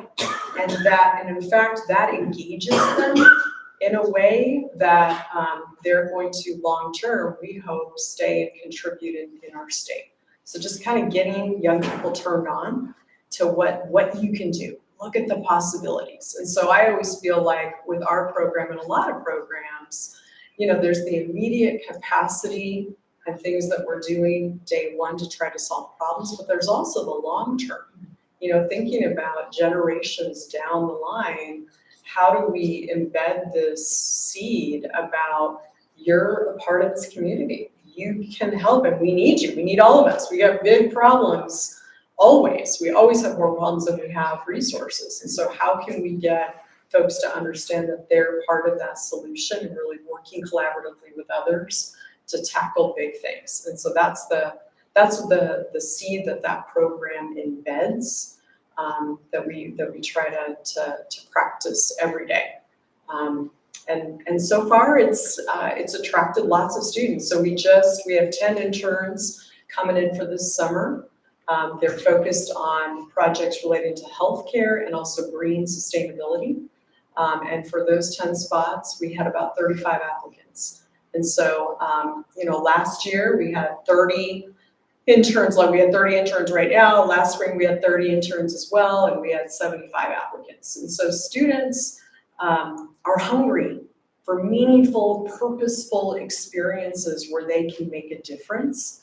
And so how can we provide that, knowing that it's not just for that moment, that those students are going to be future volunteers, future community leaders, future donors, that they're going to be invested. And so how do we do that? And that's really what we're focused on, making that tight bonds for now and the future benefit of Lincoln and also Nebraska.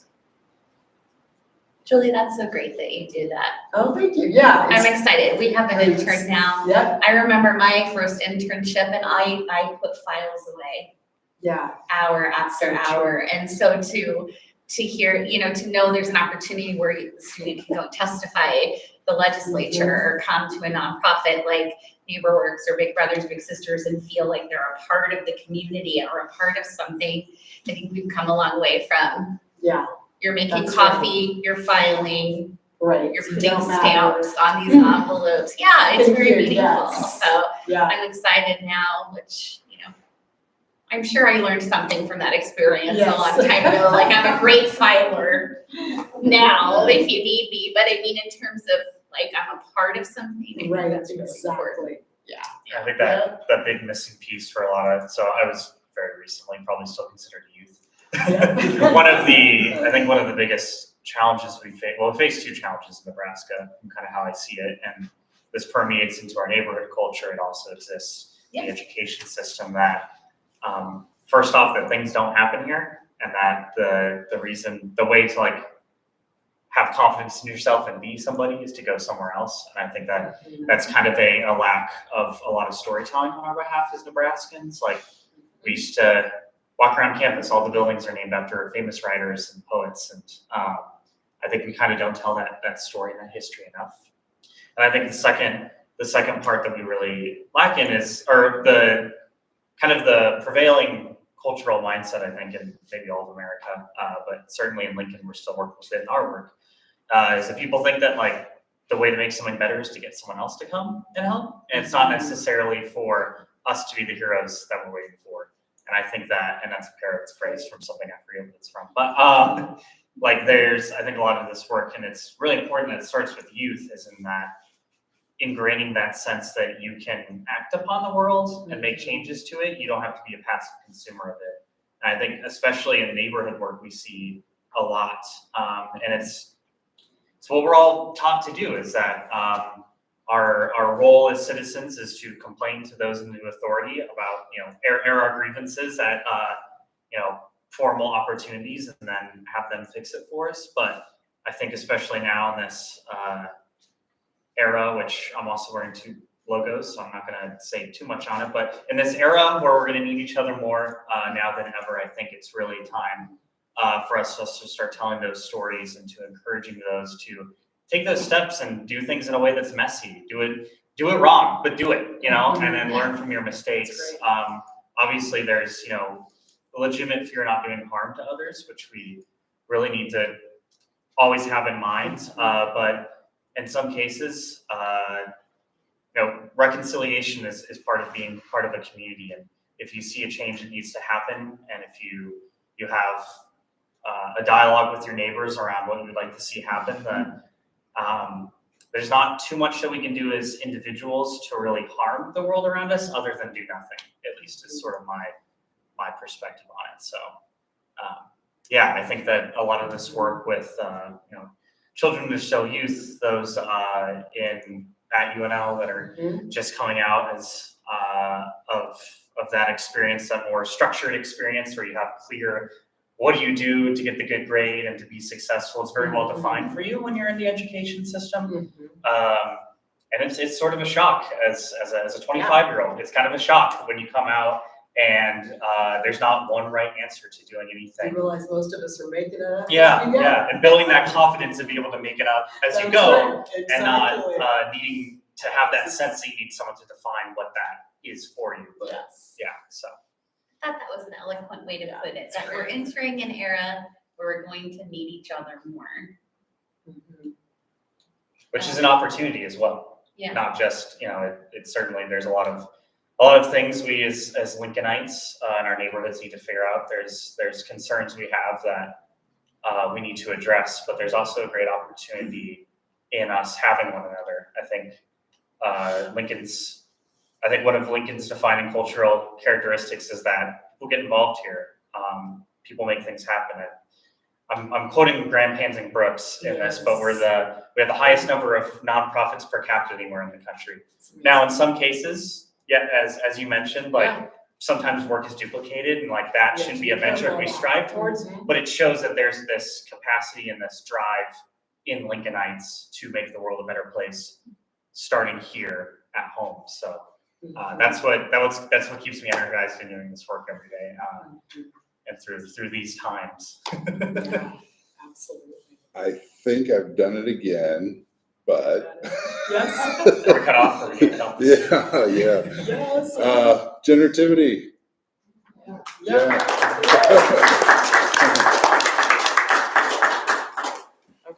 All right, thank you so much. Thank you. I'll leave some of my cards on the table by the NeighborWorks. Mine too. Yeah. Thank you. Uh, Me 3. So Brent was kind enough to share his strengths. Let's talk about Brent for a second. He's got input, context, competition, responsibility, and learner. And this is how our strengths overall aggregate for the Gallup side. If you've done Gallup and want to be included, let me know your top 5 strengths.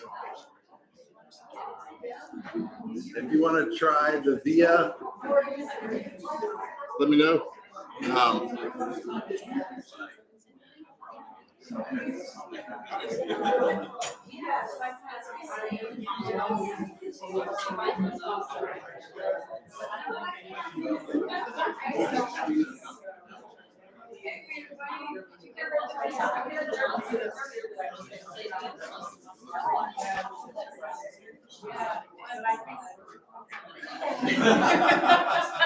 not exactly right.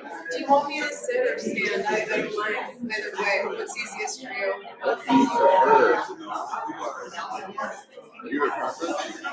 Sorry? Whatever you think is gonna be best, I'm A-okay with.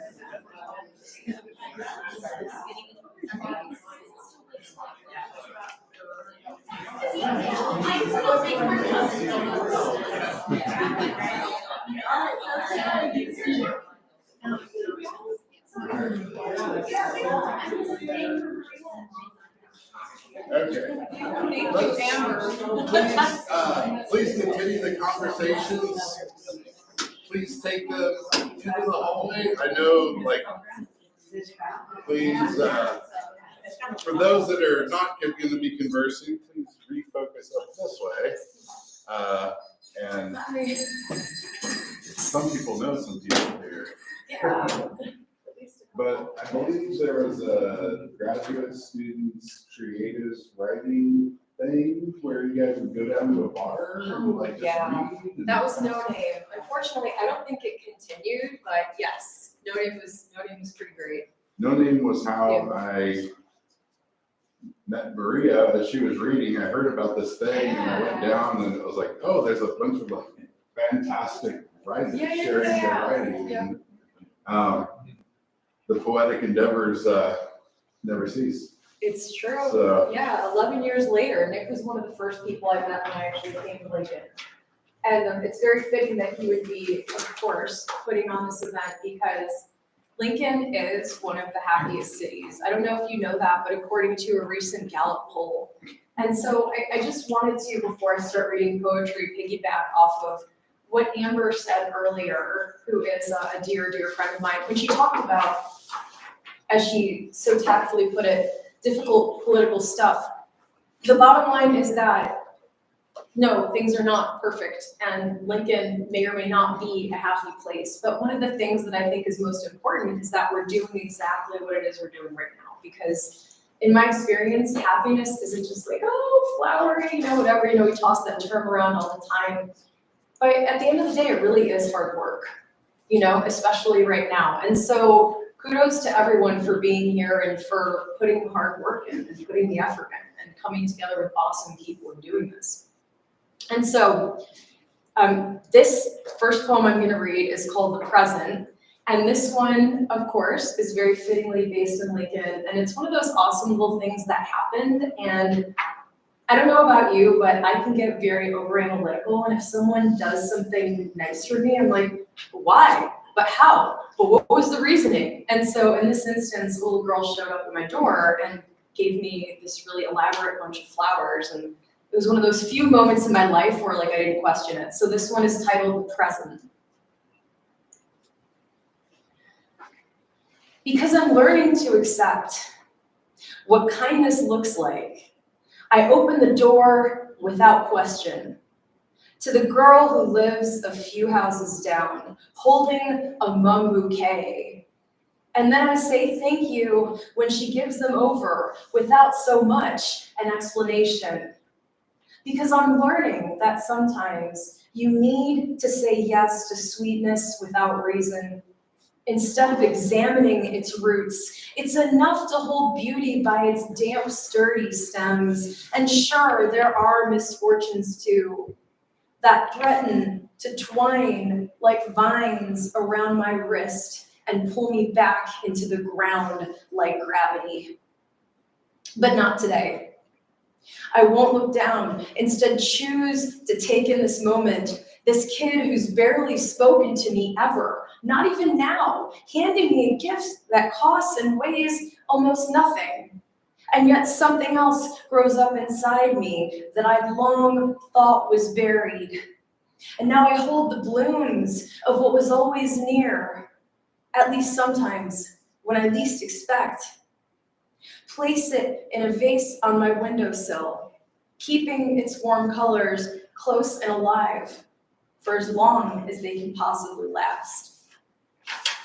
So that was like, oh, thank you. I'm afraid to curtsy because I have platforms on and I'm not very coordinated, so I promise I'm sober, but I will trip over my own pants. Okay. I will.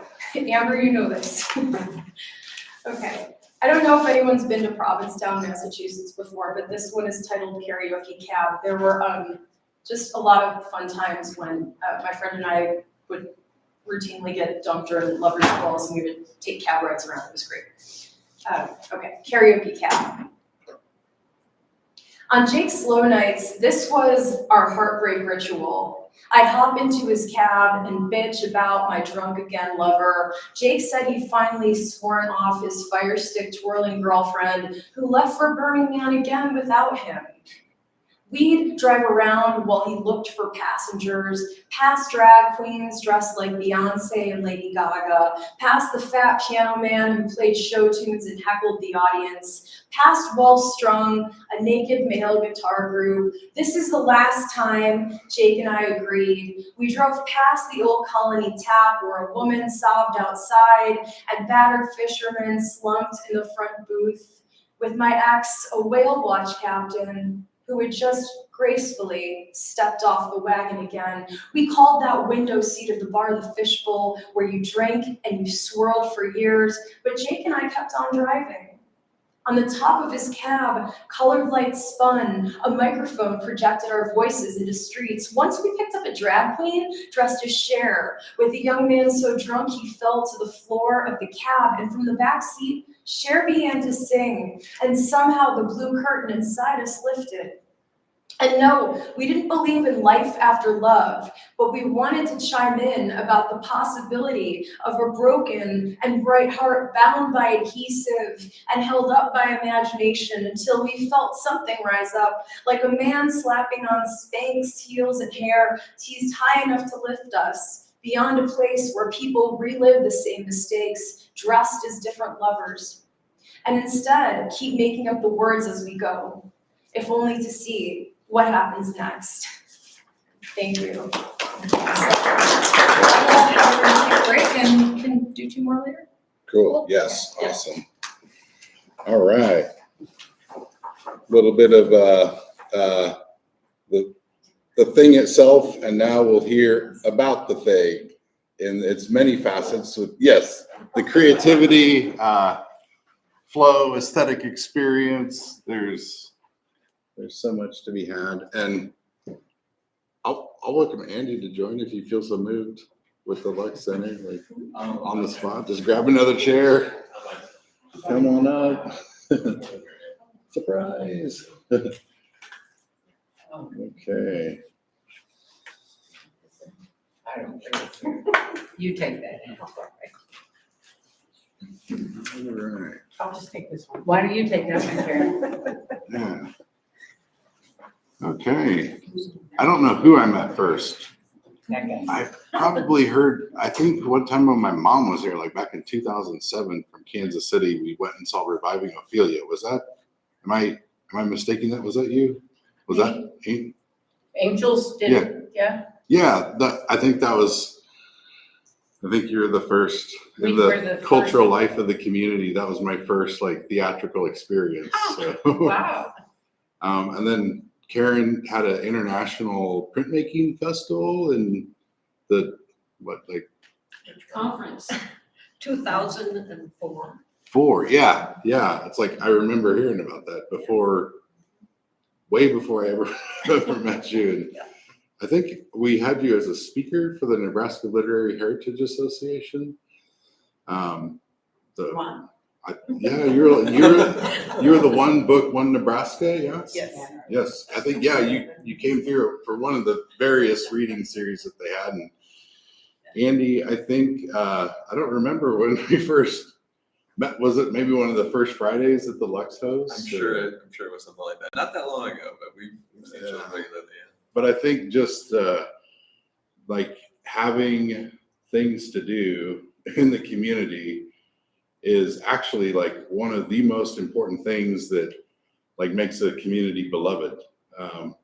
There's a study on that. It was the belongingness that a community creates, the degree to which everyone feels welcome, the aesthetics, the natural and the created beauty. Just kind of like double dipping here because you do that also. Plus, it's a social offering for the community. So maybe, yeah, we'll just start at one end, just brief introduction, and then we can talk about some themes. I'm going to start. I'm Karen Koontz of Constellation Studios. I'm retired from teaching at the University of Nebraska-Lincoln. And I started Constellation Studios while I was still teaching, but with the goal of how do I want to live in the future, and my future, to make a center where I can continue to engage with young people, have an opportunity to share my knowledge in a different way, in a different format, not with giving grades, but with encouraging their creativity and activity. And sometimes after 10 years, it's actually kind of meeting some of those goals when there's a couple members working and people stopping in and I'm working on a project, and it feels like what I intended all along. But there's a lot of room to grow. I am a for-profit, or well, I'm not a not-profit. So hearing all the discussion about all the opportunities for nonprofits, I've toyed with this idea for years. Should I be nonprofit or stay where I'm at? Where I'm at is manageable for me and very small, without staff. And I struggle with my roles of being an artist that is so paramount in my life, but also having this studio that I can manage and not make it too large, that it gets out of control, and that I need lots of staff. So it's kind of at this equilibrium right now. And I just wanted to say we actually have an exhibition up right now that's addressing this from other artists who are similarly struggling with the role of being a caregiver, being a breadwinner, having a professional life and their home life, and how do artists and creators manage that difficulty of the dual role. And I think that's what I'm still addressing right now with being my artist identity and agent of change. I love that because I created Constellation Studios to make a difference in Lincoln, in Nebraska. You could talk about that for about 10 years. Yes. Just unfolding what you said. I'm Judy Hart. I'm here talking about Ollie, which is an interesting thing. What happens to founders of nonprofits after they retire from the nonprofit that they founded? So just wanted to read the mission of Ollie. Ollie is an acronym for Osher Lifelong Learning Institute. The mission of Ollie at UNL is to promote lifelong learning by providing stimulating, congenial, and varied opportunities designed specifically for lifelong learners 50 years of age or older. So those congenial and varied opportunities actually grow out of committee conversations. So, and the committees at Ollie are made up of all of us that get asked to serve on a committee. So I'm on 2 committees at Ollie. One's an arts committee and one's an events committee. So I get to use all of the experience that I have gained from being an artist in this community now to set up classes for other people to continue learning. So, yeah. You're hanging out with young people and I'm hanging out with old people. So it's all good. We're all hanging out. Yeah. So. Well, I love being up here with you two because you guys are my idols in so many ways. So I've known Judy since, well, I think when Buck Honey formed Angels Theater, and I've done some programs with you in various contexts that were just phenomenal along the way. And it's funny, Karen, you and I met at the Artists Alliance conference that showed up in Nebraska. It's a national community and showed up in Nebraska once, right when I was trying to figure out what am I doing, and went there. I'm the founder and director of Lark Songwriters Place. My name is Karen Shoemaker. And it's too funny, there's 2 Karens up here. Anyway, Lark Song is a literary nonprofit dedicated to helping writers. We focus on writers of all genres, ages, etc. And we started in 2020, and it came out of a desire, my personal desire, to make a difference. That change maker idea was what launched Lark Song. I'm a writer first. I consider my writing, that's the first word on my tombstone. I'm instructing people. But I felt like I want my writing to make a difference in people's lives, but I don't write fast enough. And people aren't gonna read it fast enough. So that's where Lark Song kind of came from, was this idea that I wanted to help other writers, because what I wanted to be was a change agent as much as anything. And so Lark Song came as an opportunity to help other writers. And that's ultimately what I think about with Lark Song. We're not growing as fast. It's really hard to be that one person making it all happen. Even as a nonprofit, I have great volunteers. I'm so grateful to people who are volunteers who share their talents as teachers. Marie's one of our teachers a number of times, and makes a real difference for us in a community that we get to find a way to bring talent together and help it meet an audience kind of thing. I think of Lark Song as a kind of an hourglass shape that we're pulling as much resources together and then pushing it out into the world. That's what we're doing. I think about what Brent was saying about Lincoln. There's a lot of people here not knowing there's a lot of greatness in Nebraska, and so people want to leave Nebraska or leave Lincoln, but there's so many great and talented writers here, and our goal is to bring attention to the great writers that are here in Lincoln and in Nebraska and introduce them to the world. We have online programs that readings, etc., that are online, and so we introduce Nebraska writers to the world, but we also bring those writers to Nebraska.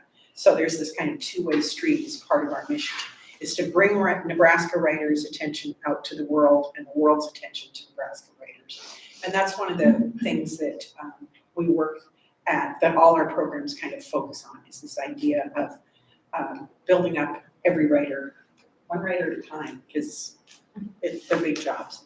But I think that's what I have to say about that. Yeah, that's fantastic.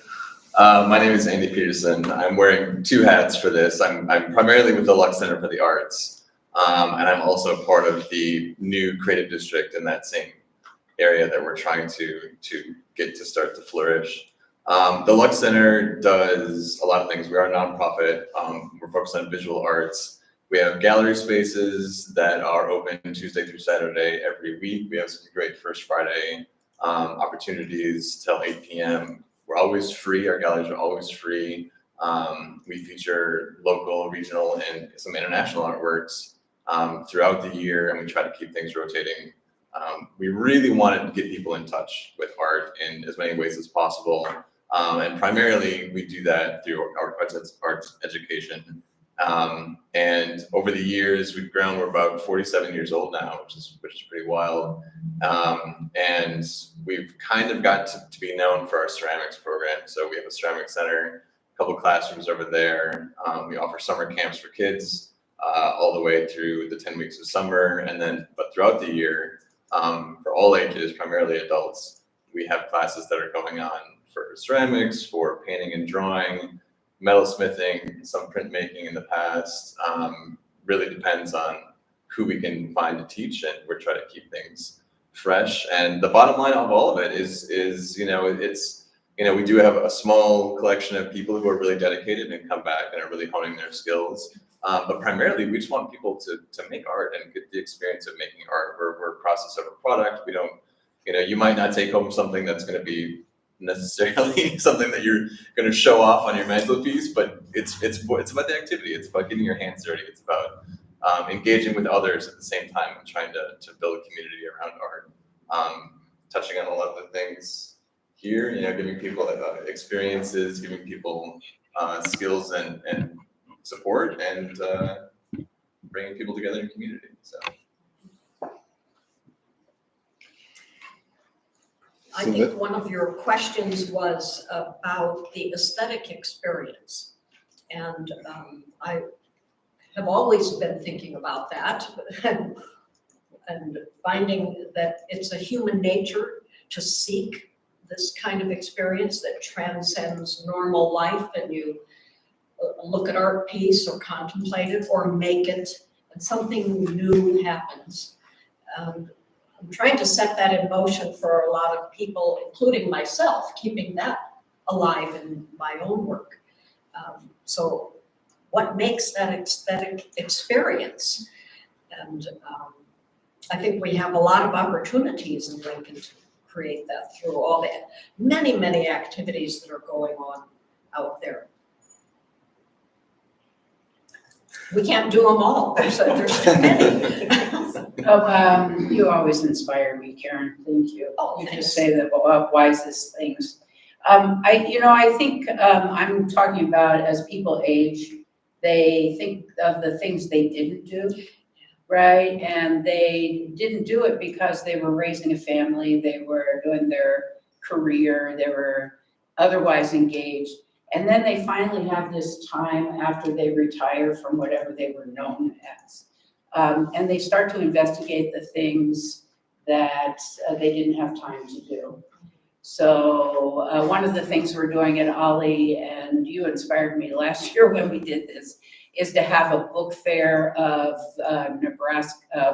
Lincoln published authors, because there are many published authors here in Lincoln who don't consider themselves an author. Right.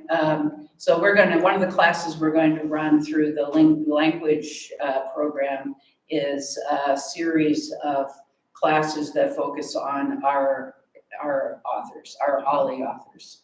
So I think we'll do 3 or 4 authors at a time. They get to talk about themselves, their lives, why they write, and pitch their book. So yeah, I think it's fun. We do it with the art at the Unitarian Church. We have an art gallery. And every year we do a month-long gallery show.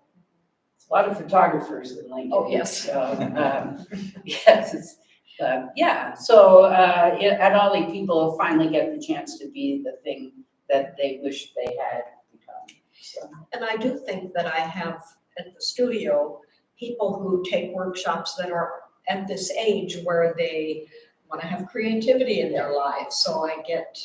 They don't the necessarily older want to crowd. sell their stuff, they just want to make it. They want to make something, they want to have that satisfaction that comes with working with your hands and creating something that feels real. Yeah. When you're holding your own hand-bound book that you made yourself, so. I think that's one similar to what we do with ours, only the thing you're holding is invisible essentially, but we create a situation, we have groups where it's generative writing time.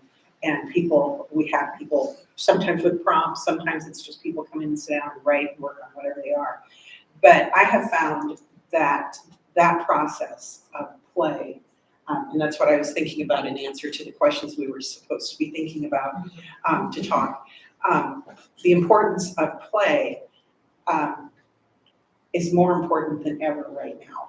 I think can I say this? The day after the election, I was devastated. I mean, it took me hours to even get moving. And when I went to a retreat with a group of women writers, and we spent full 24 hours just sort of processing. But when I walked out of that retreat, I walked back to Larksong and thought, this is it. This is where I can make a difference. And by that, I mean making space for people, for artists to create something. Because the opposite of destruction is creation. Yes. And that's what we are doing. So I really appreciate you saying that. That's fantastic. Yeah, one thing play is something I'm really passionate about. And I think it's because when you're in that space of not having the traditional boundaries and when you're interacting with materials, especially in a creative space, and with people that let you be vulnerable and let you do something that you maybe wouldn't have explored within the traditional systems that we think about. Like that's where those best ideas come. That's where our ideas of what could be happen. And so, art and writing and all these things give us a really unique into a brain space where we can imagine new possibilities and new things. And it's just so critical to do that. Plus, it's just a lot of fun. It should be. But I actually think the purpose is to interpret the world, interpret through an artist, it funnels through and it comes out in some way. Maybe nobody will understand it as a response to today's situation, but it's embedded in there. It's in our times. We can't avoid it. Right.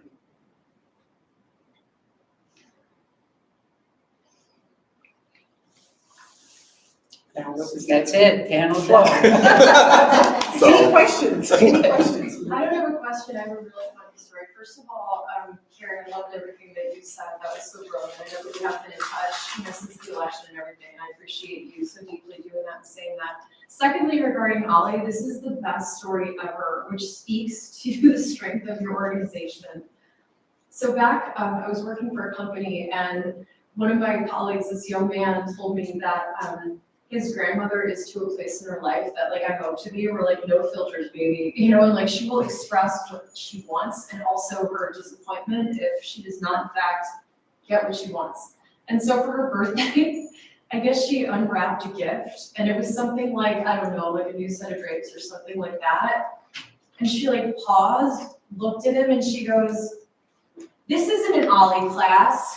I'm like, what is that? Oh my God.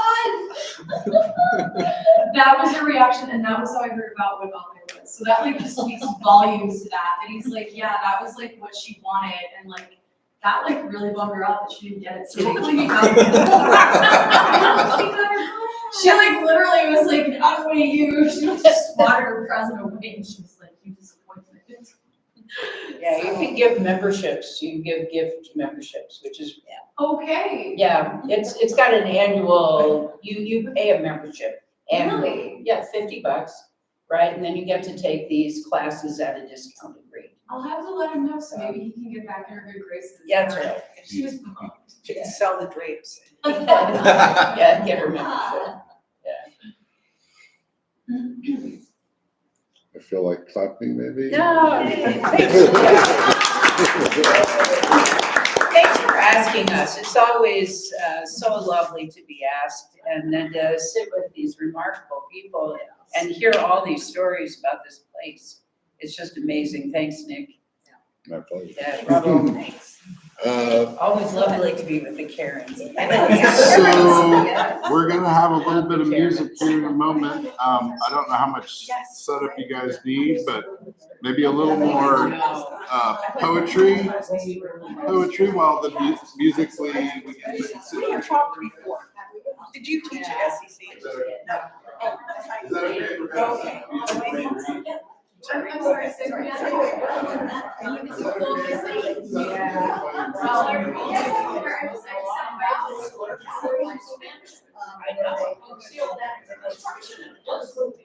We have worked at various we get restrictions.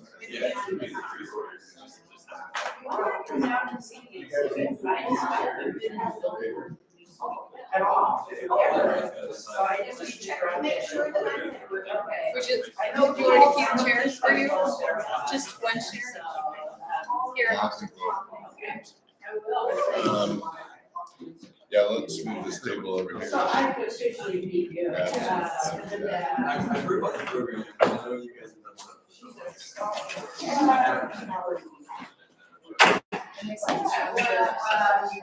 You don't want a chair as well? Your colleagues say you already share.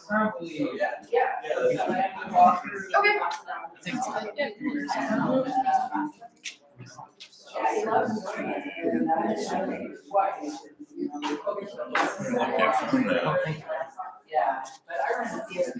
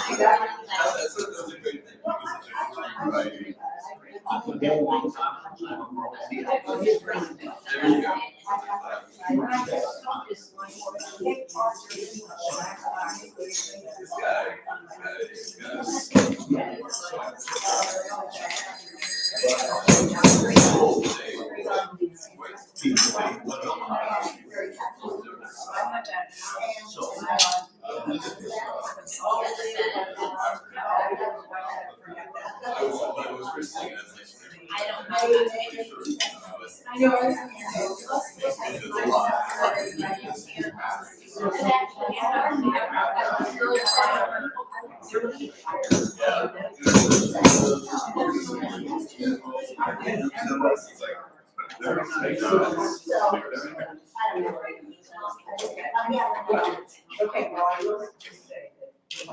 Just to hang on.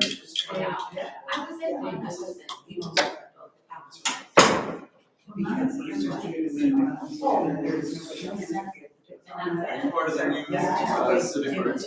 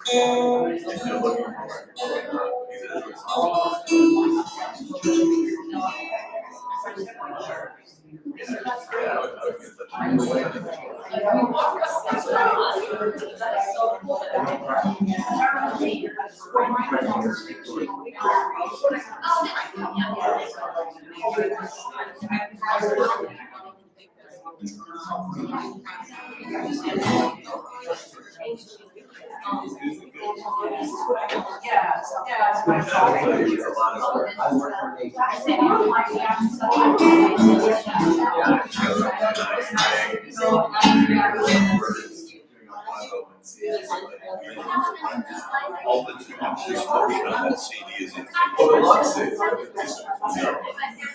Right now, everybody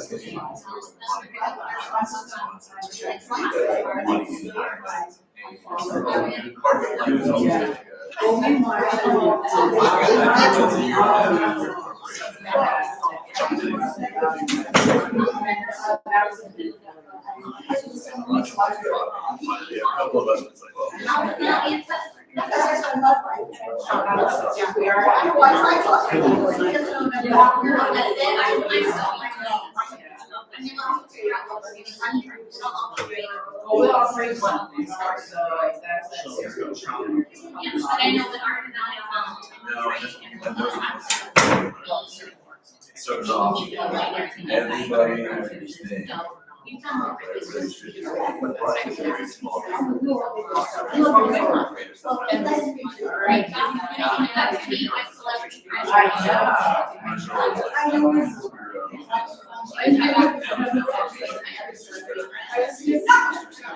Especially me too, I know about all the classes. Exactly, so right now, that's the next step. And the next thing is small.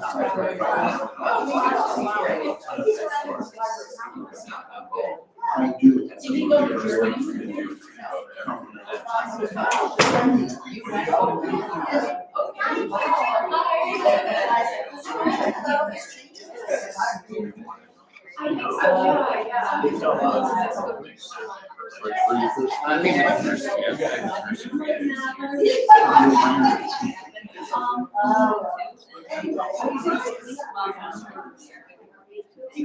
Yeah, nice to see you. I'm good. I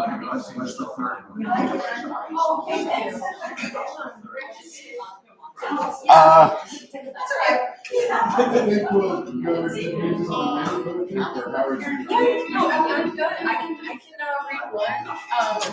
Okay. Sure thing. A quick poem, and then we'll take a bath. Take a bath? I love it. Oh, here's, let's see. Yeah, just, it's kind of like just in front of the table. Is that okay? Oh, yes. Hello, I'm just gonna read one last poem and then our wonderful musical guest will get started. This one's titled The Hollywood Glacier. I don't know if anyone's been to Metado Mundo. It's the literal center of the world in Ecuador.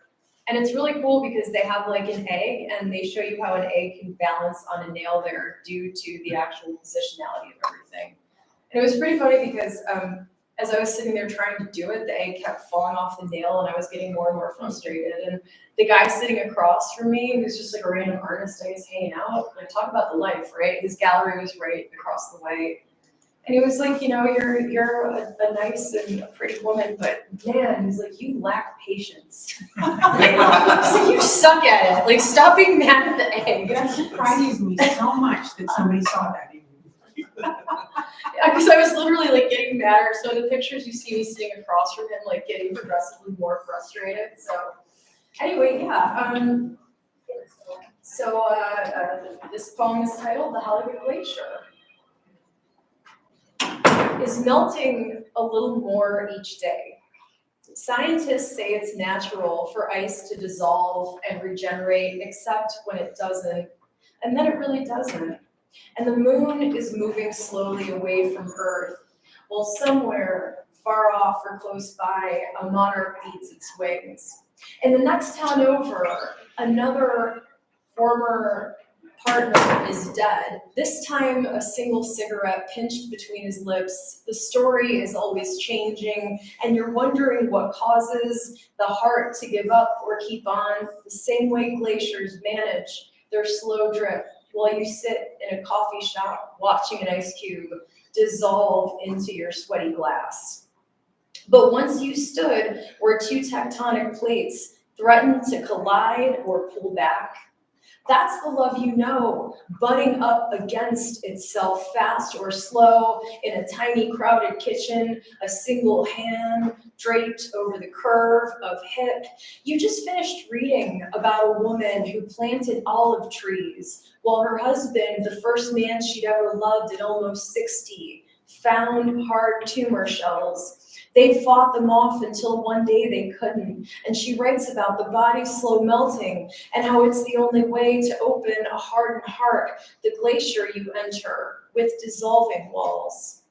There's a thing called hope and a thing called magical thinking. There's quantum mechanics, global warming, and drug trials resulting in rare miracles, and somewhere in between a truth that resembles something close to an entity you can live with. In this coffee shop, at the equator, there must be an answer, or maybe not. Earlier that day, you sat across from a patient man and tried to balance what felt like the entire world in the form of an egg on a single nail.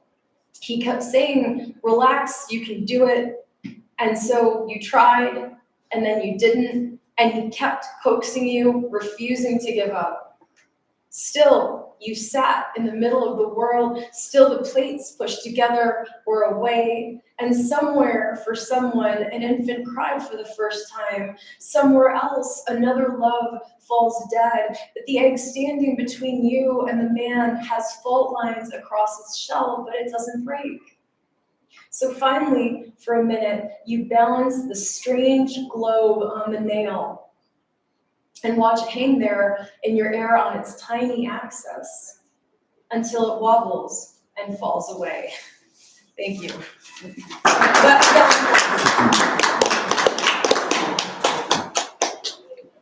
All right.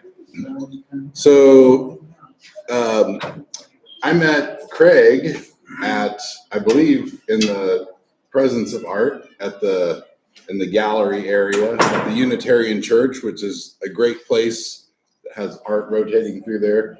I believe, is your art coming up this year sometime? Possibly. Potentially, okay.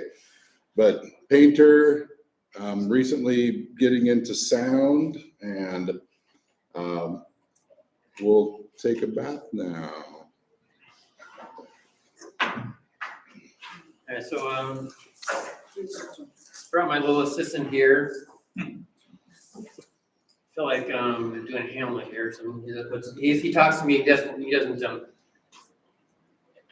it's not audible to anyone except for me, he says, oh yeah, he said, yeah, it's right up in my head. Yeah, I do paintings, but I didn't bring any today except for this. Alright, so for doo-doo.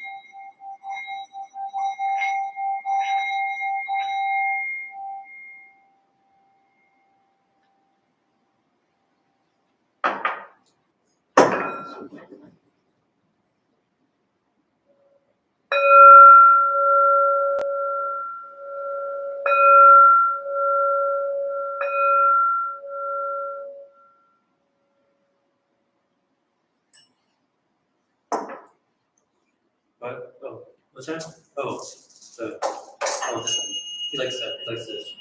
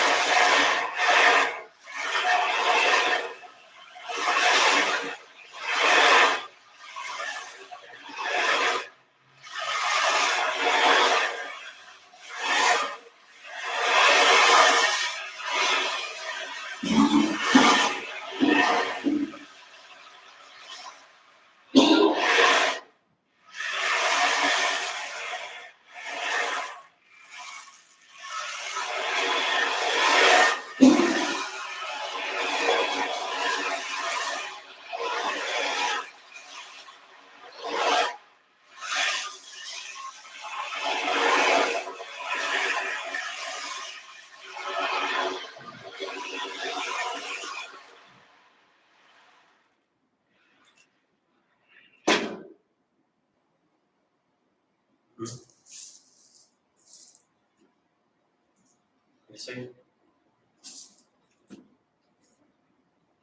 Cake me? Oh, no, I don't have any cake. If I had cake, I'd have to give to everyone else. This isn't the Oprah Winfrey show, where everyone gets a cake or something, or a card or whatever. No, it's, shake me, oh.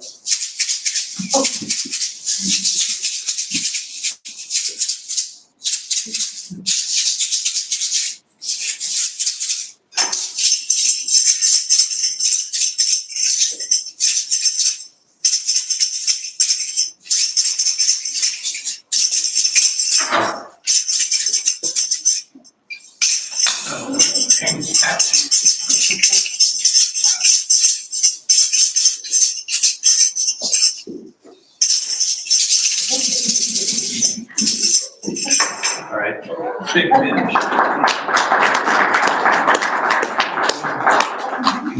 Namaste. Thank you. Okay, and Craig facilitated this portion of music and would like to introduce your friend. All right, I'd like to introduce my old friend Nebraska Junior. Plays around town quite a bit and the surrounding towns. That's right. Anywhere they'll have me. So keep an eye out for Mr. Nebraska Junior.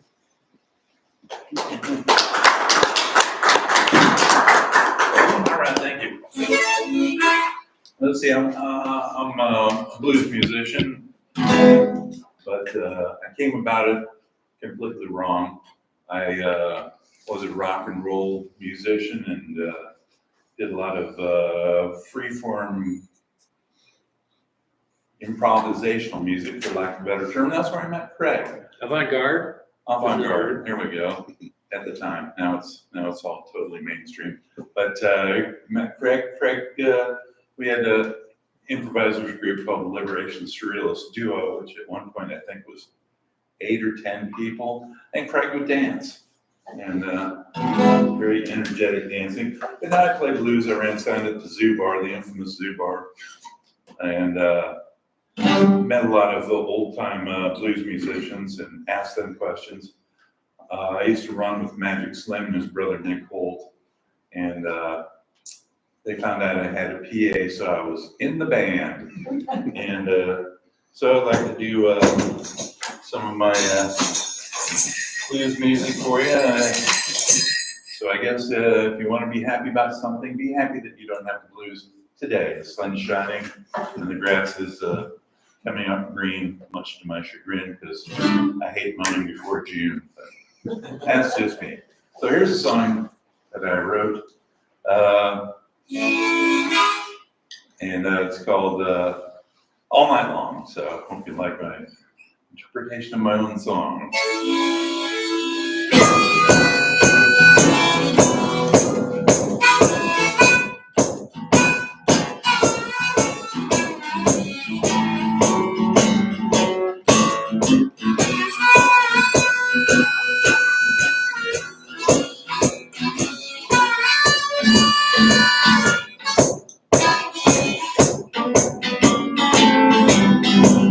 I used to smoke, I used to drink, smoke, dance a hoochie coo all night long. All night long. You know I like to have a good time. All night long. You know why? It's all night. It's all right. It's all night. It's all right. It's all night. It's all right. Yes, it is. It's all night. It's all right. It's all right with me.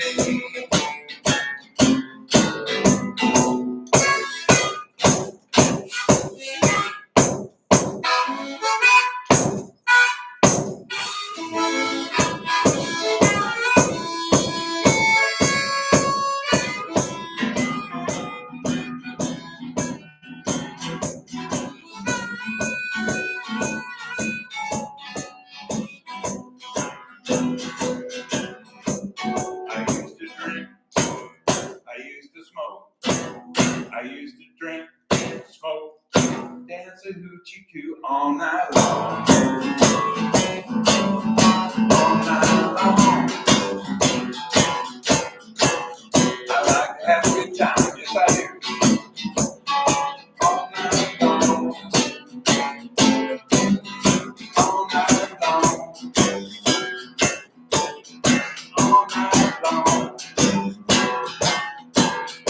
All night long.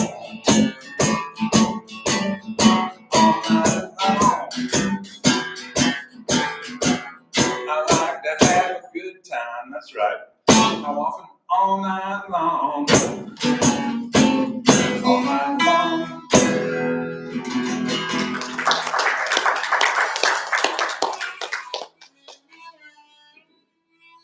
little song I wrote about a Nebraska town up north of here called Monterey. I don't know if you've ever been there. If you ever float down the Niobrara River, it's right there. It's the place they usually stop and you can get hot dogs. Been there? Monterey? Been on the Niobrara? Yeah. All right. It's beautiful. Beautiful up there. It's like, this is Nebraska. You get a chance, it's always worth going up to Monterey. So anyway, this one goes a little like this. Oh, baby, be the man you love for me.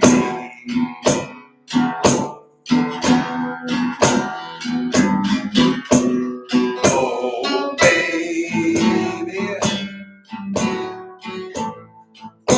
the man you love for me. This way, don't leave him this way. 'Cause I'm leaving in the morning, going north on the way.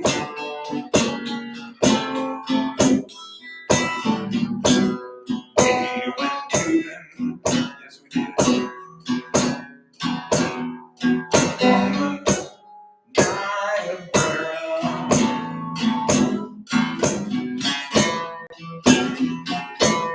We went tubing, that's when you take the energy from a tractor, float down the river. On the Niobrara.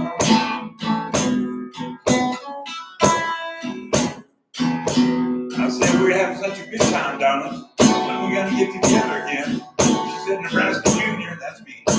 I don't wanna see you again. Never. Never ever. Make me mad. Yes, it did.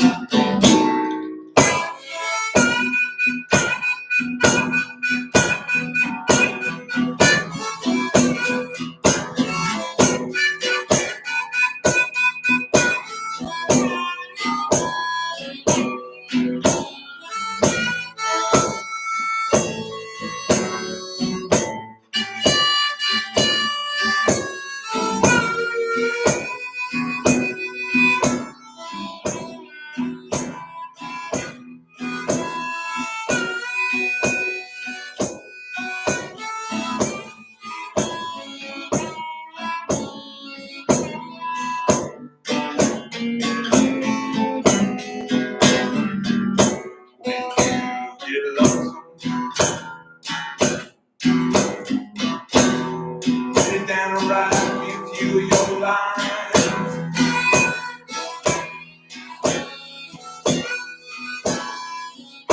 When you get lonesome, sitting down and write to me. I'm talking about putting a pen to the paper. Send it, Nebraska Junior, general delivery, to that town they call Monterey, 68546. Oh, babe, don't leave the man you love for me.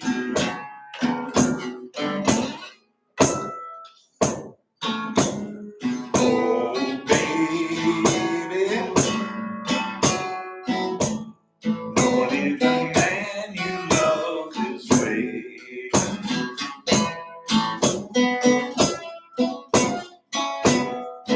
Because I'm leaving in the morning, I'm heading north to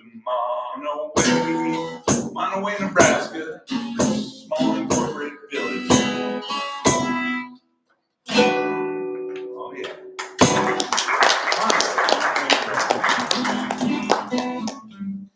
Let's say after I've heard my list, because I know so many songs that I can never remember what to do next. Did that one. I did that one. Let's see. Need to get the right harmonica. How's my time doing? Excellent. Another one? Sure, yeah, I got time. All right. I can go on for 4 hours. I'm not saying it's all They'll different. kick us out at 6. So. I'm not saying it's all different. I'm just saying I can go on for 4 hours.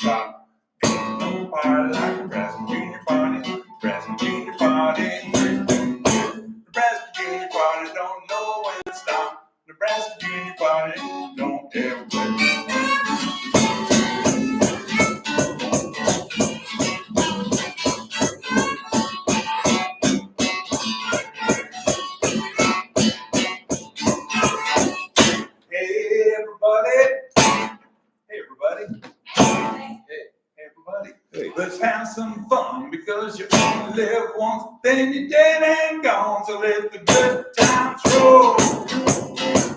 Let the good times roll. It don't matter if you're young or you're old. Get together, let the good times roll. Well, don't sit there mumbling, talking trash.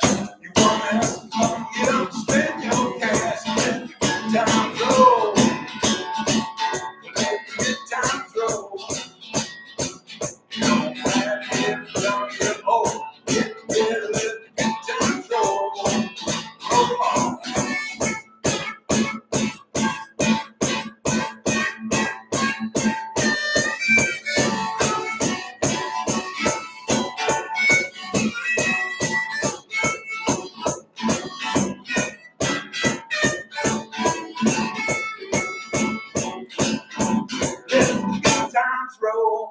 Let the good times roll. Let the good times roll. Let the good times roll. Let the good times roll. Let the good times roll. It don't matter if you're young or you're old.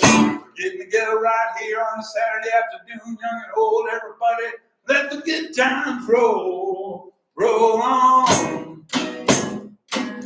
Gonna roll right on. The Gear Branch Public Library.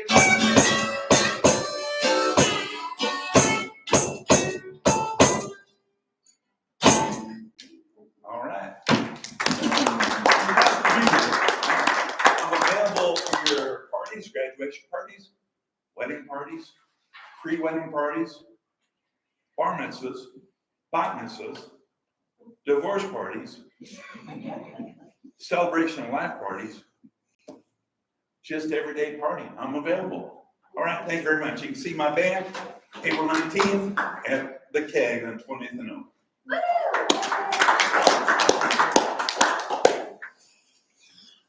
All right. So with the idea of hope, the start of it is the goals thinking part. The goals thinking, pathways thinking. The goals thinking part, what they say about that is that you have meaningful goals, that you're able to envision goals that matter to you. And I kind of was like, all right, well, where do you get those from? That was kind of there's many ways to get to that. Strength Finder, I think, is one way. Like if you have any strengths that really speak to you, claim them as like your core value. If you don't feel like it's touched everything that's important to you, maybe like put some values into your own words. Like, you know, what do you commit to for your value? And then there's other ways that you might come about getting to your core values. And Larry Sternberg from Talent Plus, we've talked about the organization that did the research that I've been talking about all day. The company that he was with was one of the co-founders of that mentoring program long ago was a part of its founding. And I'm extremely appreciative of Talent Plus. And when I started getting these ideas of community building back in 2011, they helped turn it into reality. Thank you for being here, Larry. And you can have us arrange as you wish, whatever comes to mind for what you'd like to do with us. Here we are. The first thing that comes to mind is I know some of you plan on being here. I just want to give you some grace. It's Saturday night. If you need to move on, because it's not going to be any today. You are welcome to do so. So, move on at any time. You can stay where you are.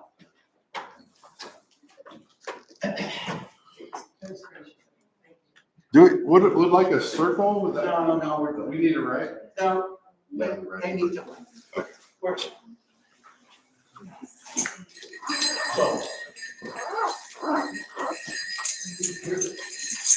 Go ahead. Yeah,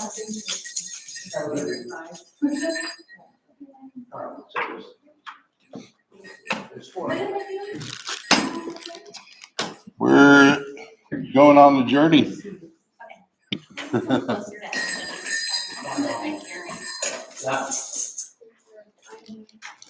Great to see you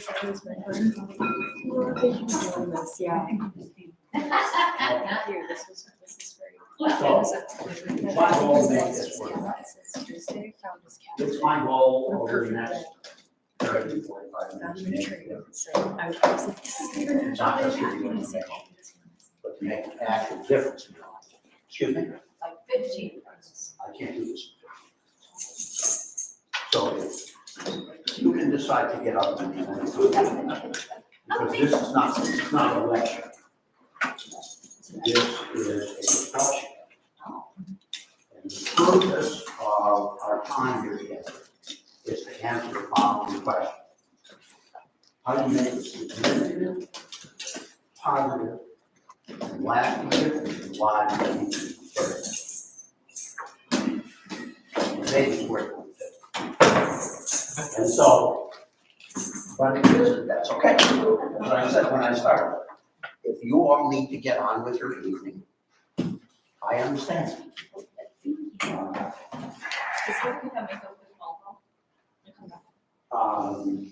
You're gonna miss it. This is not a lecture. Okay. So it's not a meeting. I'm sorry. Obviously, if you need to make a call, you need to make a call, but this is not a lecture where you can pop in and out. Okay. So, as a matter of fact, one of the things I ask people while we're gonna go through this is to not look at your phone. Because there will be a little downtime for some people. Because we're gonna go through an activity, and some people will get through some of it faster than others. And so some people are gonna have some downtime, and in modern times, every time we have 2 minutes, we whip out our phone and look at it. There's a heavy element of mindfulness in this. You have a good evening, okay? There's a heavy element of mindfulness in this. And it sort of breaks it up for the group if somebody's looking at their phone. So I want you to just hold some of the thoughts you're going to have here. So the question is, how do you make a significant, positive, lasting difference in the lives of the people you care about? And by the time we're done, we're gonna answer the question. Not because I gave the answer, but because you gave the answer. So here's what I want you to do. You've got this oval here, and the title of this is Life's Board of Directors. I did not create this exercise. I want to take credit for it. But I've been doing this for over 30 years with people all over the world. So it's a powerful exercise, and that's why I want to take credit for it. I don't know who created it. This is a board table looking down from the ceiling. It's oval. And you are the chairman of the Life Board of Directors, so I want you to write me at the top of that board table. And then what I want you to do is think about the people in your life. The people who have made a significant, positive, and lasting difference in your life. The people who helped you become who you are when you are your best self. And I want you to write their names or initials around the outside of the board table. We're gonna write inside that board table a little bit later, but just write them on the outside of the board table. I will mention that it's probably not helpful to copy off someone else's piece of paper for this exercise.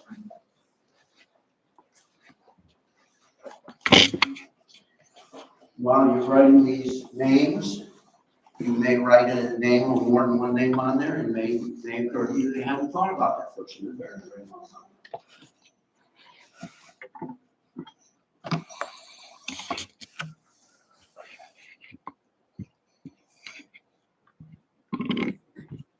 When I do this, and there's a lot of people in the room, they often glance at each other's paper and notice that the person over here has a very different number of names around the table than you do. It's irrelevant. There is no number of people who fit that category. There is no better number of people. It is the number it is. The people who made a significant, positive, and lasting difference in your life.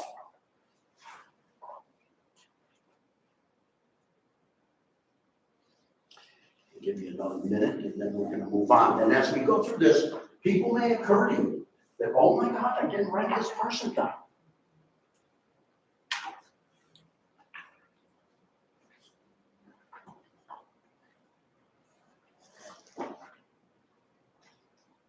Did you say both positive and negative?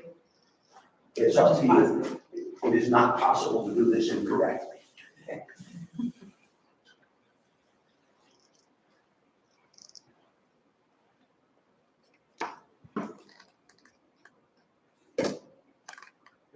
Is there a message, that sign that says tax help, and you run directly into the wall? Is that a message? Okay. So we're going to move on. As I said, you can add names. What I want you to do is for each person, think about what is it they did? How did they treat me? Why did they make such a big difference in my life? What did they do? And for each person, write 2 or 3 words or phrases that says what it is they did to make such a big difference in your life. On the table? No, around the outside. Thank you.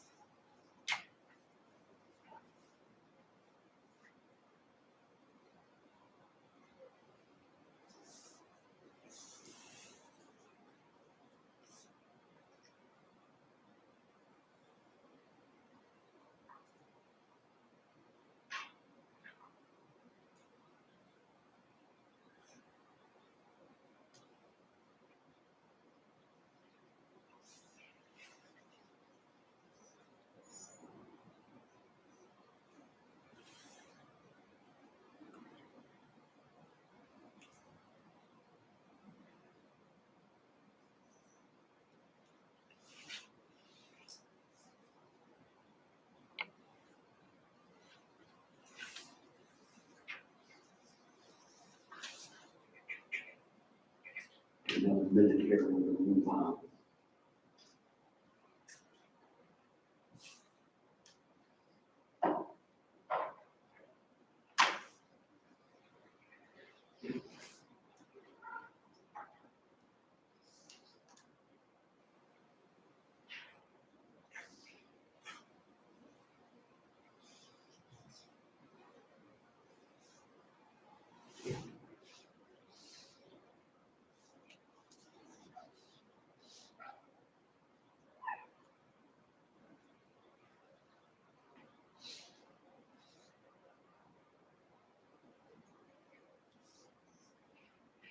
Okay. Now,